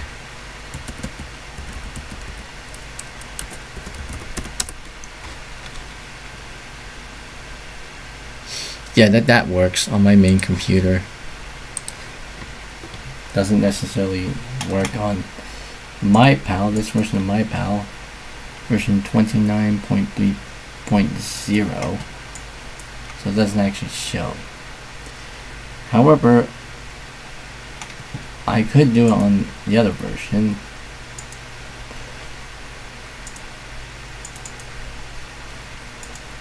Oh, look at that, Windows Update. Genuine Advantage Validation 2, an update for Windows XP. So let's just install all of that. What we got here? Windows Messenger is back.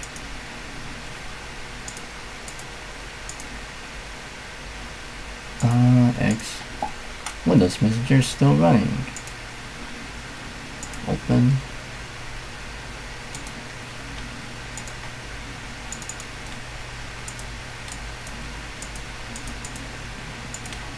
Just close it out.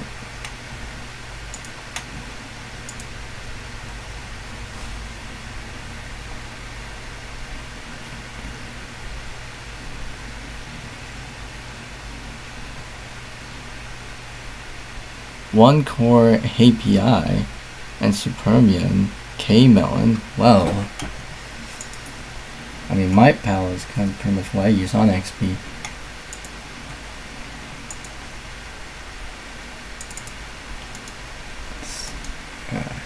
Tabs on top.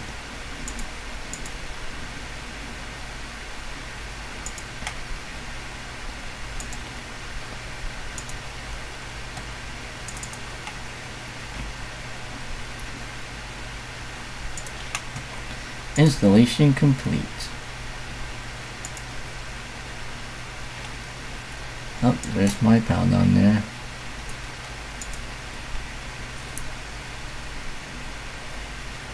Continue. And it's already detected all of our updates now. 157 high priority updates, 14 software optional updates, 1 hardware optional updates, and a bunch of other stuff.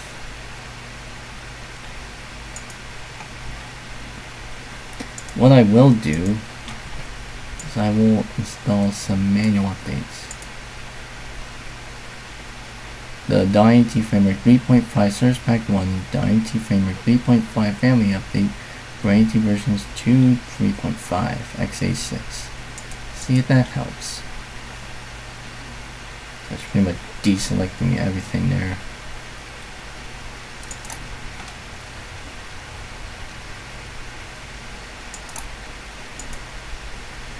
I just selected that one update here. Install that update.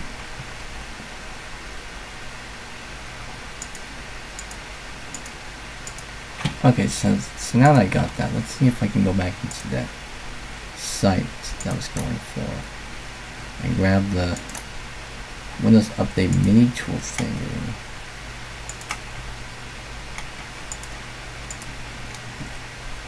Let's see, I'll put it in the program files list.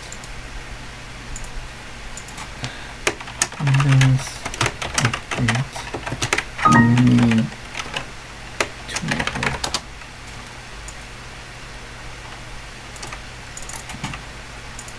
Alright, that's download complete. That folder, just put it in there.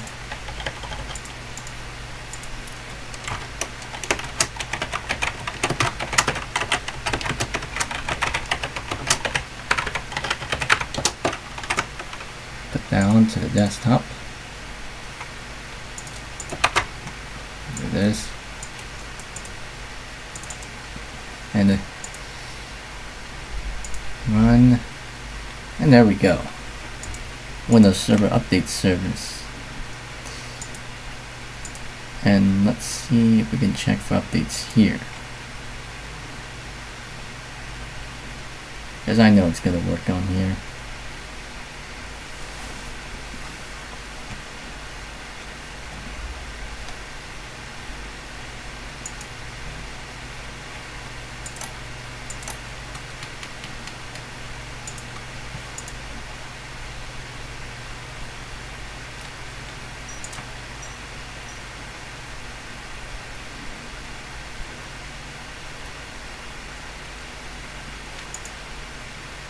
Let's see, WinRAR.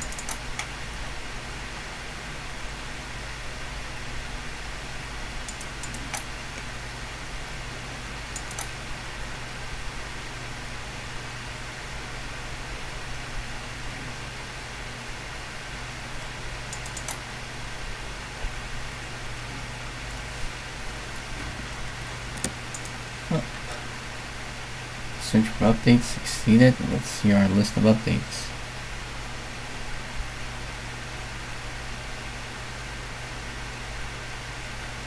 If it will. There we go. There's our list of updates. For XP, live, security updates for PC, security essentials. Yep, we got a list. These are the updates, then this update selects. Yeah, everything in between.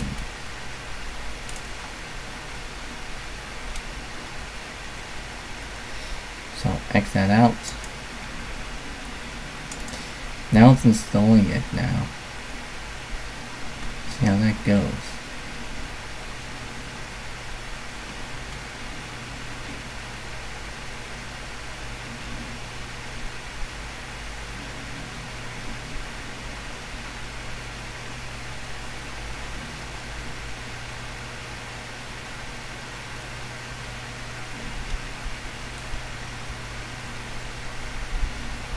One core API's compatibility for older games. Okay. Interesting enough. I kind of heard about one core API before. You know. 176 views and 6 concurrent. Excuse me.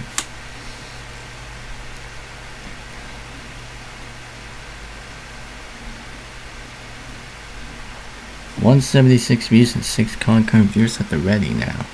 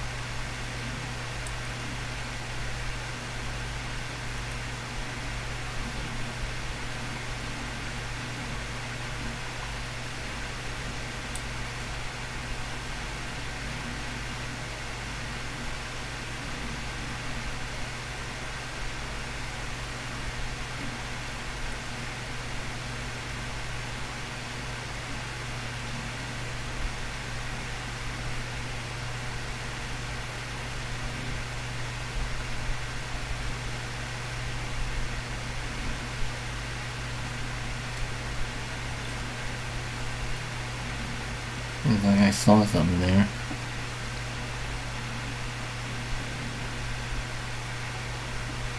There's 7 concurrent viewers here with 176 views.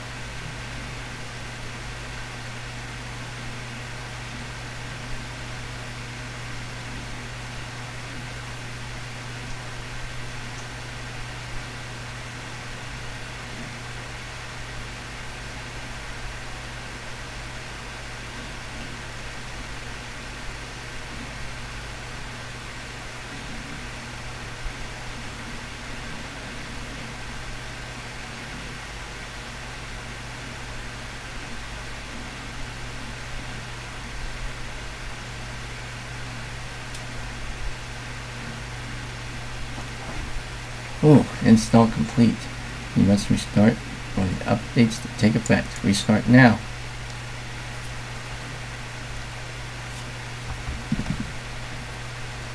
Okay, yes.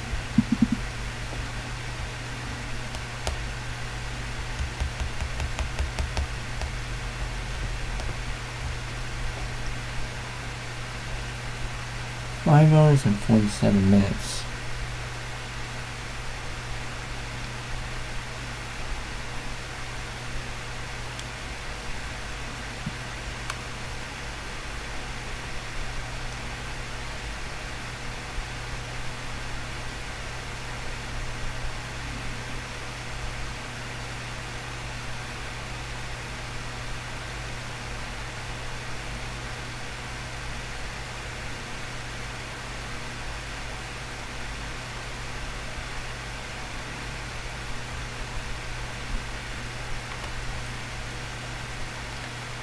Oh, I explore.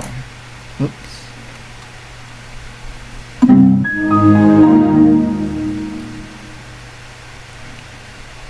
$180 views by concurrent viewers.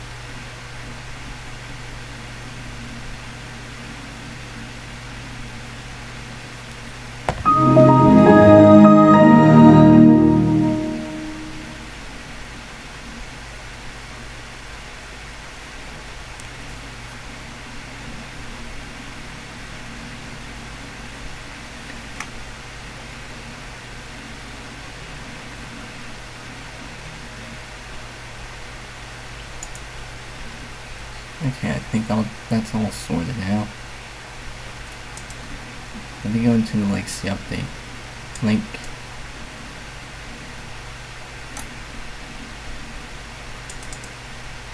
We got a news section here and news stuff here too.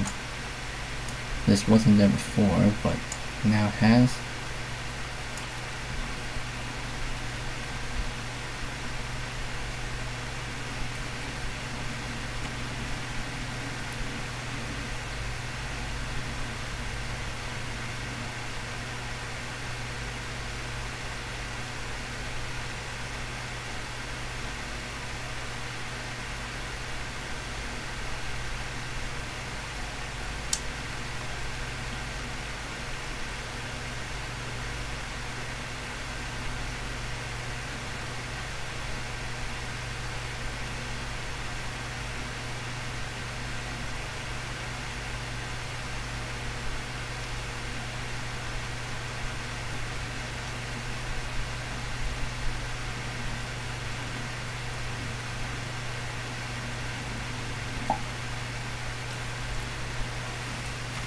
Firewall status unknown.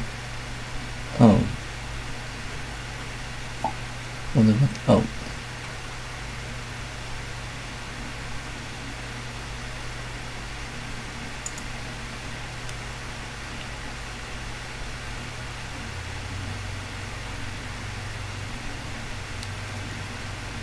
Security Center.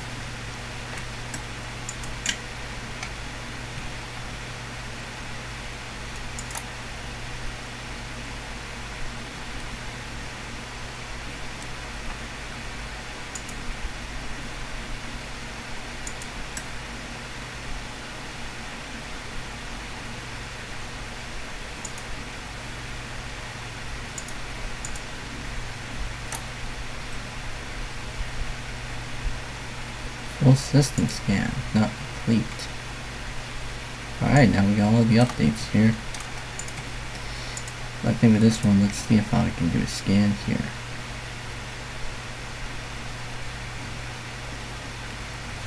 While that's going, I'm gonna play Minesweeper. See how I can go through this. This one here. Oh, the window's looking a little bit funky there. Now, whatever.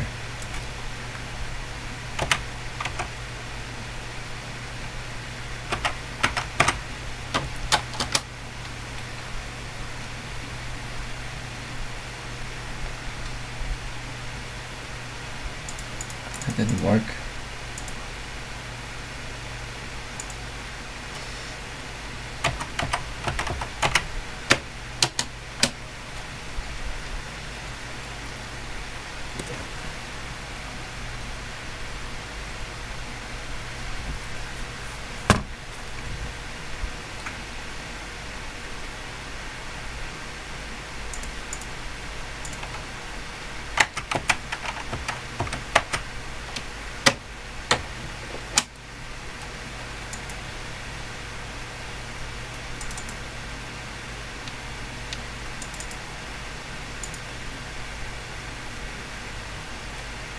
I can't really tell. Updates. Okay.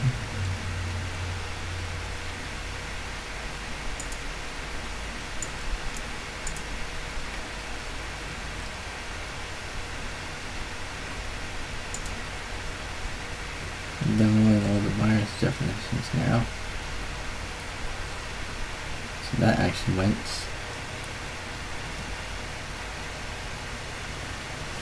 This actually came with the driver CD. So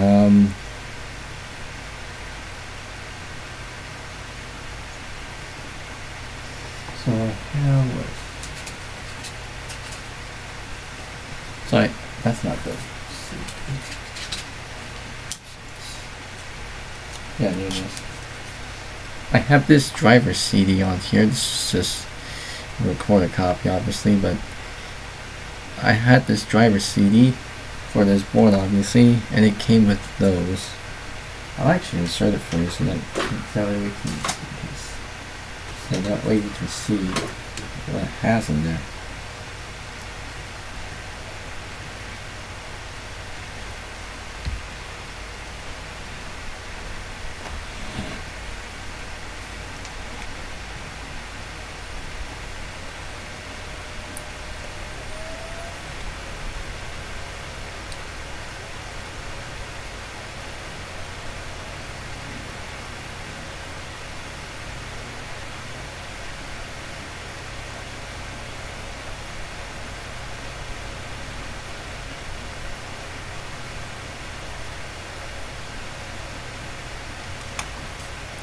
Alright, you see this?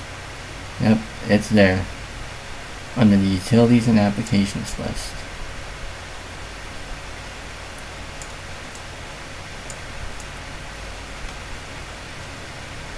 Now, as far as the USB 2.0 drivers and stuff, these don't work.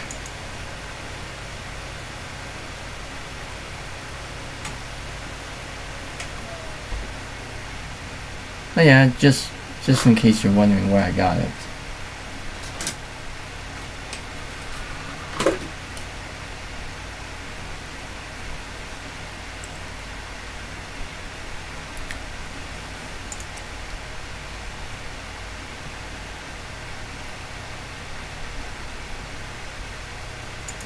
Oh wait, is it CXYCC?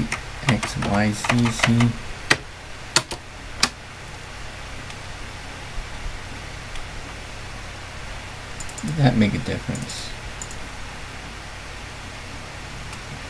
Nope. I think I'm gonna have to look back.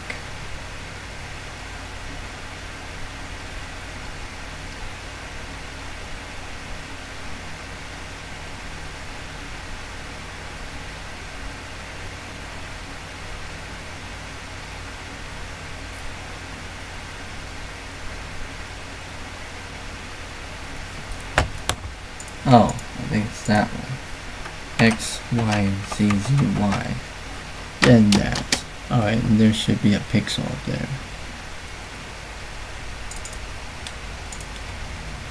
Yep.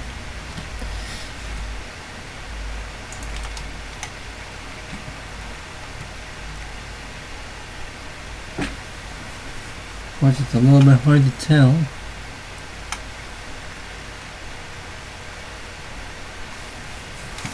But it's a bit easier when you have a window that's like maximized.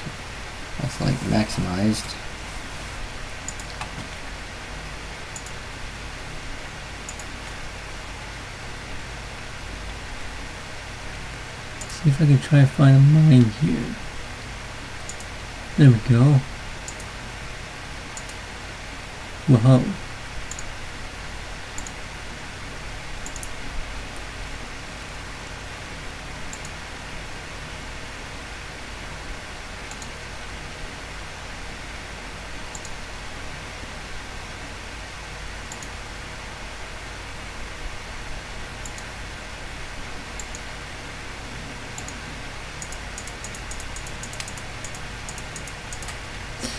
Fastest time.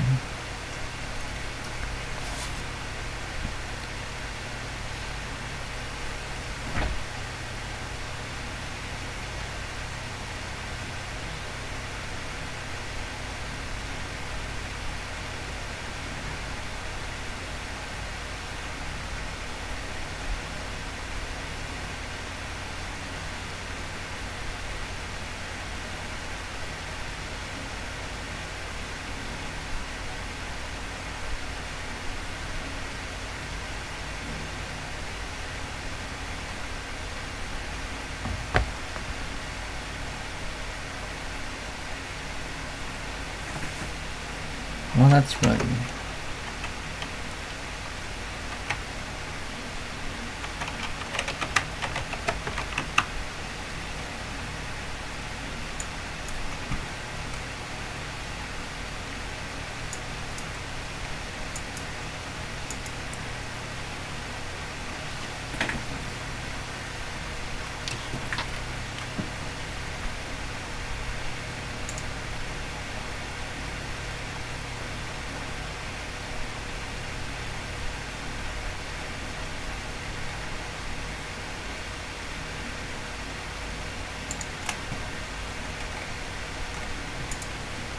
Let's see if I can use magnifier to magnify that section.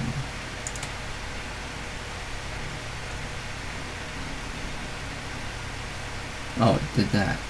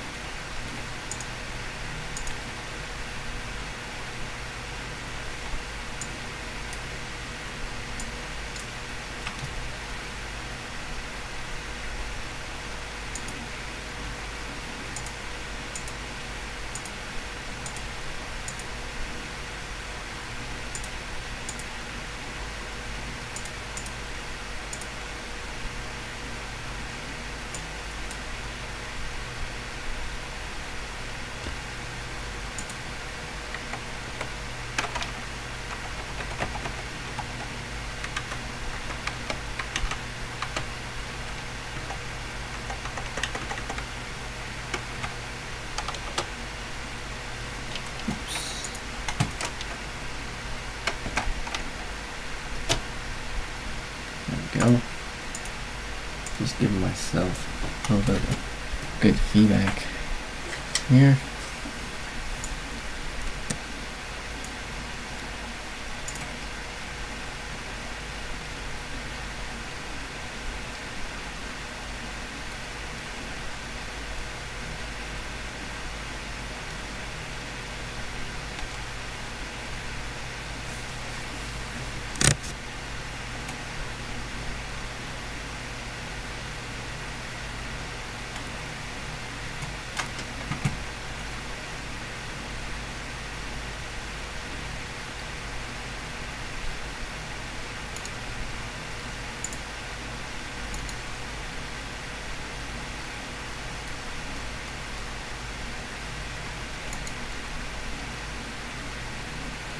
Okay, the redirecting didn't work.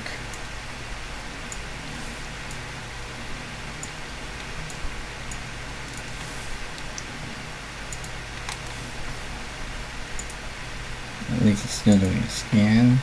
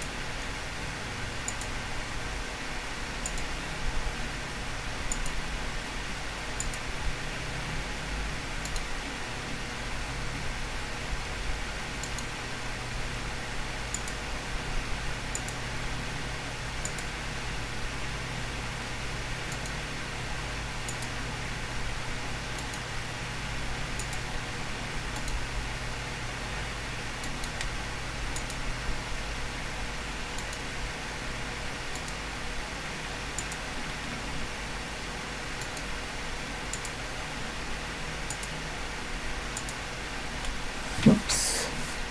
Landed on a mine.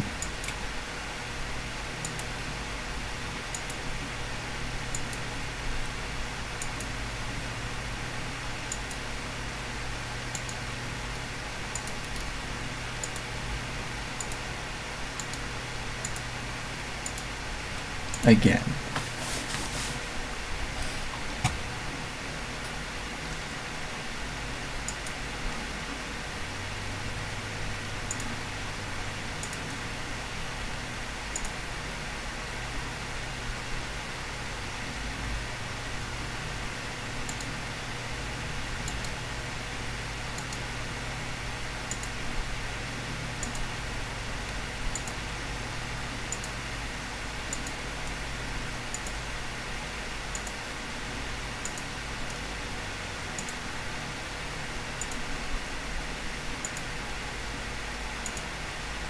That's a mine. Didn't notice. Okay.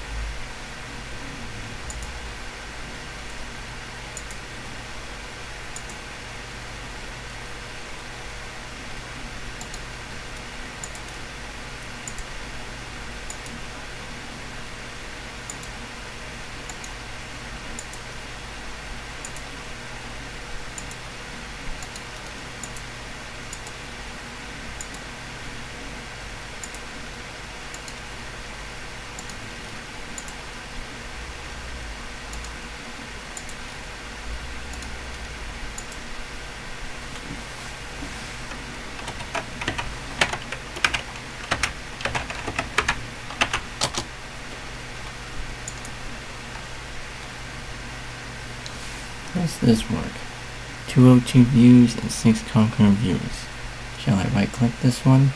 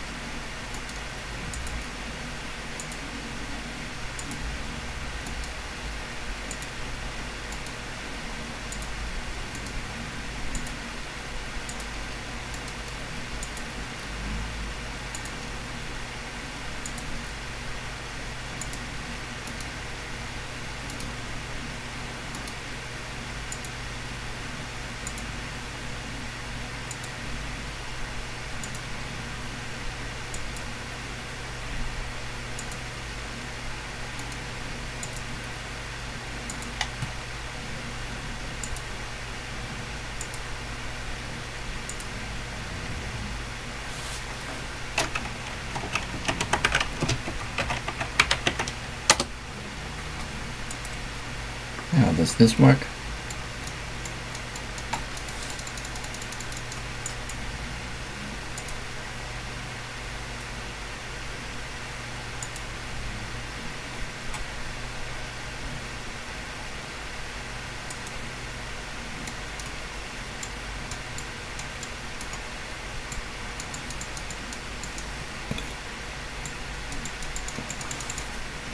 My clicking doesn't work.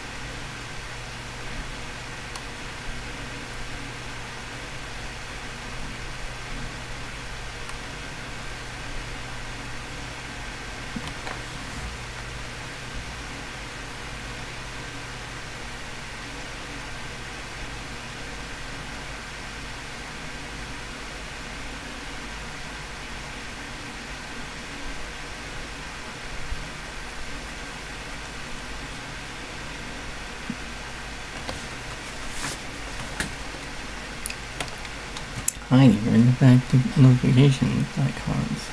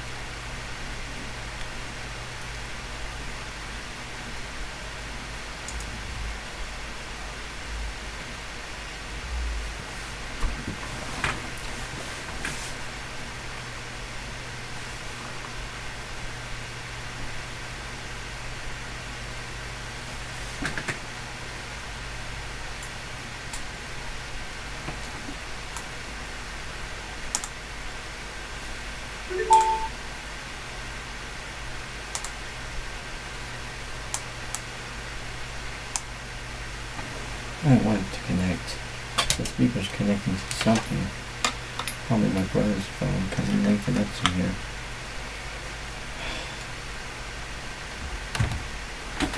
He's not even using the speaker.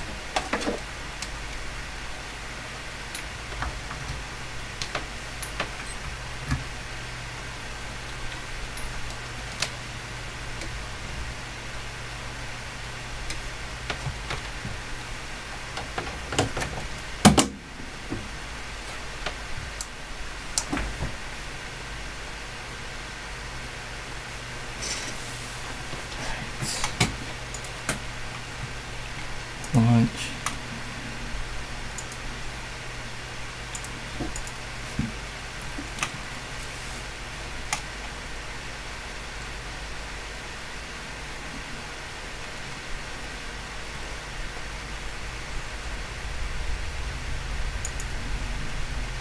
Oh, looks like it needs to install updates.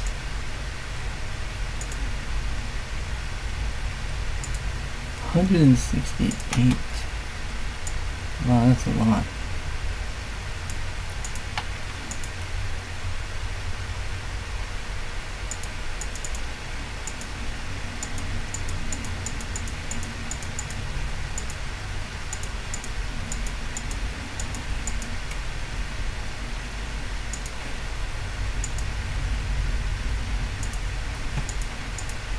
Okay, that's need to be gone.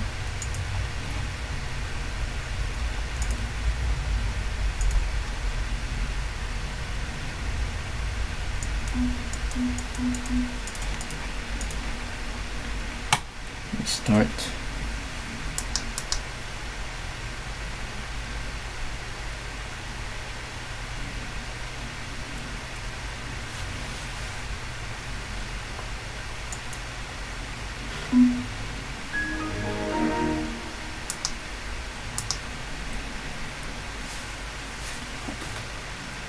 Run this thing for 7 hours and 10 minutes.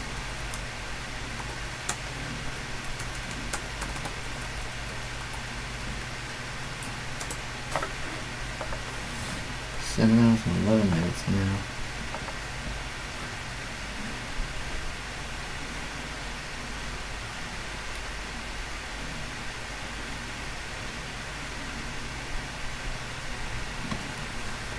Oh, what? Now it's installing updates. I didn't see that come up. Oh well. It was hiding itself.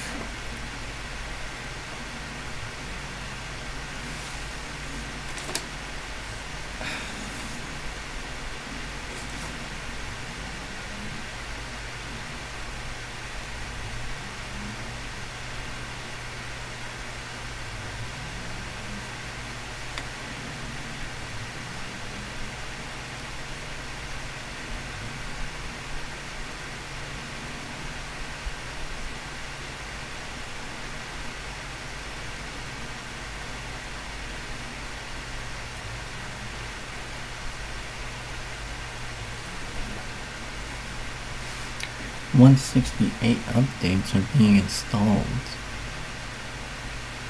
Now this is obviously looking a bit different than when it says install updates 1 of whatever.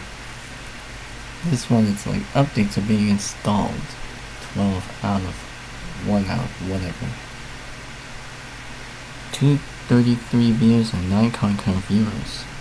It's 3:02 a.m. here from where I am in my area.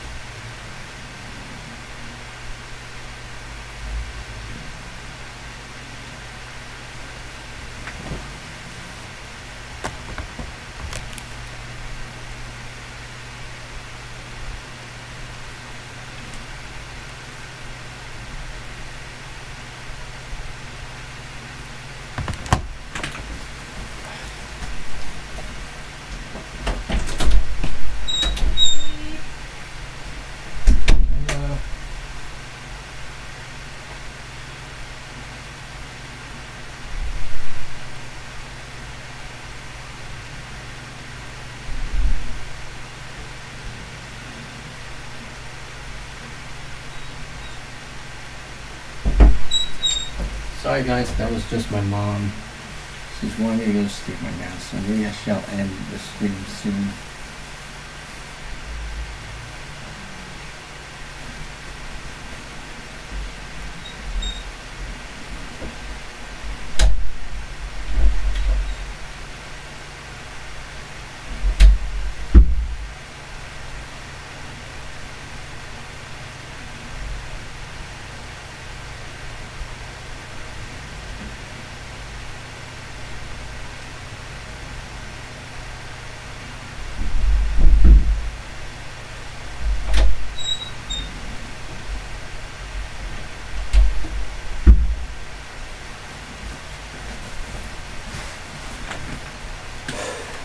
Well, this is probably going to take a while.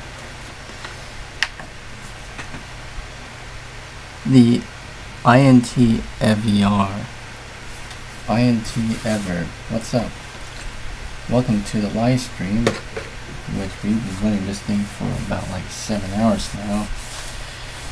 I know it's that long, but I have been streaming for quite a while now, and it seems to go by pretty well.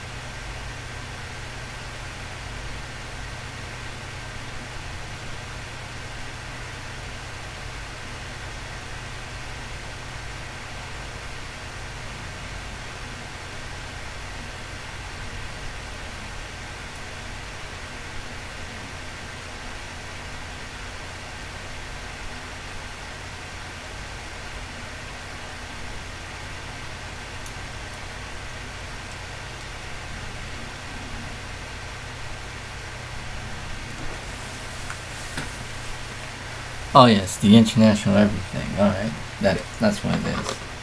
THEINTEBR. Yeah, that's what it stands.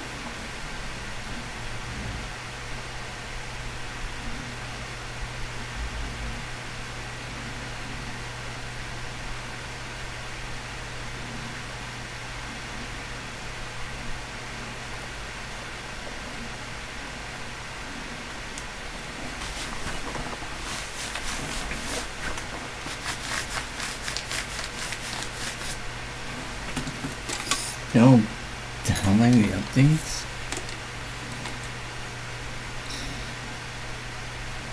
$257 views and 8 concurrent viewers.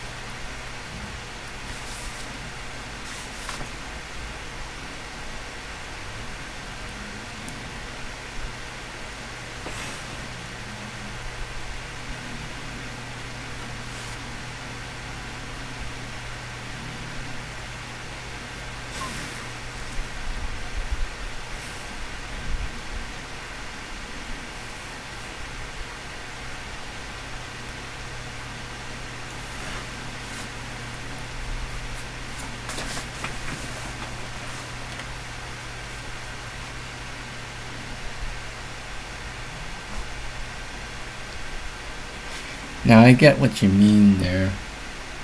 It is going to take a while. But either way, I might as well end this stream soon. 7 hours and 31 minutes. If you don't want to see all this, I'm gonna go BRB, so be right back if I return.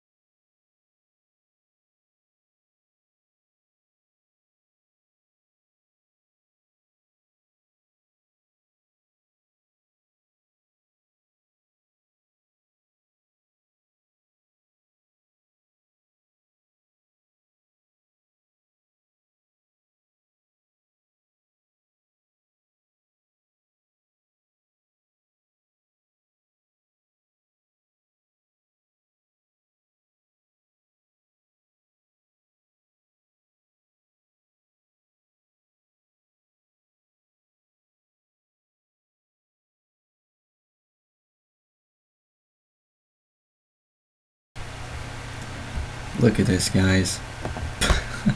Look at that.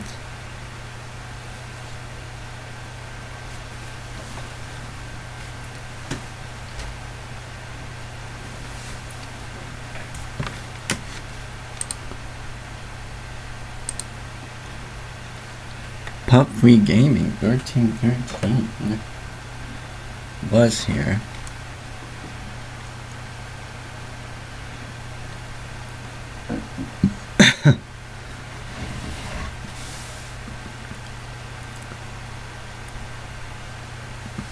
Still a long way to go, but look at that, the spacing there. Weird.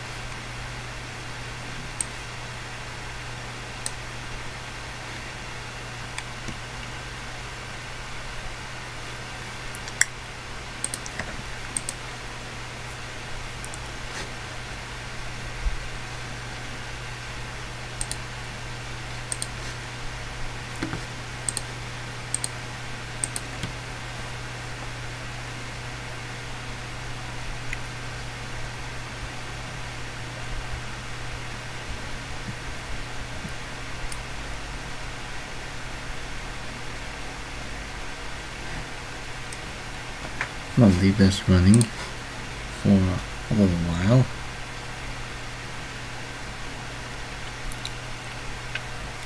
Yeah, I know about that. I know about that fact. Released on October 25th, 2001, and then supported up until April 8th, 2014. Although the embedded versions were supported up until the latest April 2019, in the case of Windows Embedded POS Ready 2009. But yeah, I'm gonna head out here for a little bit. I'll come back when it has finished updating.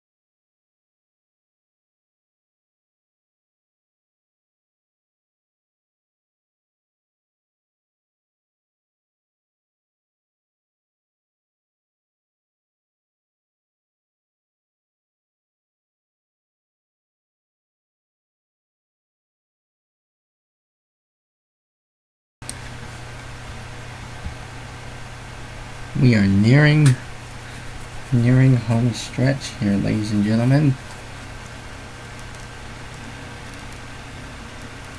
Oh, 8 updates to go with 333 views and 5 concurrent viewers at the ready.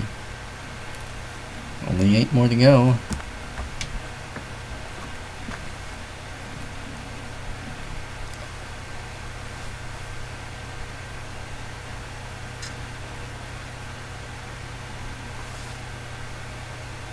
In the meantime, I will head out for a little bit, but I will leave this live to see how everything goes. I'll be back.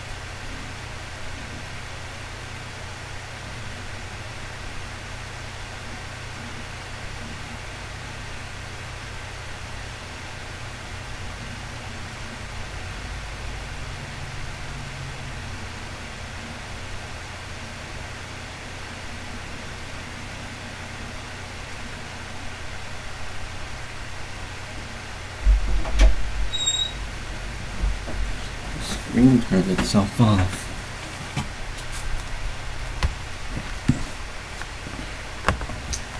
We're one update away. I just saw the screen turned off. Yes, it does.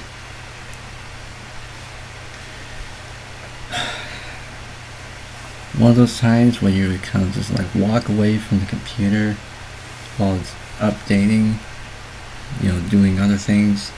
Like what I'm doing right now, just heading down to the kitchen eating some food while this is doing.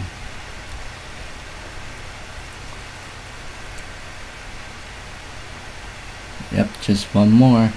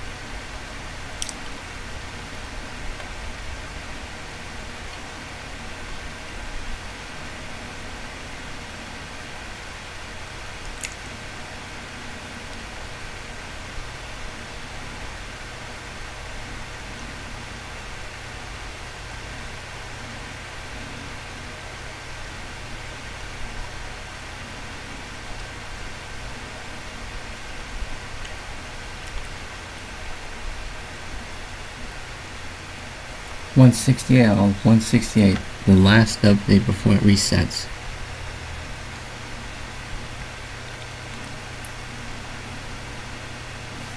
Oh, that that was weird. It stayed on that message. It didn't change to Windows is shutting down. It just stayed on that message. I thought it froze there for a sec, but hey, now it's restarting.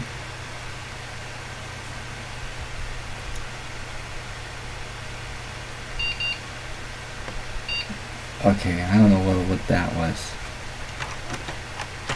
Oh, the keyboard's not working. Let's reset by hitting the hardware reset button. Yep, we finally made it after what seems like about like an hour or so.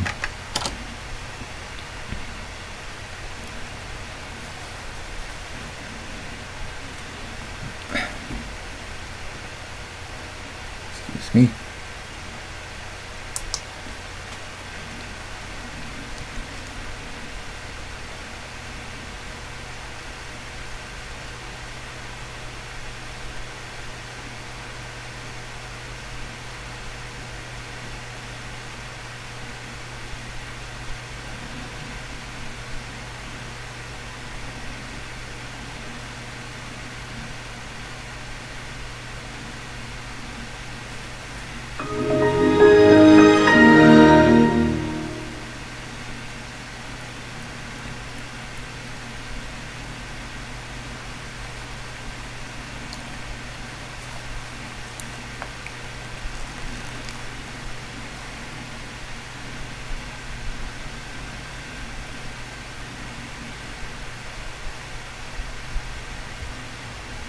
Man, funny that you say that. If I was me 20 years ago, I'd be 4 years old at the time. Oh, here comes the genuine advantage. I agree.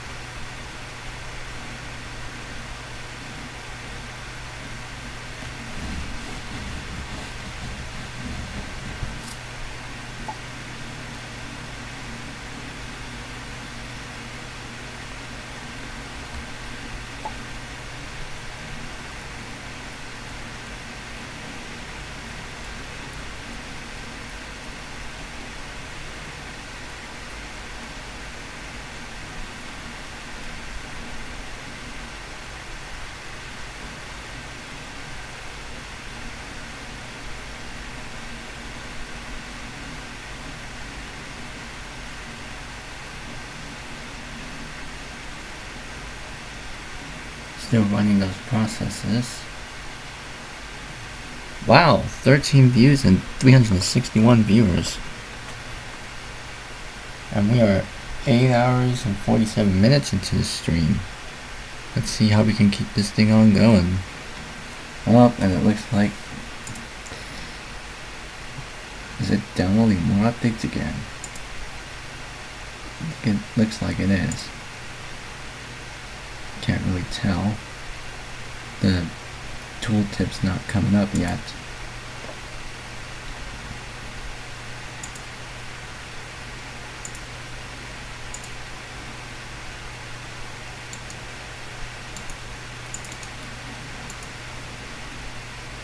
Oh, there's the tooltips.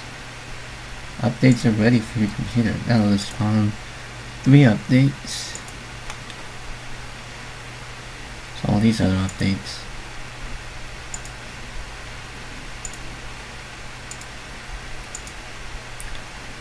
Let's see how we can install all those within the operating system.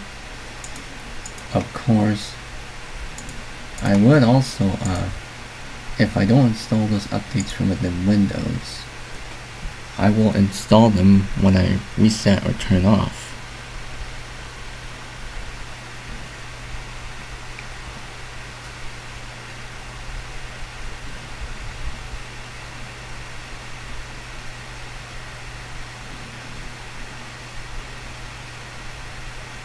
.366 views with 2 concurrent viewers already.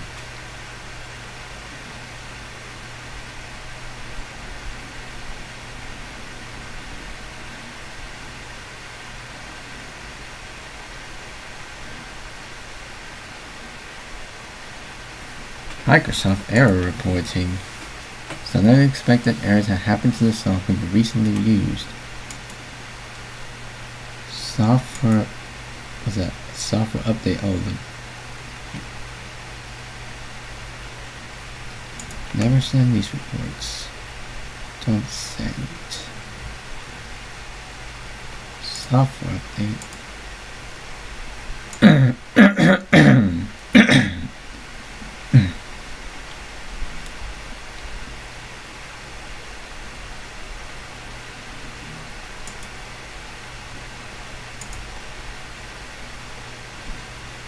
Ooh, validation results. Thank you for validating your copy of Windows. Yeah, that goes to that said page.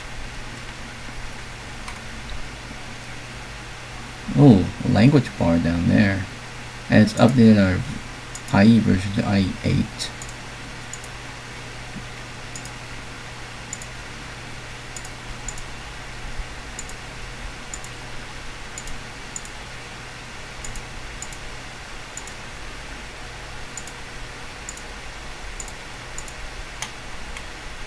All those links. So I guess it's about time I shall use the Udaloo IE collection to bring back IE6 on this thing.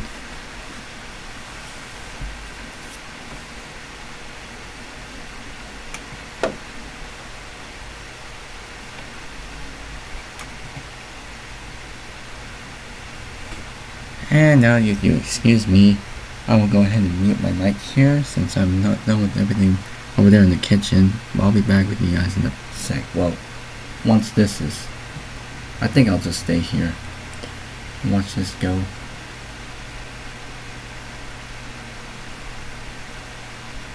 .370 views, and that looks like 0 concurrent viewers. Oh, yeah. I think that's going a bit quickly. I think I might need to reset here.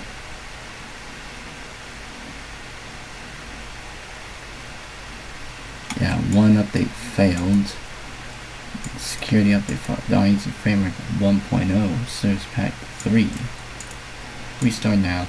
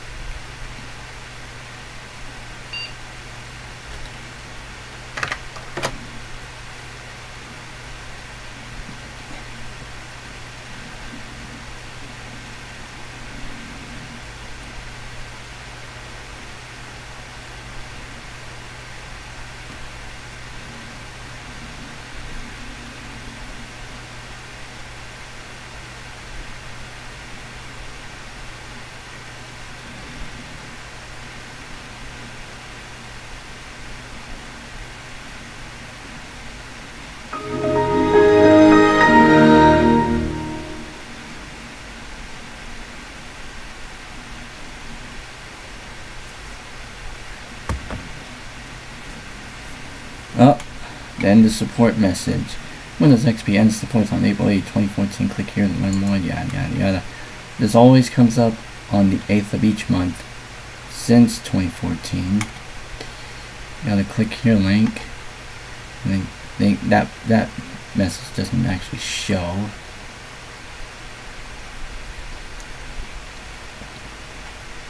Well, not on IE8. Well, my pal does.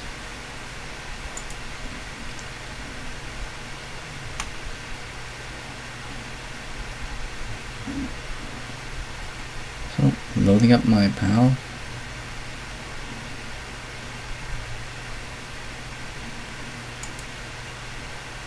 The window is not responding.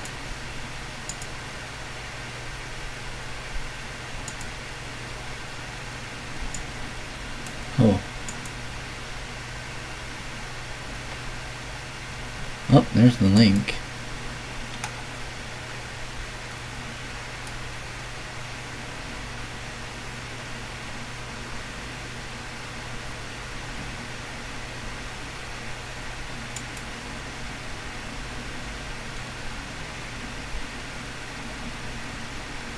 If it will.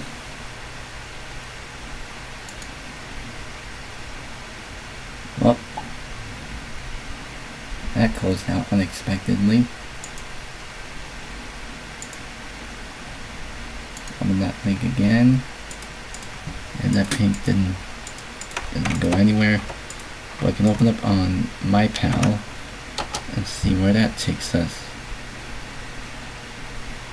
What does it mean if Windows isn't supported? It takes to that page specifically. Applies to all versions of Windows out of support, XP, Vista 7, 8.1, and 10.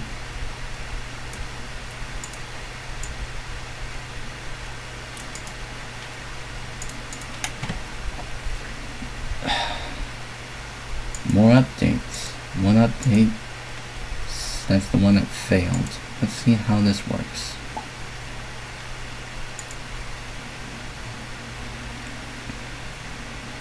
I highly doubt that this will work.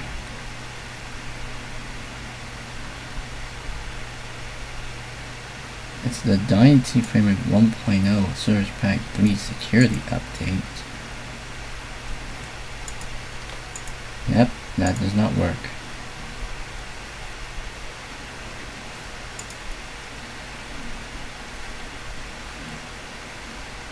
Okay, that is still highlighted for some reason.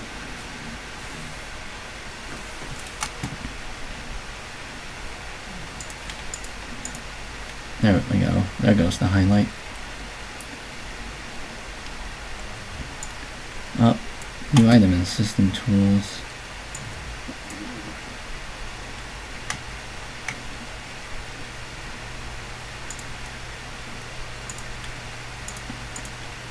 Let's see about that does not work. Updates that aren't selected will not be installed. Don't notify about these updates again.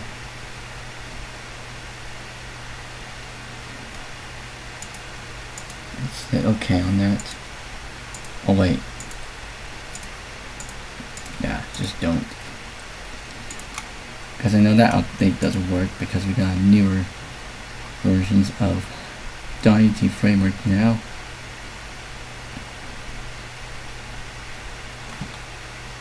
Anyways, I don't really have anything for like an Office Suite program, so I'm gonna put this in, which is pretty much designed for, well, it has XP in the name, so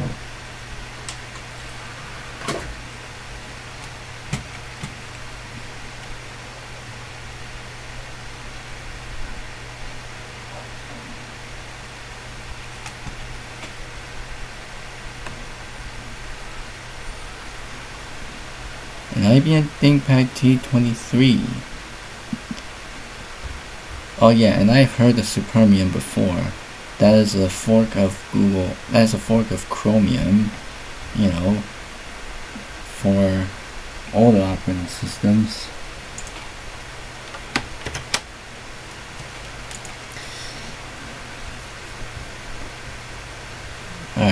I'm gonna type in the product key now for this thing.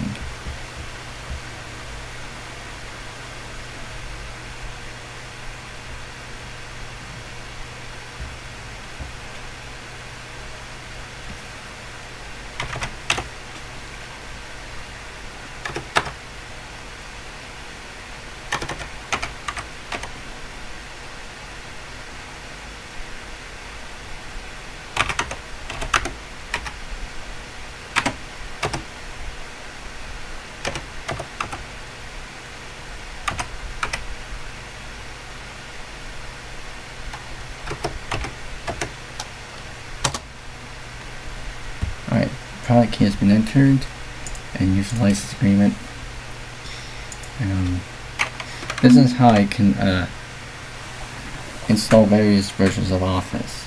So right now it's at the default directory of Microsoft Office, but I'm going to append this one with XP, like that.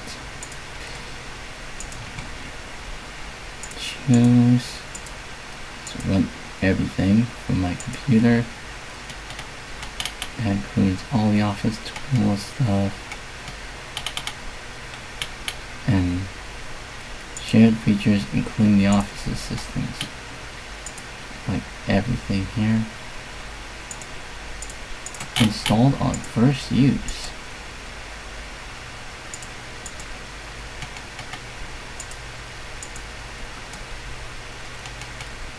I wonder what that does. Installed on first use.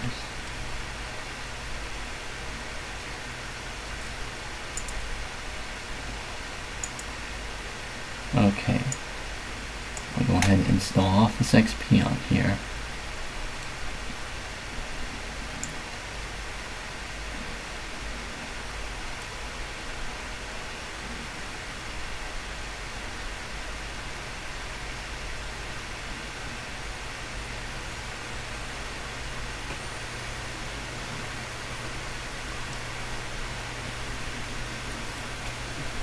Nine hours and 1 minute now. 373 views and 4 concurrent viewers now.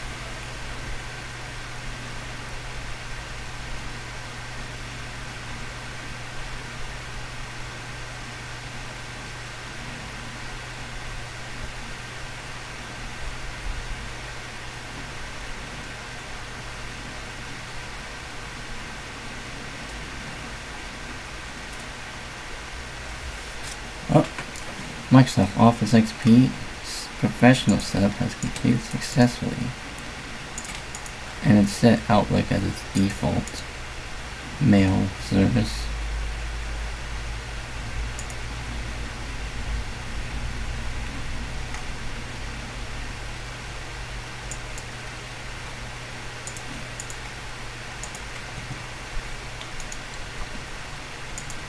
Let's see, open. I'll move these over to a Microsoft Office XP link.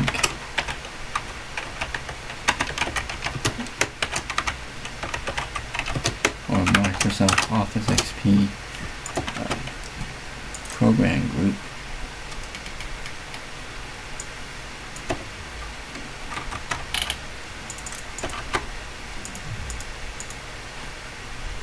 There we go, that's everything under the Microsoft Office XP stuff. So we got Word and all the other stuff. Well, let's go ahead and run these. Microsoft Word. Oh, of course, let's see how we can try activate it via the internet. I mean, we have Legacy Update installed on here, so we are able to access this now. Sophia, welcome and farewell to you coming by the stream, and I'll see you next time. Let's see how we can activate this via the internet now that we have Legacy Update on here. Oh, let's see how it's going. Hosting. I mean, we are connected over to the internet, obviously. Will it work?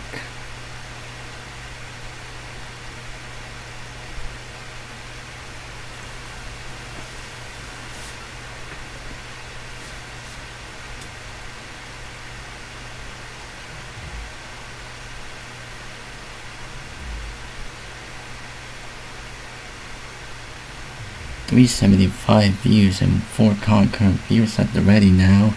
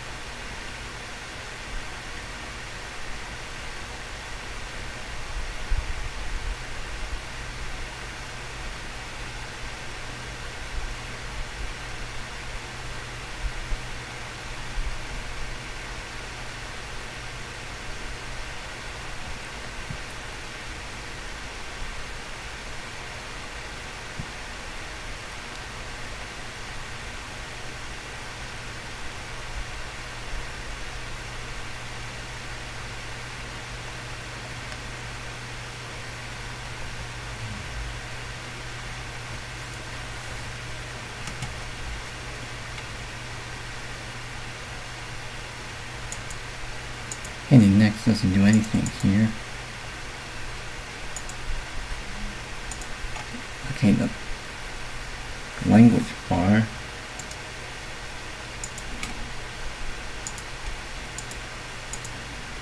Hide.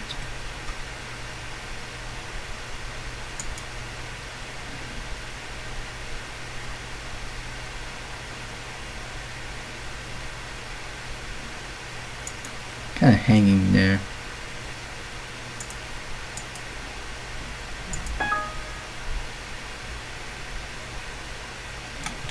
Whoop, cannot display the Office Assistant. Maybe it must have not been installed. Do we still have the disk in the drive? Yes.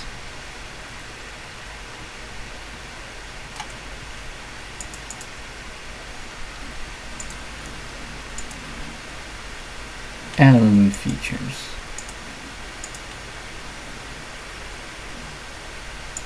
Update.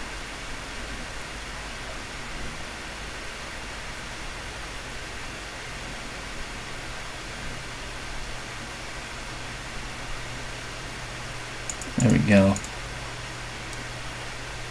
Now, oh, it brought back those things again.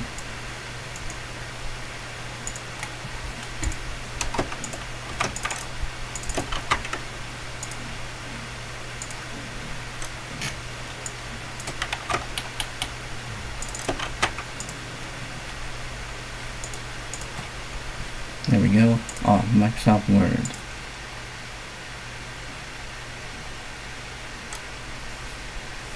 Activate later.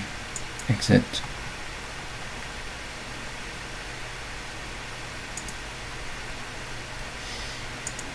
And let us show the office assistant. Why not? Let me go here. Show tip of the day. Don't know what that was, but we'll see. Clip it here.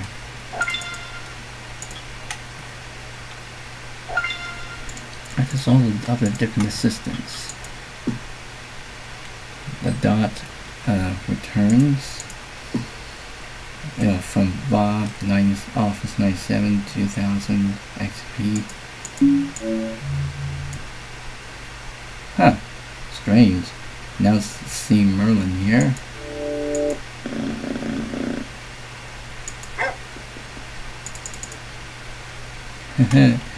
We have Merlin here as an office assistant. It seems like it.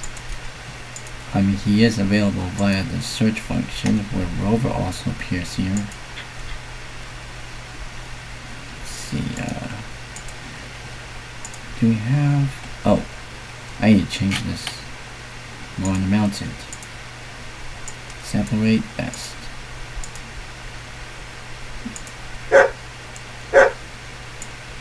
Fetch. And the dot also appears again. F, okay.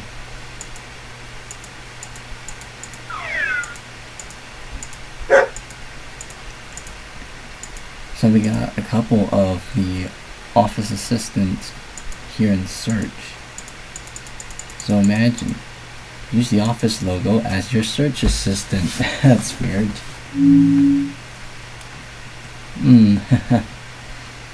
Hello, office logo.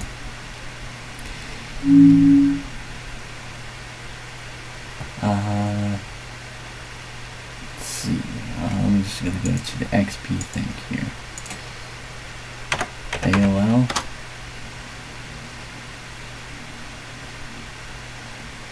Found some.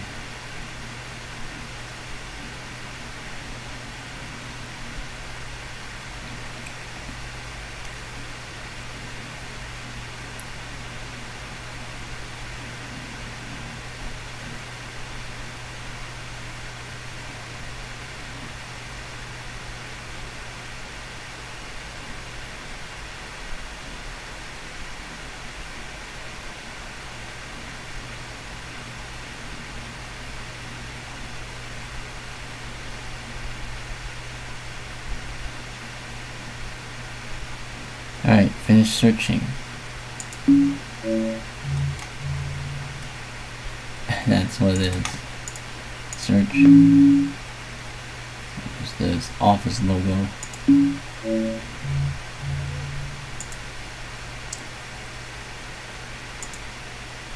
Mother Nature. Links.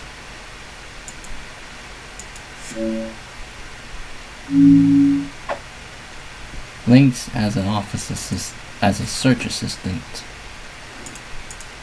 Oops. All photos and videos. Has a little animation here. Pictures, music, and video.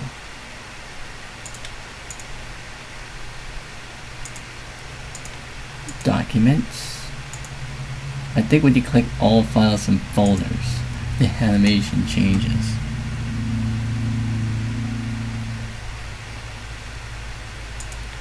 Computers or people? What are you looking for? A computer on a network or people in your address book? You rang. There's also an option to turn off animated characters. And this is what it would look like. Okay. Stop. Finish searching. Obviously, you can turn on the Windows 2000 style. The Windows 2000 style search thing via Tweak UI. With an animated screen character. Bring links back. Oh,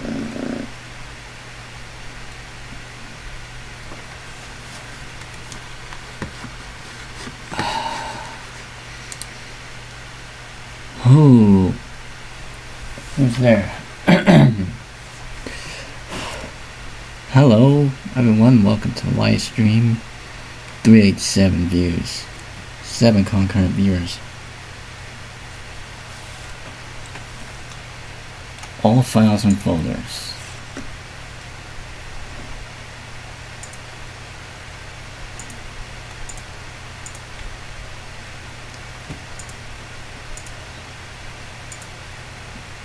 These don't do the animations, but the computers or people or all files and folders will do that said animation. AOL. Okay, that's the right function.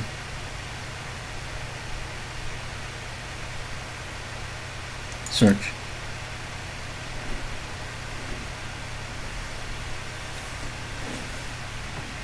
Seven files found. Yes.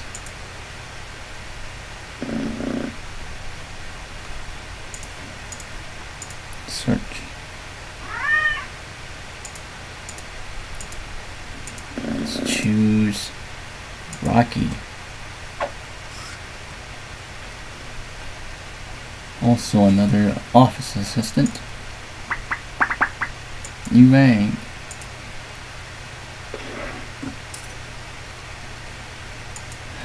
Get techie's hat. That animation of all files and folders or computers or people.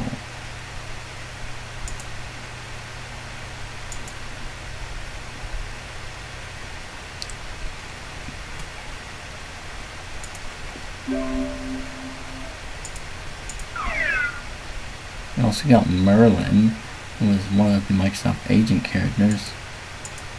Then Courtney, Errol, and Rover are exclusive to this search function. Back to Rover we go. All files, folders.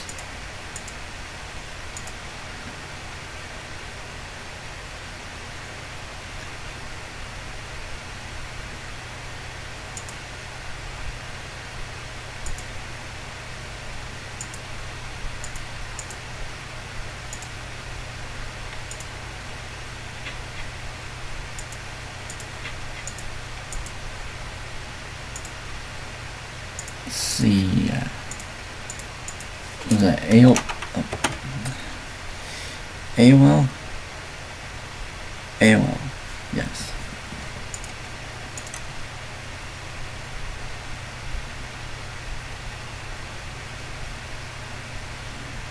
Yeah, finish searching.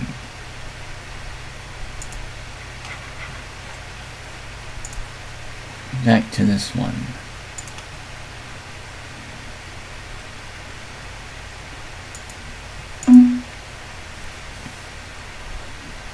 Word 2002. What are the other programs? PowerPoint? Oh, I need to activate this still. Oh, there's the tips. Tip of the days.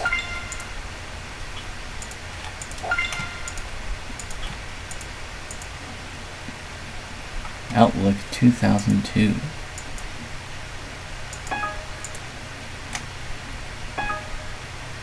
Yes.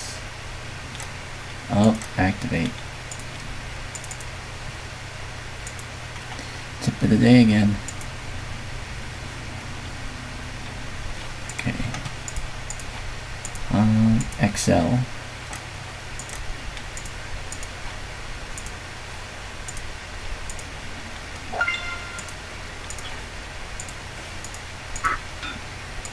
See Outlook.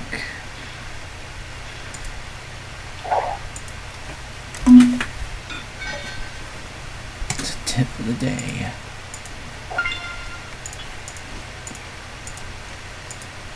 Access. Okay, that's already done. What's under all these things here? snapshot viewers. Clip organizer.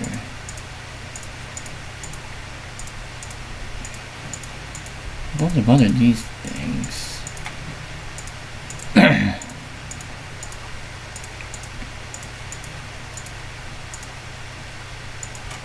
Photo editor. Save my settings wizard.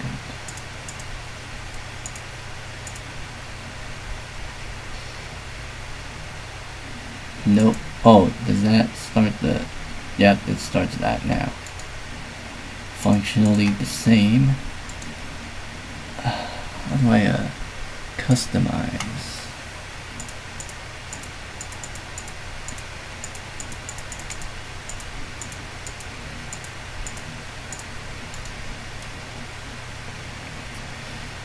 Where's customize? There we go. I got the toolbars here.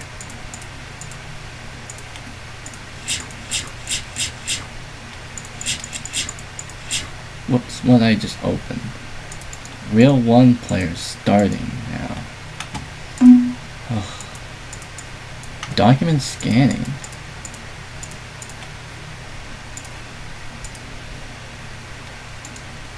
X. Cancel.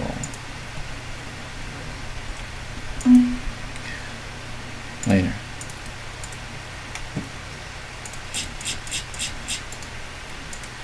Exit. Well, that's everything cleared up. I could do Office XP later. Well, Office 2003 later. I got an office suite set up on here. I guess what's next?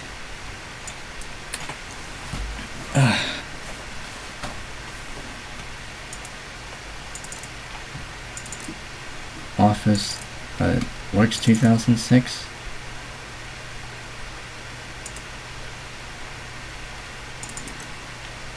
Setup. Express full. Create desktop shortcut. We'll install it fairly quickly here.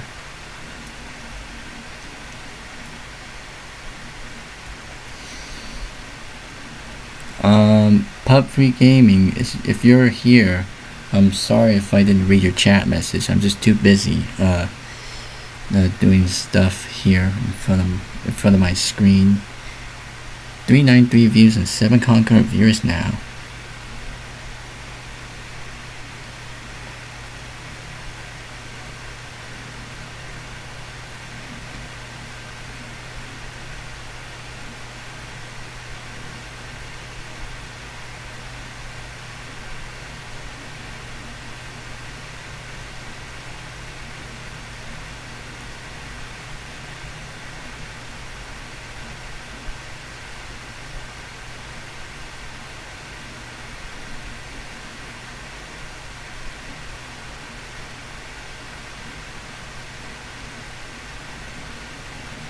Oh, I think it's installing some stuff for Word 2002 now.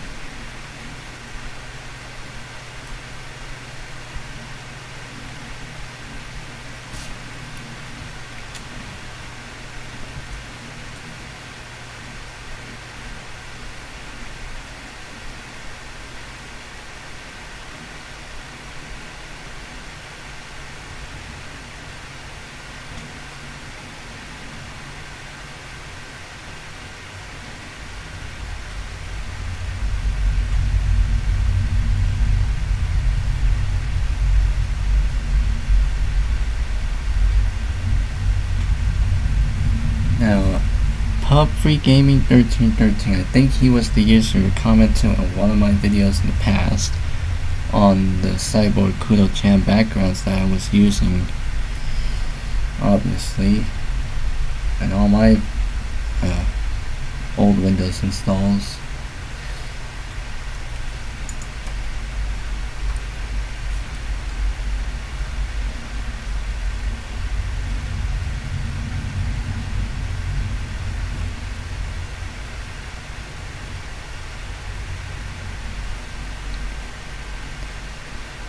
And seems like he's probably here to see if I'm here, but I was too busy focusing on whatever that's happening here on my screen, and I'm not reading chat, so sorry.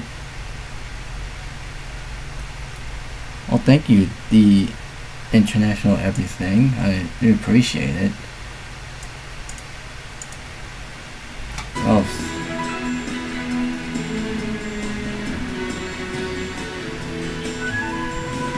See how fast this can go now. 395 views and 7 concurrent viewers.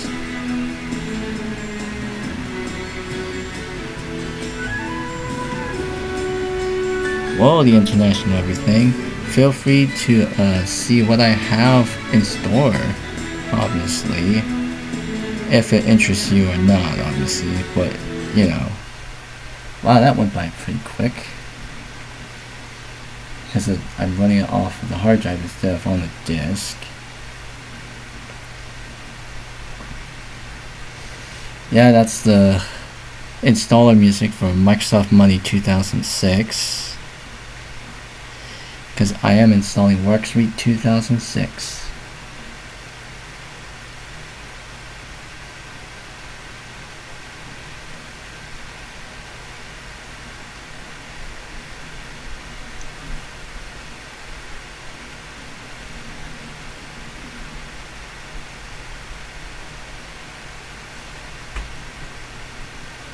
Nine hours and 25 minutes now.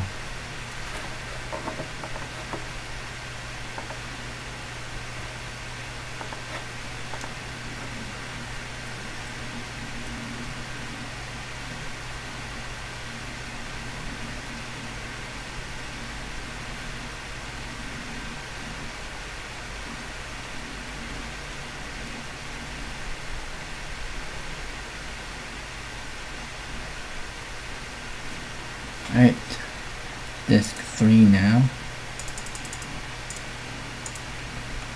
That is Encarta.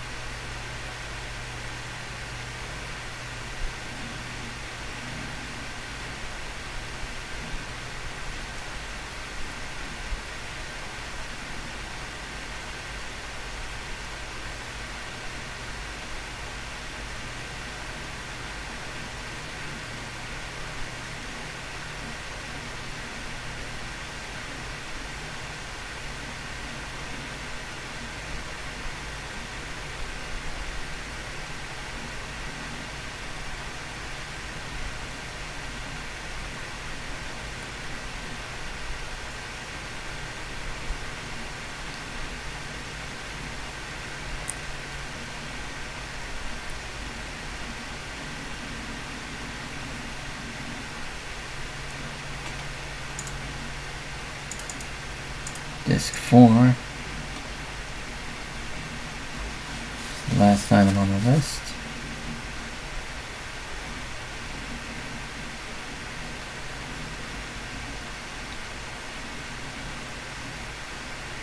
.398 views now, with 9 concurrent viewers.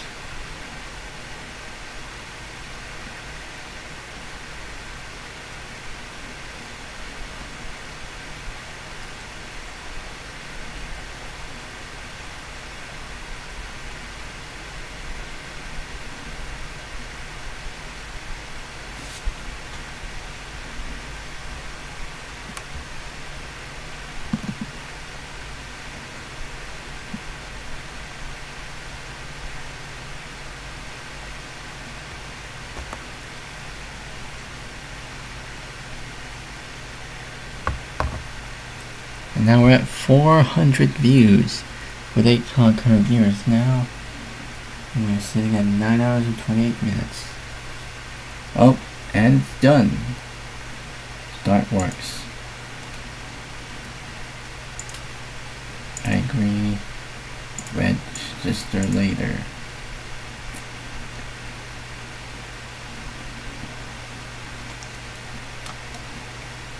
Microsoft Works. New programs installed. Wow. All those things. Even in another Microsoft Word link.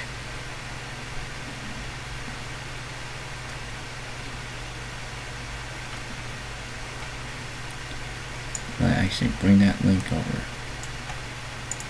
Yes.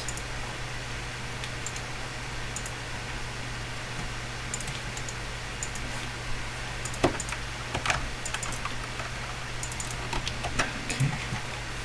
Bring those other ones here. I'll rearrange my start menu soon. Streets and Tips 2006.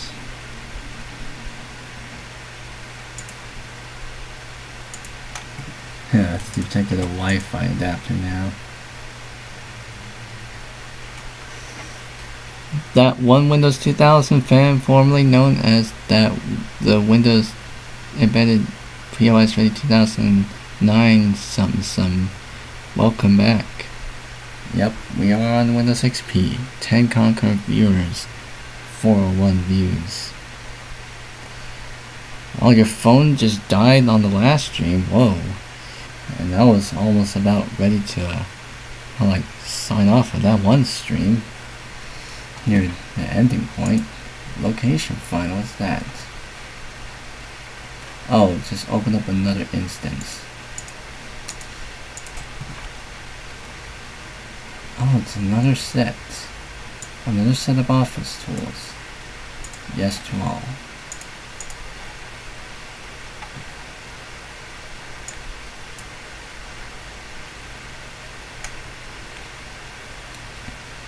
And Encarta 2006. Accept. Yes. Nope. I don't want to.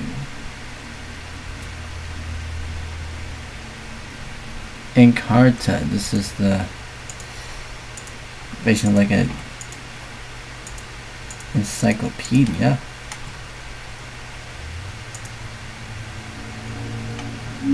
No thanks. Alright, just join later. Just opening up a few times just to get up here. And there's Microsoft Money 2006 on here. A Digital Image Standard 2006. Let's go to Microsoft Money here. And let's see how we're going to work this one out. Let's see, internet options. Let's see, LAN settings. Wayback.protoweb.com. Oh no, is it protoweb.org?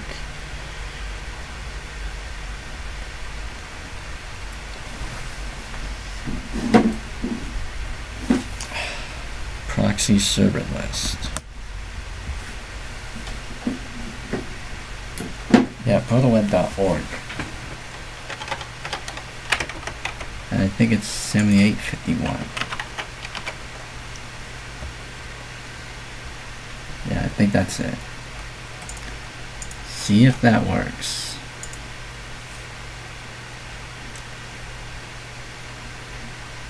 Well, the MSN actually displays the 1999 version of the MSN homepage, but displays the correct date.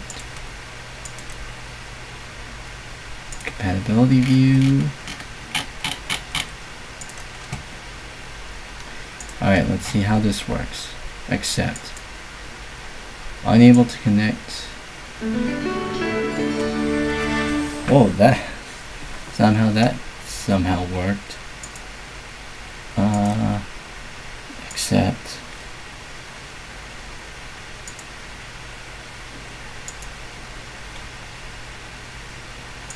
That doesn't seem to work. Oh, you found a website that we haven't restored yet. I mean, we can't go back, so let's see how we can close that out. Okay, let's see. Set.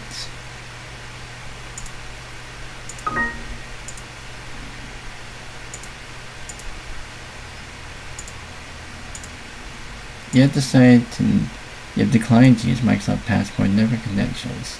Yes, I would like to continue without it. I don't want to use a password for a money file. So standard password. I'll skip the account setup for now. Congrats!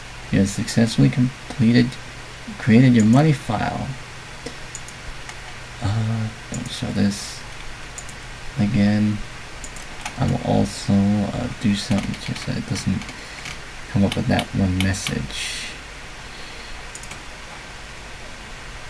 Let's turn off sponsorship and shopping lanes. Where's the thing that says Alert Center? Okay.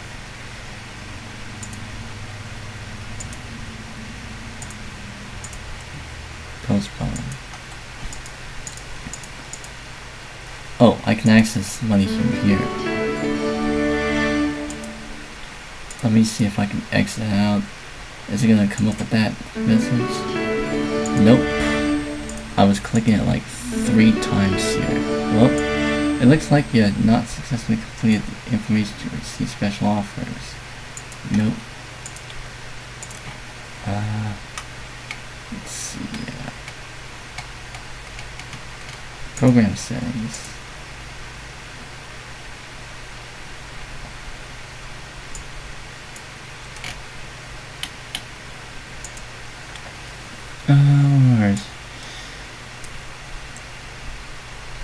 Remind me to register. No. Just do not remind me to register every time I start money. What's that? Microsoft Money 2006 Standard OEM Edition. Just run this like 3 times here. But yeah, that works. Then Digital Image Standard 2006. Then we got a Flash animated version. That's digital image. And yep, that's Microsoft Works successfully installed.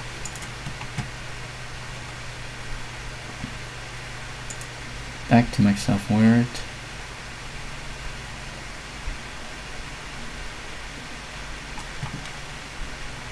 Yeah. Ooh. Now we have to accept the end user license agreement here. I mean, we've already installed Office XP on here.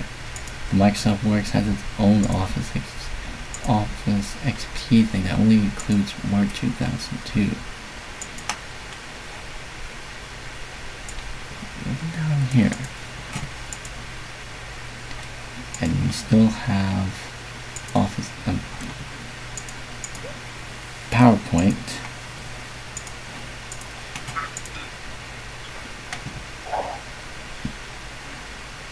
and all these things here. Activate product. Nope. And what else? Clip organizer again. That and that.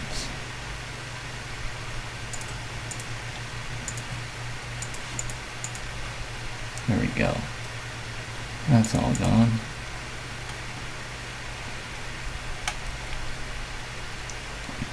Microsoft Digital Image. Encarta Works. Location Finder, Money, Office PowerPoint Viewer, Streets and Tips, Works, and there we go. That's all what we want here.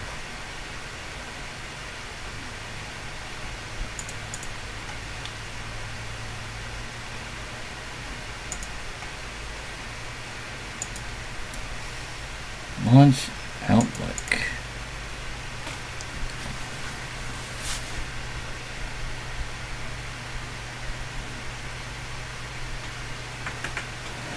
.406 views and 10 concurrent viewers. Now, if you excuse me, I have some unfinished business in the kitchen somewhere, so I'll be back with you guys in a bit.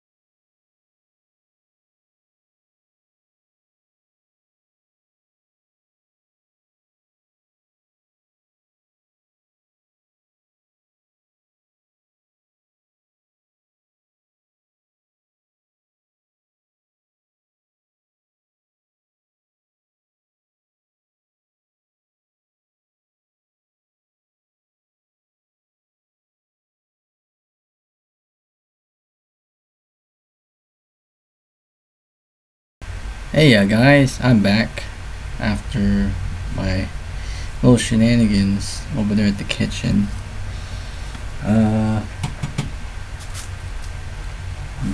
Put that on.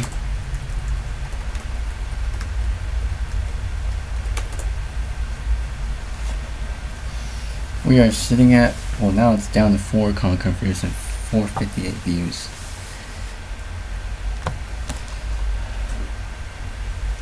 Wow, the phone actually died, so I'm gonna charge it.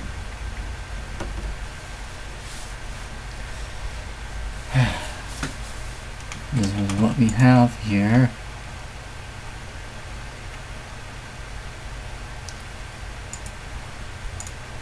As far as my XP install goes, I think it's done so much in here. Oh, is it gonna install updates for us? 7 updates. Now it's installing the Office XP stuff. Add some XP, Windows XP stuff in there too. Office XP Service Pack 3 and security update for Works 8, is that what I say? Yeah, Works 8. And yeah, let's just do it all within the operating system instead of just installing it while it's shutting down or restarting. You see that option disappearing.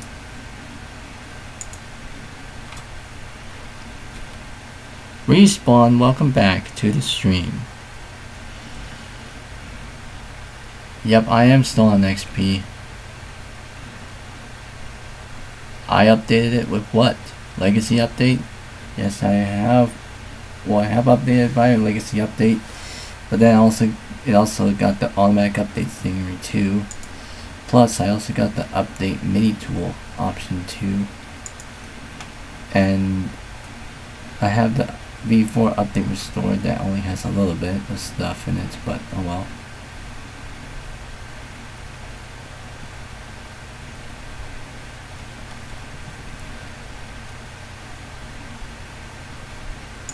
Almost reaching 460 views. We're at 459. 5 concurrent views now.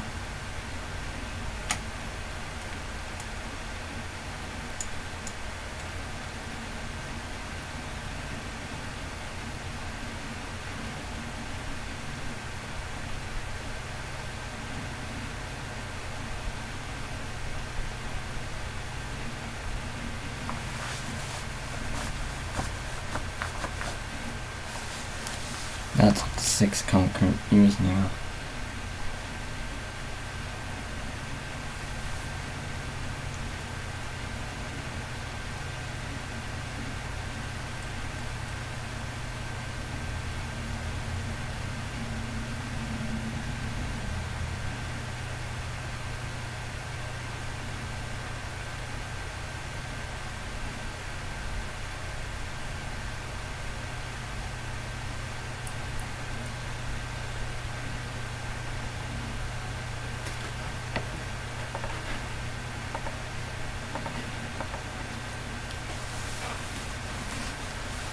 .460 views now, and 6 concurrent views at the ready.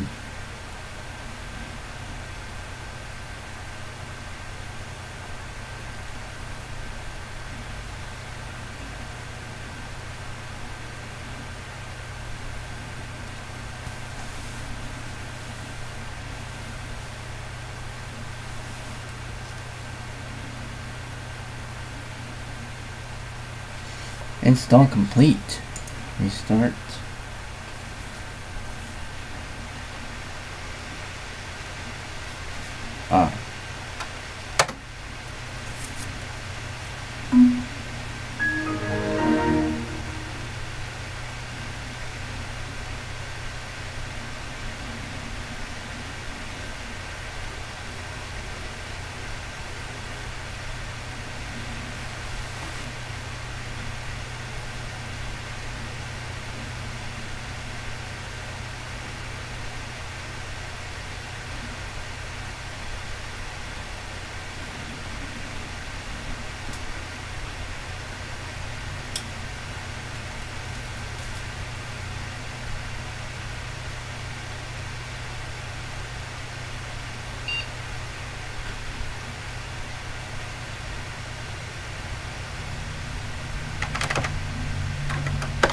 Back to XP Professional we go.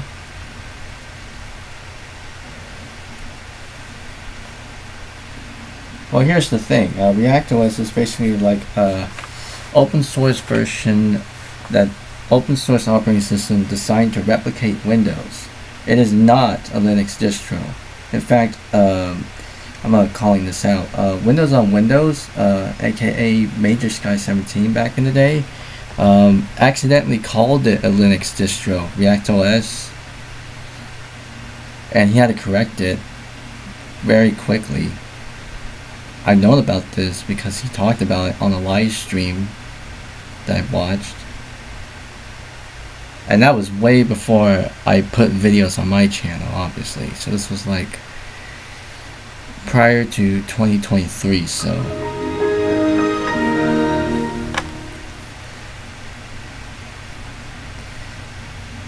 yeah, I'll probably put out a regular form video about ReactOS, since now I basically have that secondary hard drive and I can use it. I had an older version of ReactOS that I burned like a while back. I think I need to burn a new disk image containing one of the most up-to-date versions as of the time of recording. Set that as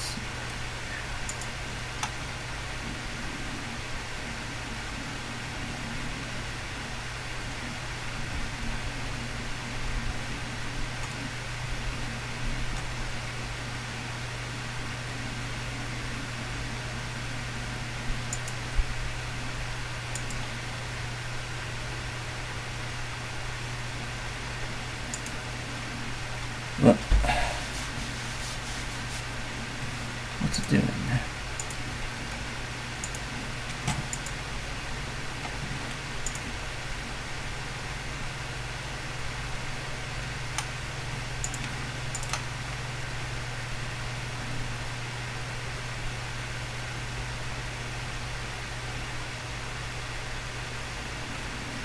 Yeah, 0.4.15. I think I got I have the discs for it somewhere.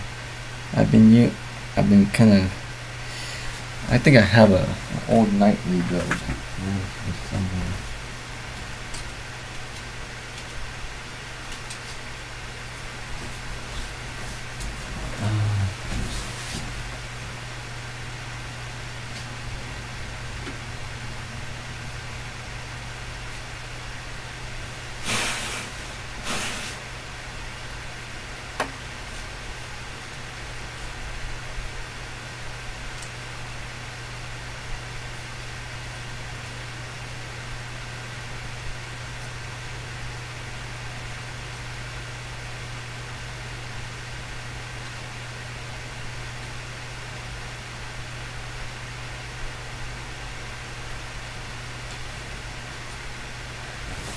I have made a disk for it.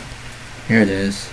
This is ReactOS version 0.4.15 dev, built on March 3rd, 2024. So that's about 2 years ago at this point.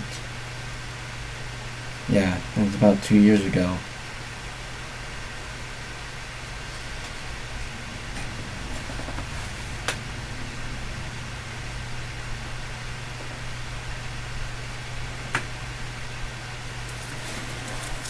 I could probably show it on a video soon, but I'll have to probably stick with one of the latest builds at the time of recording, but I will still show an older version of the one I burned years ago, but we'll see about that.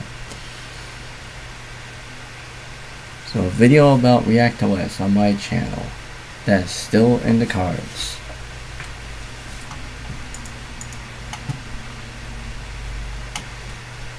Okay, are there any more updates here? Nope. I think we're all good. Time to go to XP Home Edition, see where that is.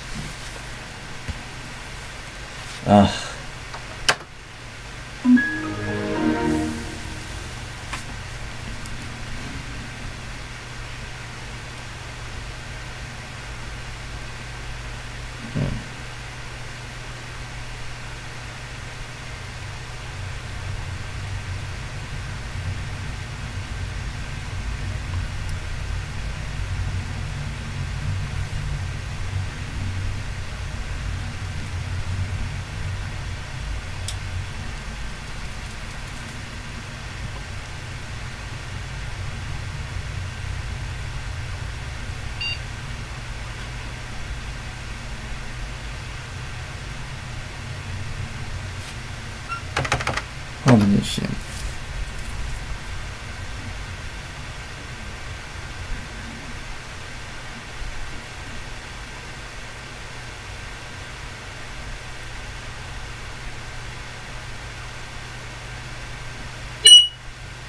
Ooh, that was loud.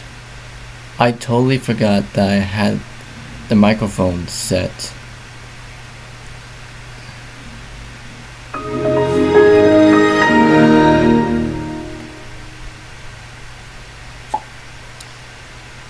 Ooh.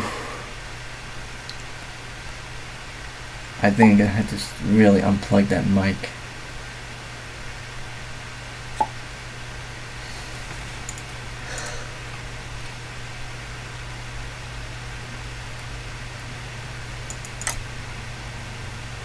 Okay, disable that. I still have to set up a few things here. What's this? Oh, that's LAN adapter. I need to get the software for it now. Do we have any sound drivers? Yes, we do. Monitor mounted, yes.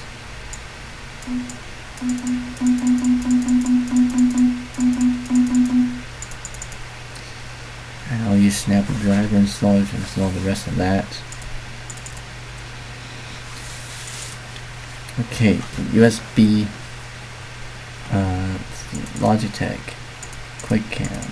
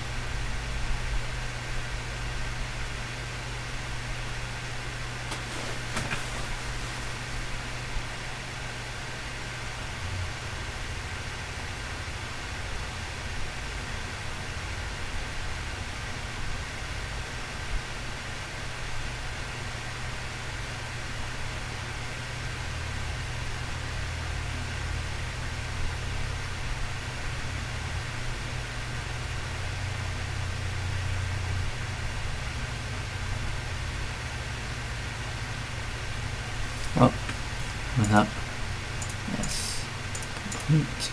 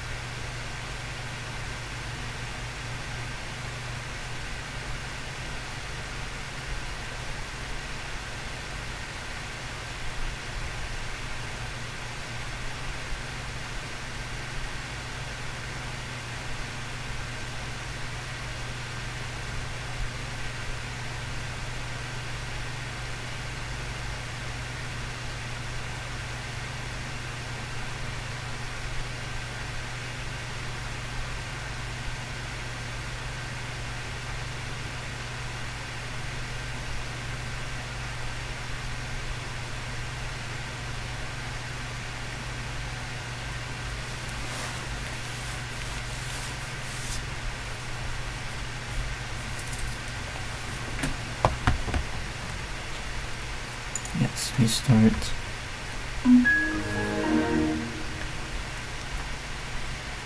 You have an old Pentium 4 PC but won't boot from USB, so not even the easy to boot thing. Well, at least there should be there should at least be certain boards that are compatible with USB booting. Like, let's see if this one can actually boot into a USB device. Plug in. Well, let me turn this thing off first. Yeah, let me find a USB stick that actually has easy to boot stuff on it. Nope, that's not the easy to boot drive.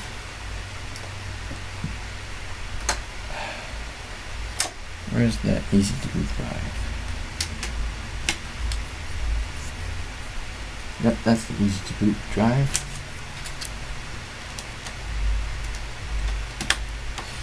Alright, so I'm gonna plug it into the front USB port. Turn on. Let's see how I can boot from here. F10, removable device. Will this work? Removable device. Okay, doesn't seem to work. Let me try one back USB ports.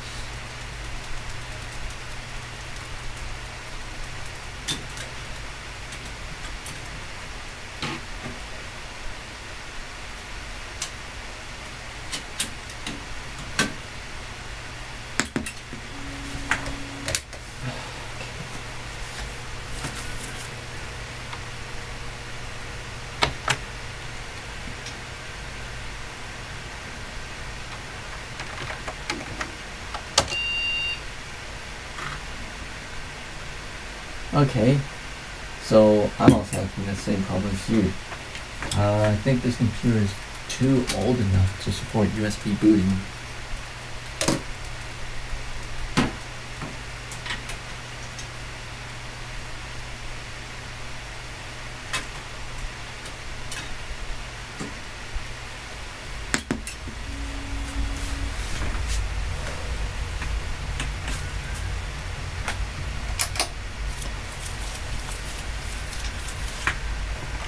Let's see, F2.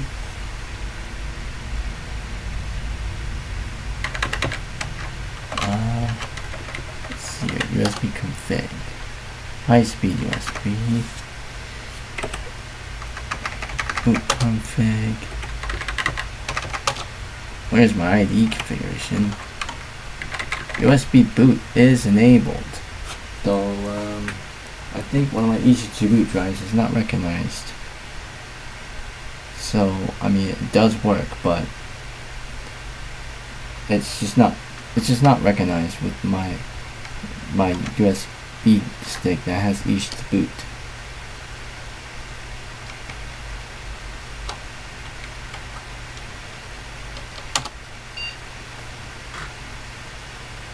But hey, turn the speaker off.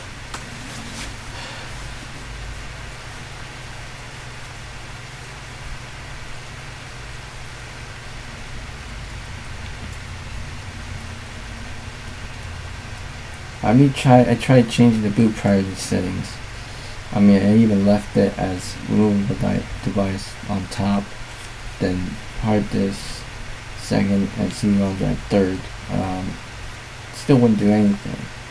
I think it's just because one of the USB sticks that I have used with easy to boot just ain't gonna cut it here. Besides, I got this now.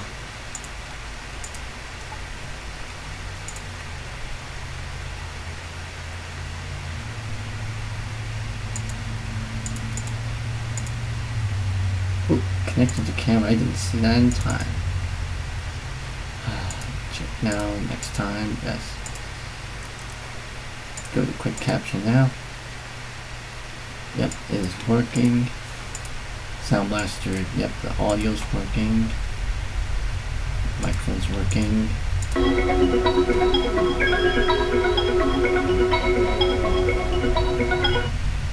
That works. This is just another test recording from this camera from Windows XP via the Logitech QuickCam Express. This is a test.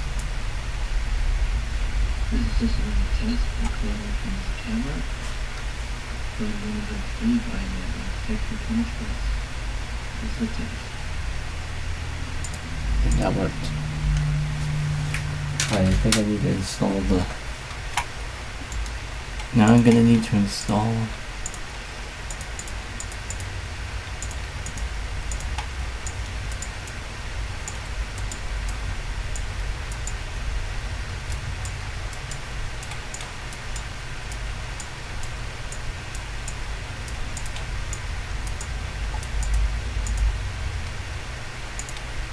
I'm gonna be installing the video driver. No, not the video driver. So I'm gonna be installing the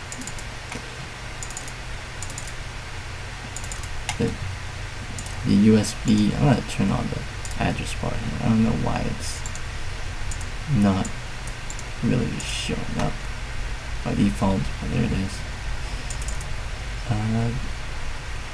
Wireless LAN adapter. So load that up. Okay. Authorize the script.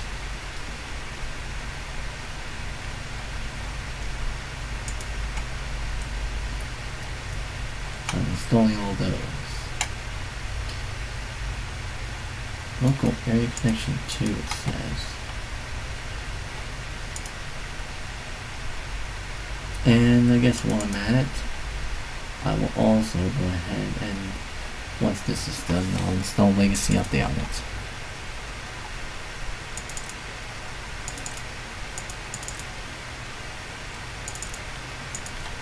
I have various different versions here, and I'm going to be adding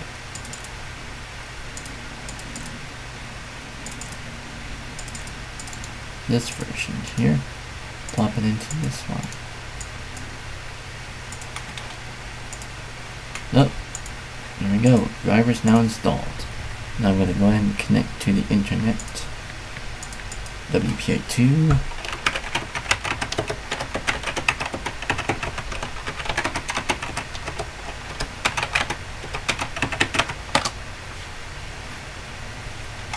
And now are we connected? Are we connected? Yes, we are connected. Time to go to Legacy Update. Activate Windows. Your copy of Windows does not activate. If you update the root certificate store, Windows product activation can be completed over the internet. Legacy Update can start the activation version after installation, so you can activate your copy of Windows. Yes, we will do that. By updating the root certificate store, it will allow us to activate Windows properly. Because we thought it has been down for years, but by doing that, we will get the ability to restore that functionality back. So here's what happens when you try to do that right now. By default, yes, let's activate. No. Checking for connectivity. Unable to establish a connection with the activation server. Please check your network settings to confirm that you're able to connect to the internet. Try again. So yeah, that doesn't work. Okay, first most. Let me get rid of all this AOL stuff.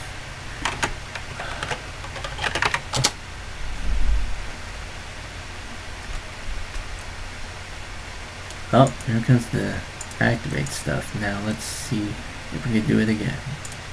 Next. Oh, now it's taking a bit longer because it's going to attempt to activate now. An unauthorized product key. This product key is unauthorized. Activation cannot be completed until a valid product key is entered. Whoa. Okay, I'll type in a valid product key. So, a valid product key that can be used for activation.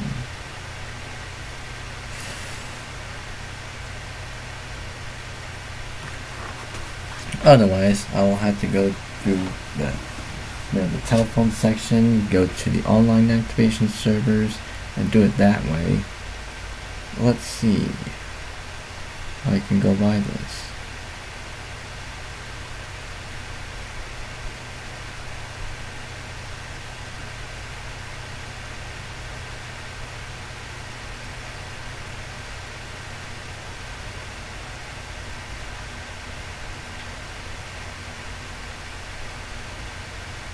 Excuse me for a moment, I'm just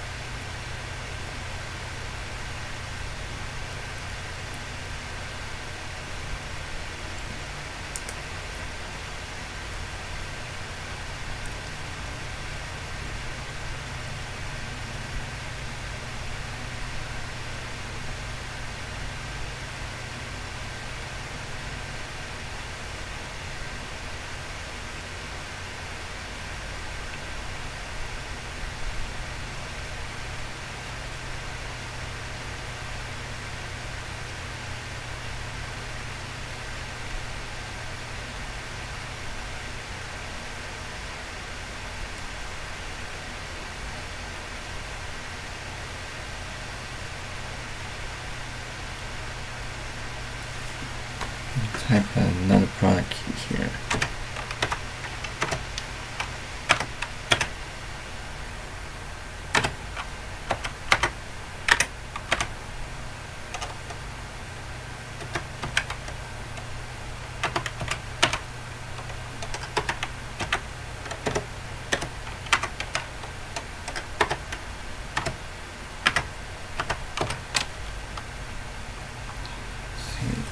See if this works. Retry. Oh, incorrect product key.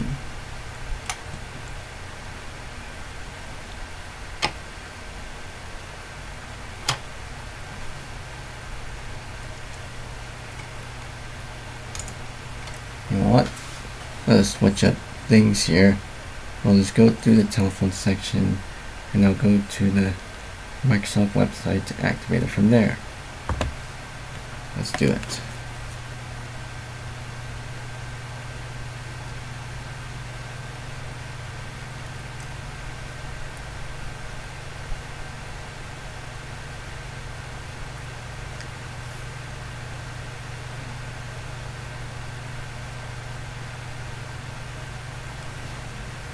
I go to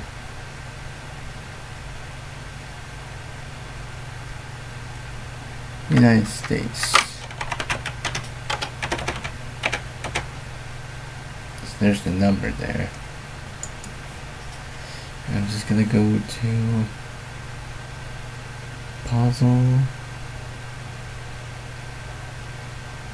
submit.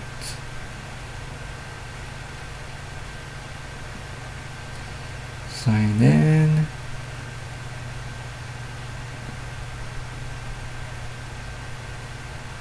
Let's see how I can do this with the main page.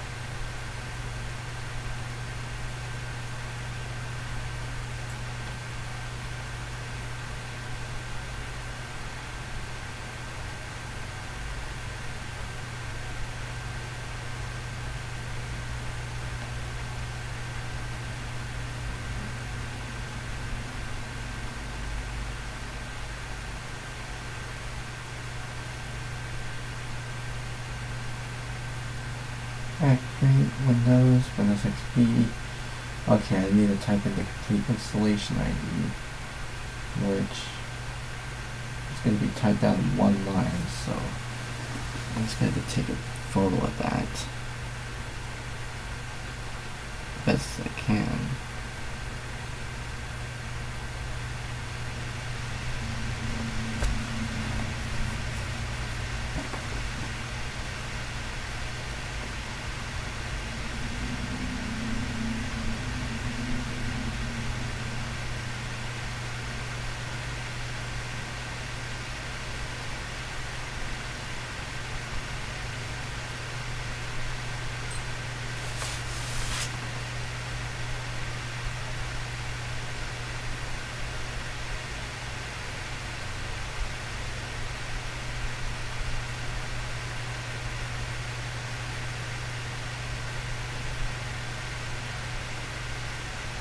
Oh, and it knows the last two are incorrect.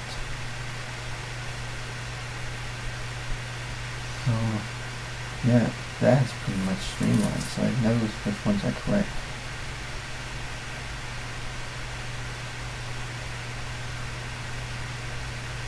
That was correct.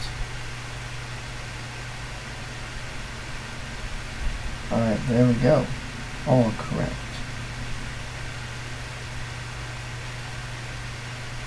And there's the confirmation ID. So, whoa, that's my 7 o'clock alarm. I have a live stream that should be coming up in the next few hours, so I might as well end this stream soon so I can move on to the other live stream.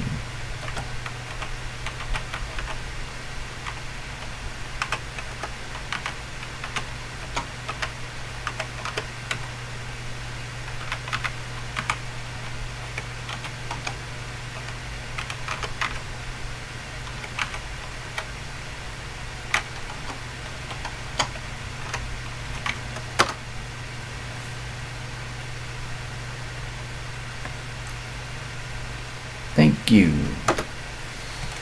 Alright. Activate it from there. Were you successful? Great. Alright. That's about it there.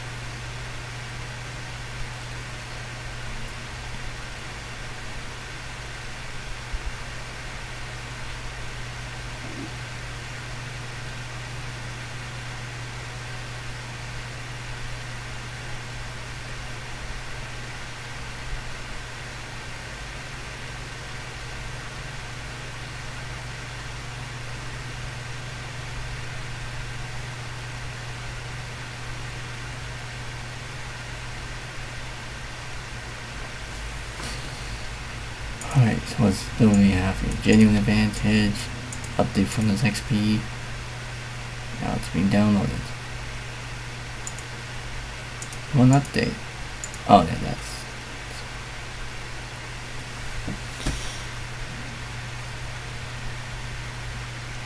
yeah, I have activated XP via the phone activation service up until December of last year. So, yeah.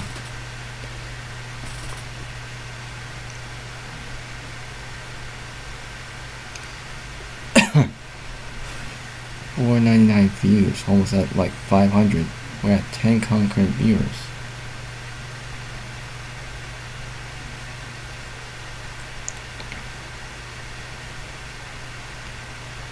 And we are at standing in at 11 hours and 13 minutes. Whoa.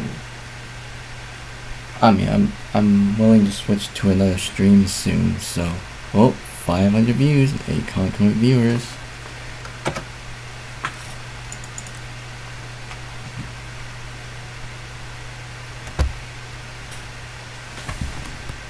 In that case, I will switch the time. Let's start the other stream.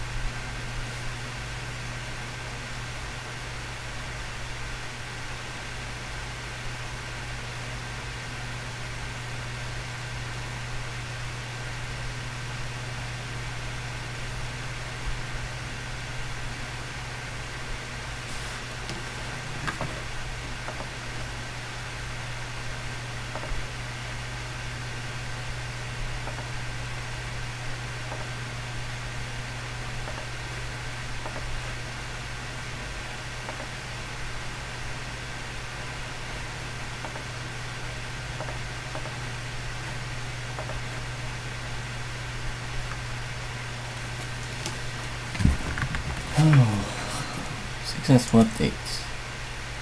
And now it's found more updates. All these ones here. Alright. I'm going to delete all these AOL stuff.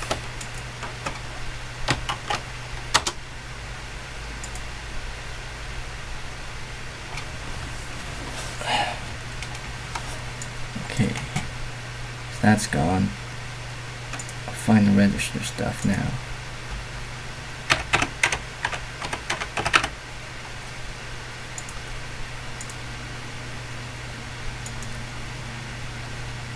Register Sound Blaster Live now.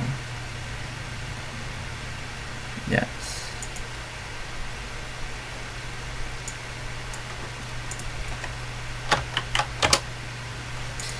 That means one of them is gonna be delete. There we go.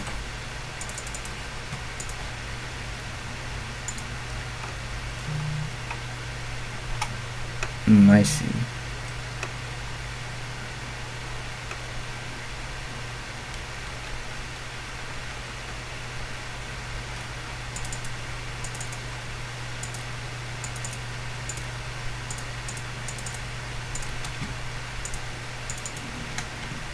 Okay, that's on the recycle bin now.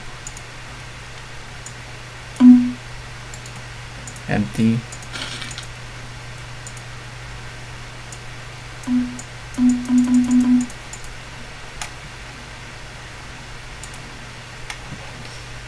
Got IE on here. I already have.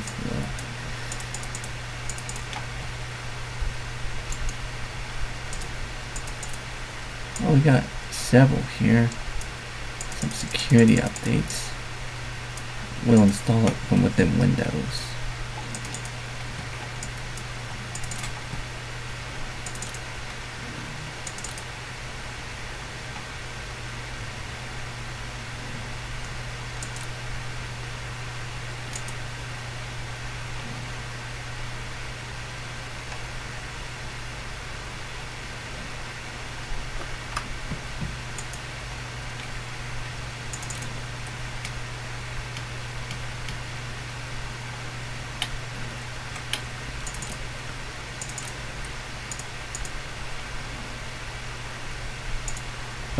Start now.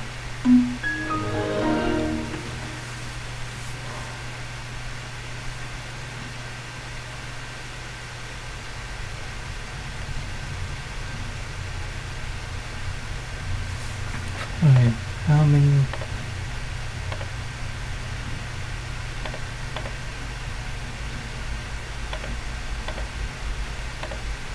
Well, 11 hours and 18 minutes in the stream now.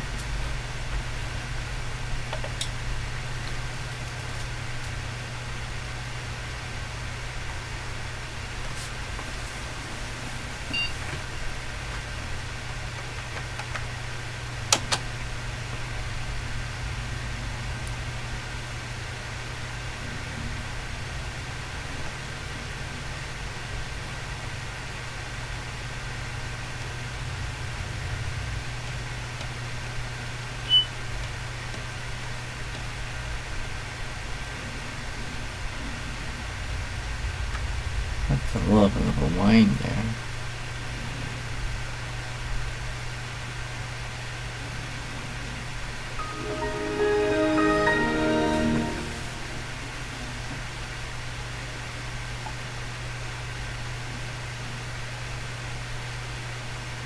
Interesting. I think that whine pretty much went away if I installed updated drivers from Snappy Driver installer.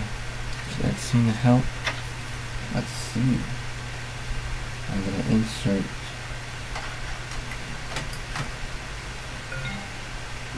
that disk.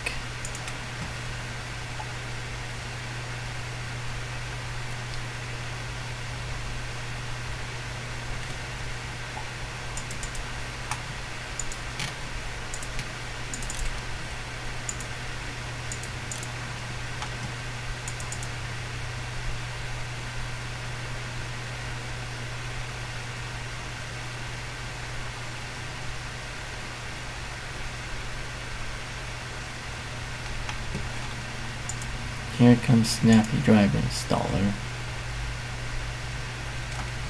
It had a small window for some reason.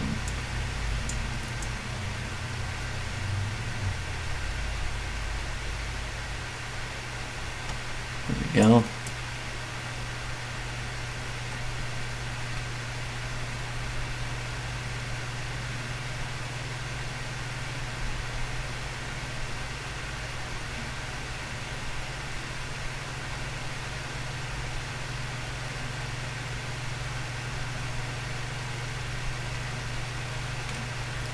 Oh, these colors are too bright on block.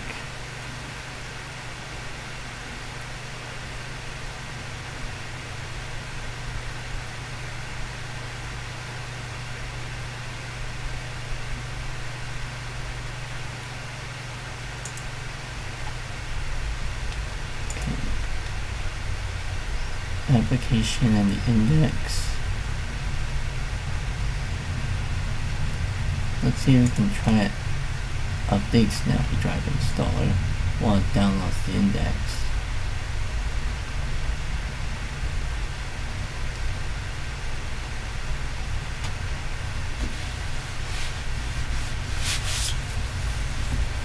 Of course, it might be a little bit slow, but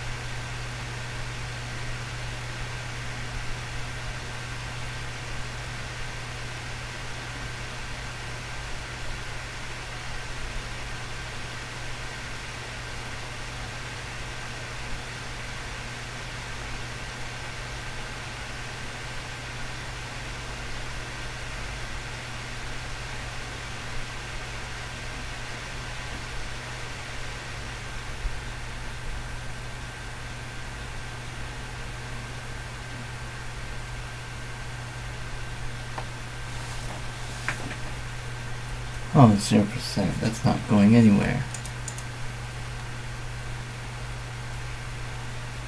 So not let install the application, maybe only download the index.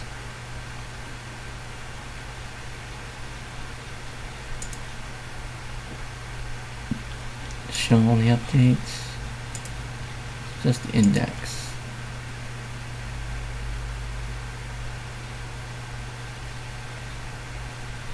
And how that will work.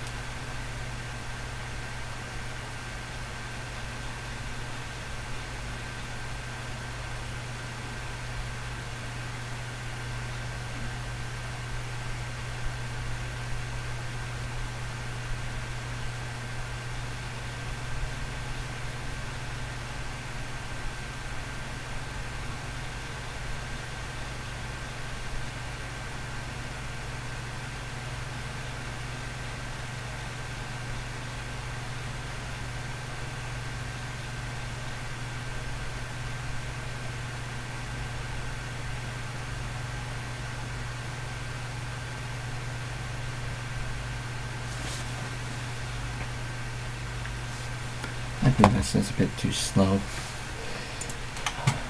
Close that out.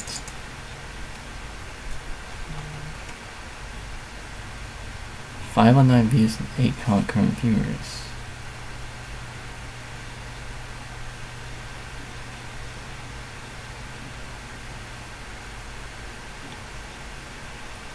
Let me install this one here.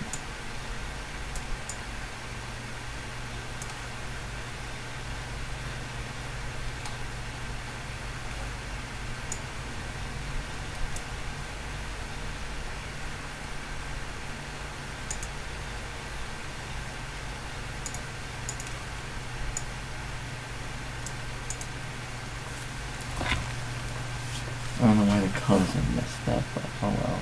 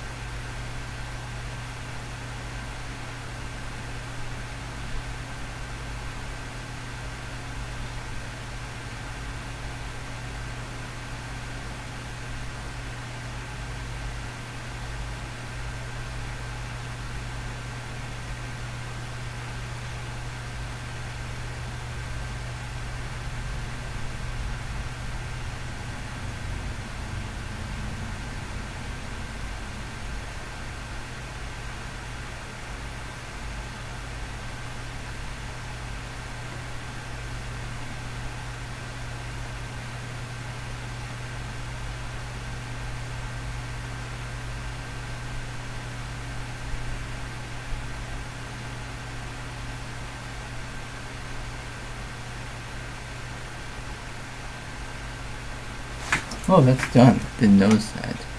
514 views. Oh, it didn't work.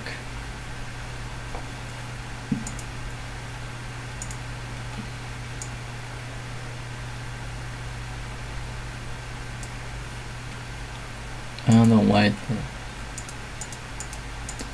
themes broke.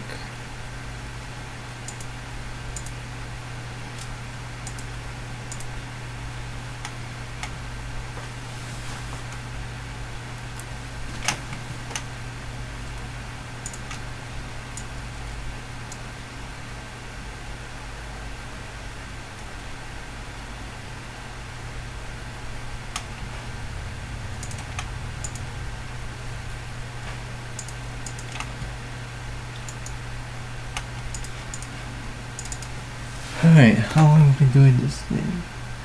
11 hours 36 minutes. I think I'm gonna stop it at 11 hours and 40 or 11 hours and 45 minutes. Since I'm also, I think I'll stop it at 7:30 a.m. because I got another stream coming along my way. And I'll be getting to that in a moment. So, with 7 concurrent viewers and 518 views, yeah. Gonna have to start winding down the stream in favor of doing the next stream, which will come in about like 1.5 hours from now. But yeah.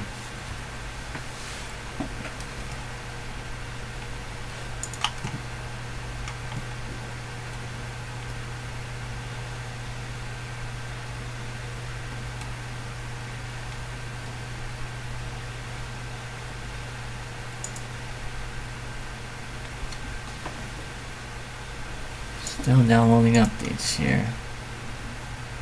Oh, it's still wanting us to restart with installing updates.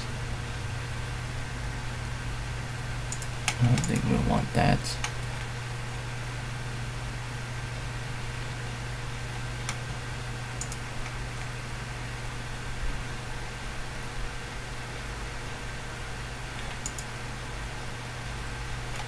Let me install Tweaky right here so I can get an Internet Explorer icon on there.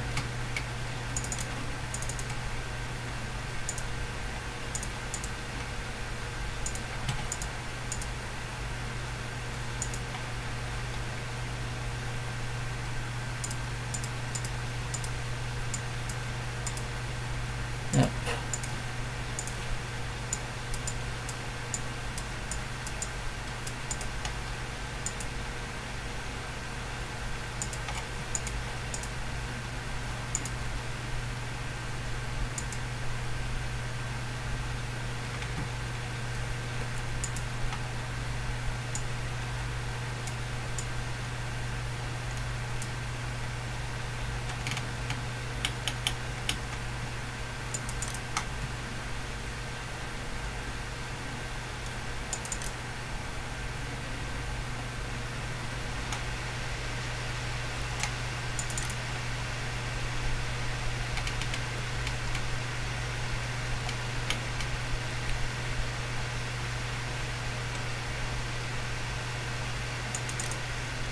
What happens if we try to run this?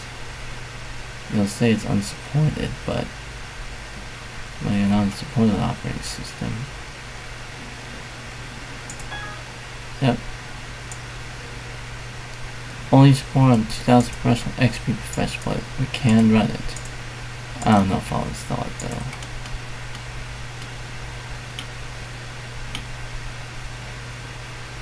Oh, I have to install MyPal too, so.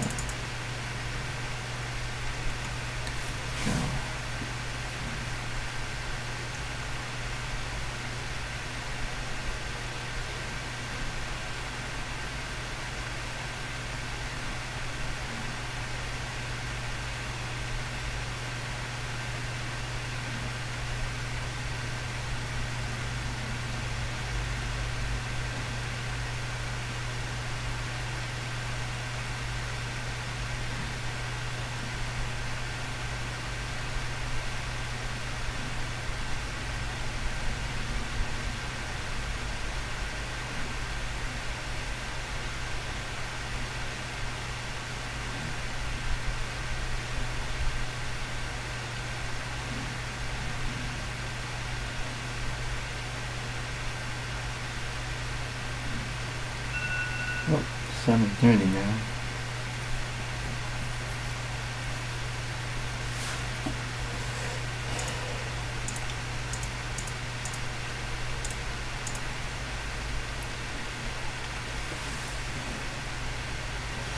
It's 11:40 now. It's 11:45 or 11:50 or 11:55. I might as well stop the stream soon, even though I got some more people watching here. Because I'm going to be moving on to another stream.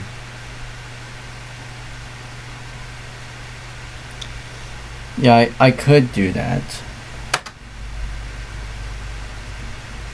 But I don't know. I don't know if I might do that.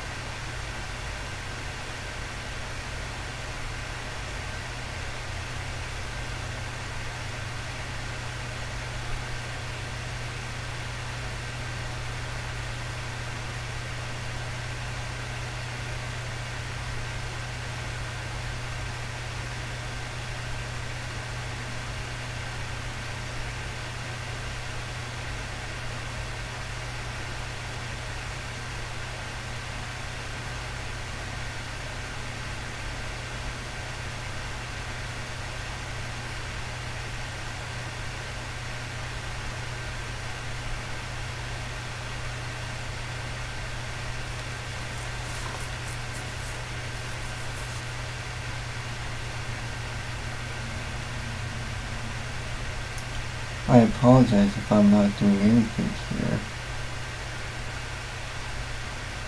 I'm kind of busy on other things.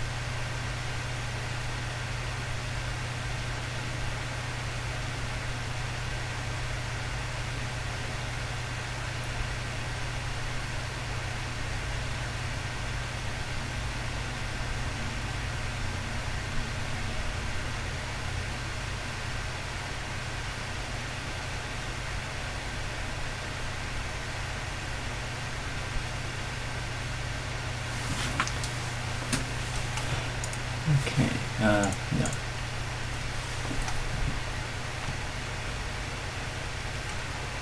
Okay, I'm not the one taking suggestions here.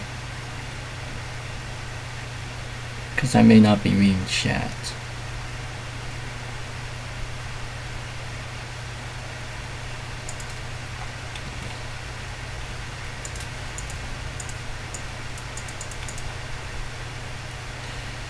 $532 viewers.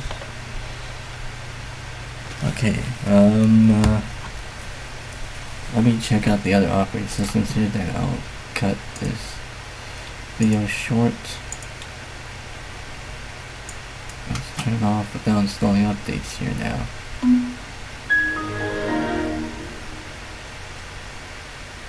$533 views.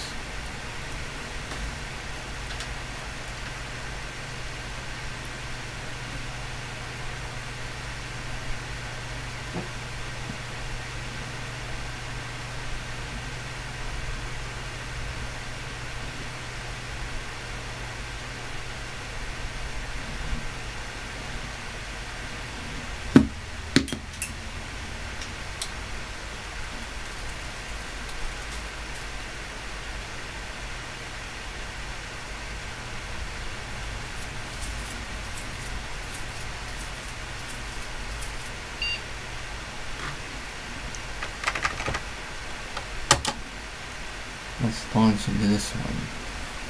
The other XP installs that have been modified, transformed with that Windows 2000 aesthetic.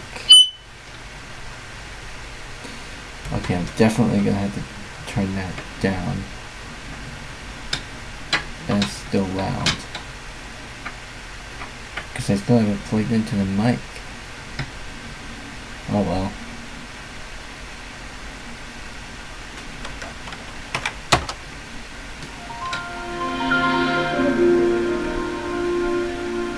Okay, a genuine advantage notification just popped up upon first boot, strangely enough.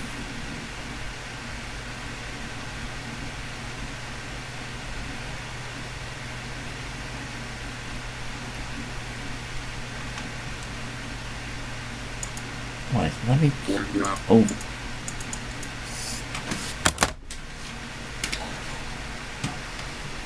Narrator startup.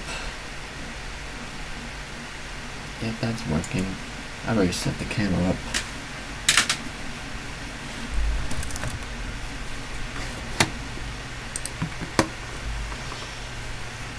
We're at 11 hours and 51 minutes already.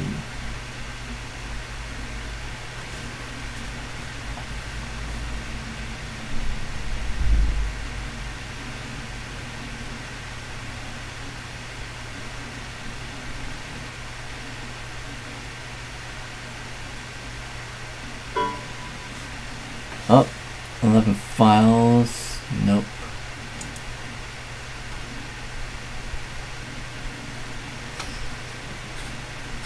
I'm gonna have to do some little bit of a modding work here so I can change some of these icons for that correct look.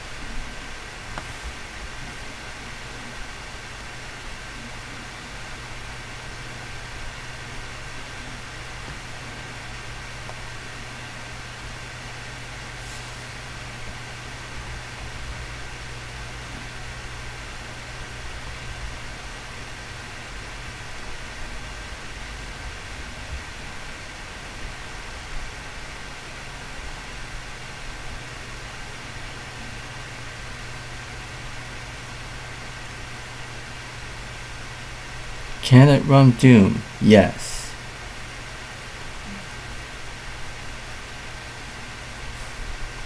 Everything can run on Doom. Heck, even my iPhone can run on Doom. Remember that meme that's like everything runs on Doom? That's what it is.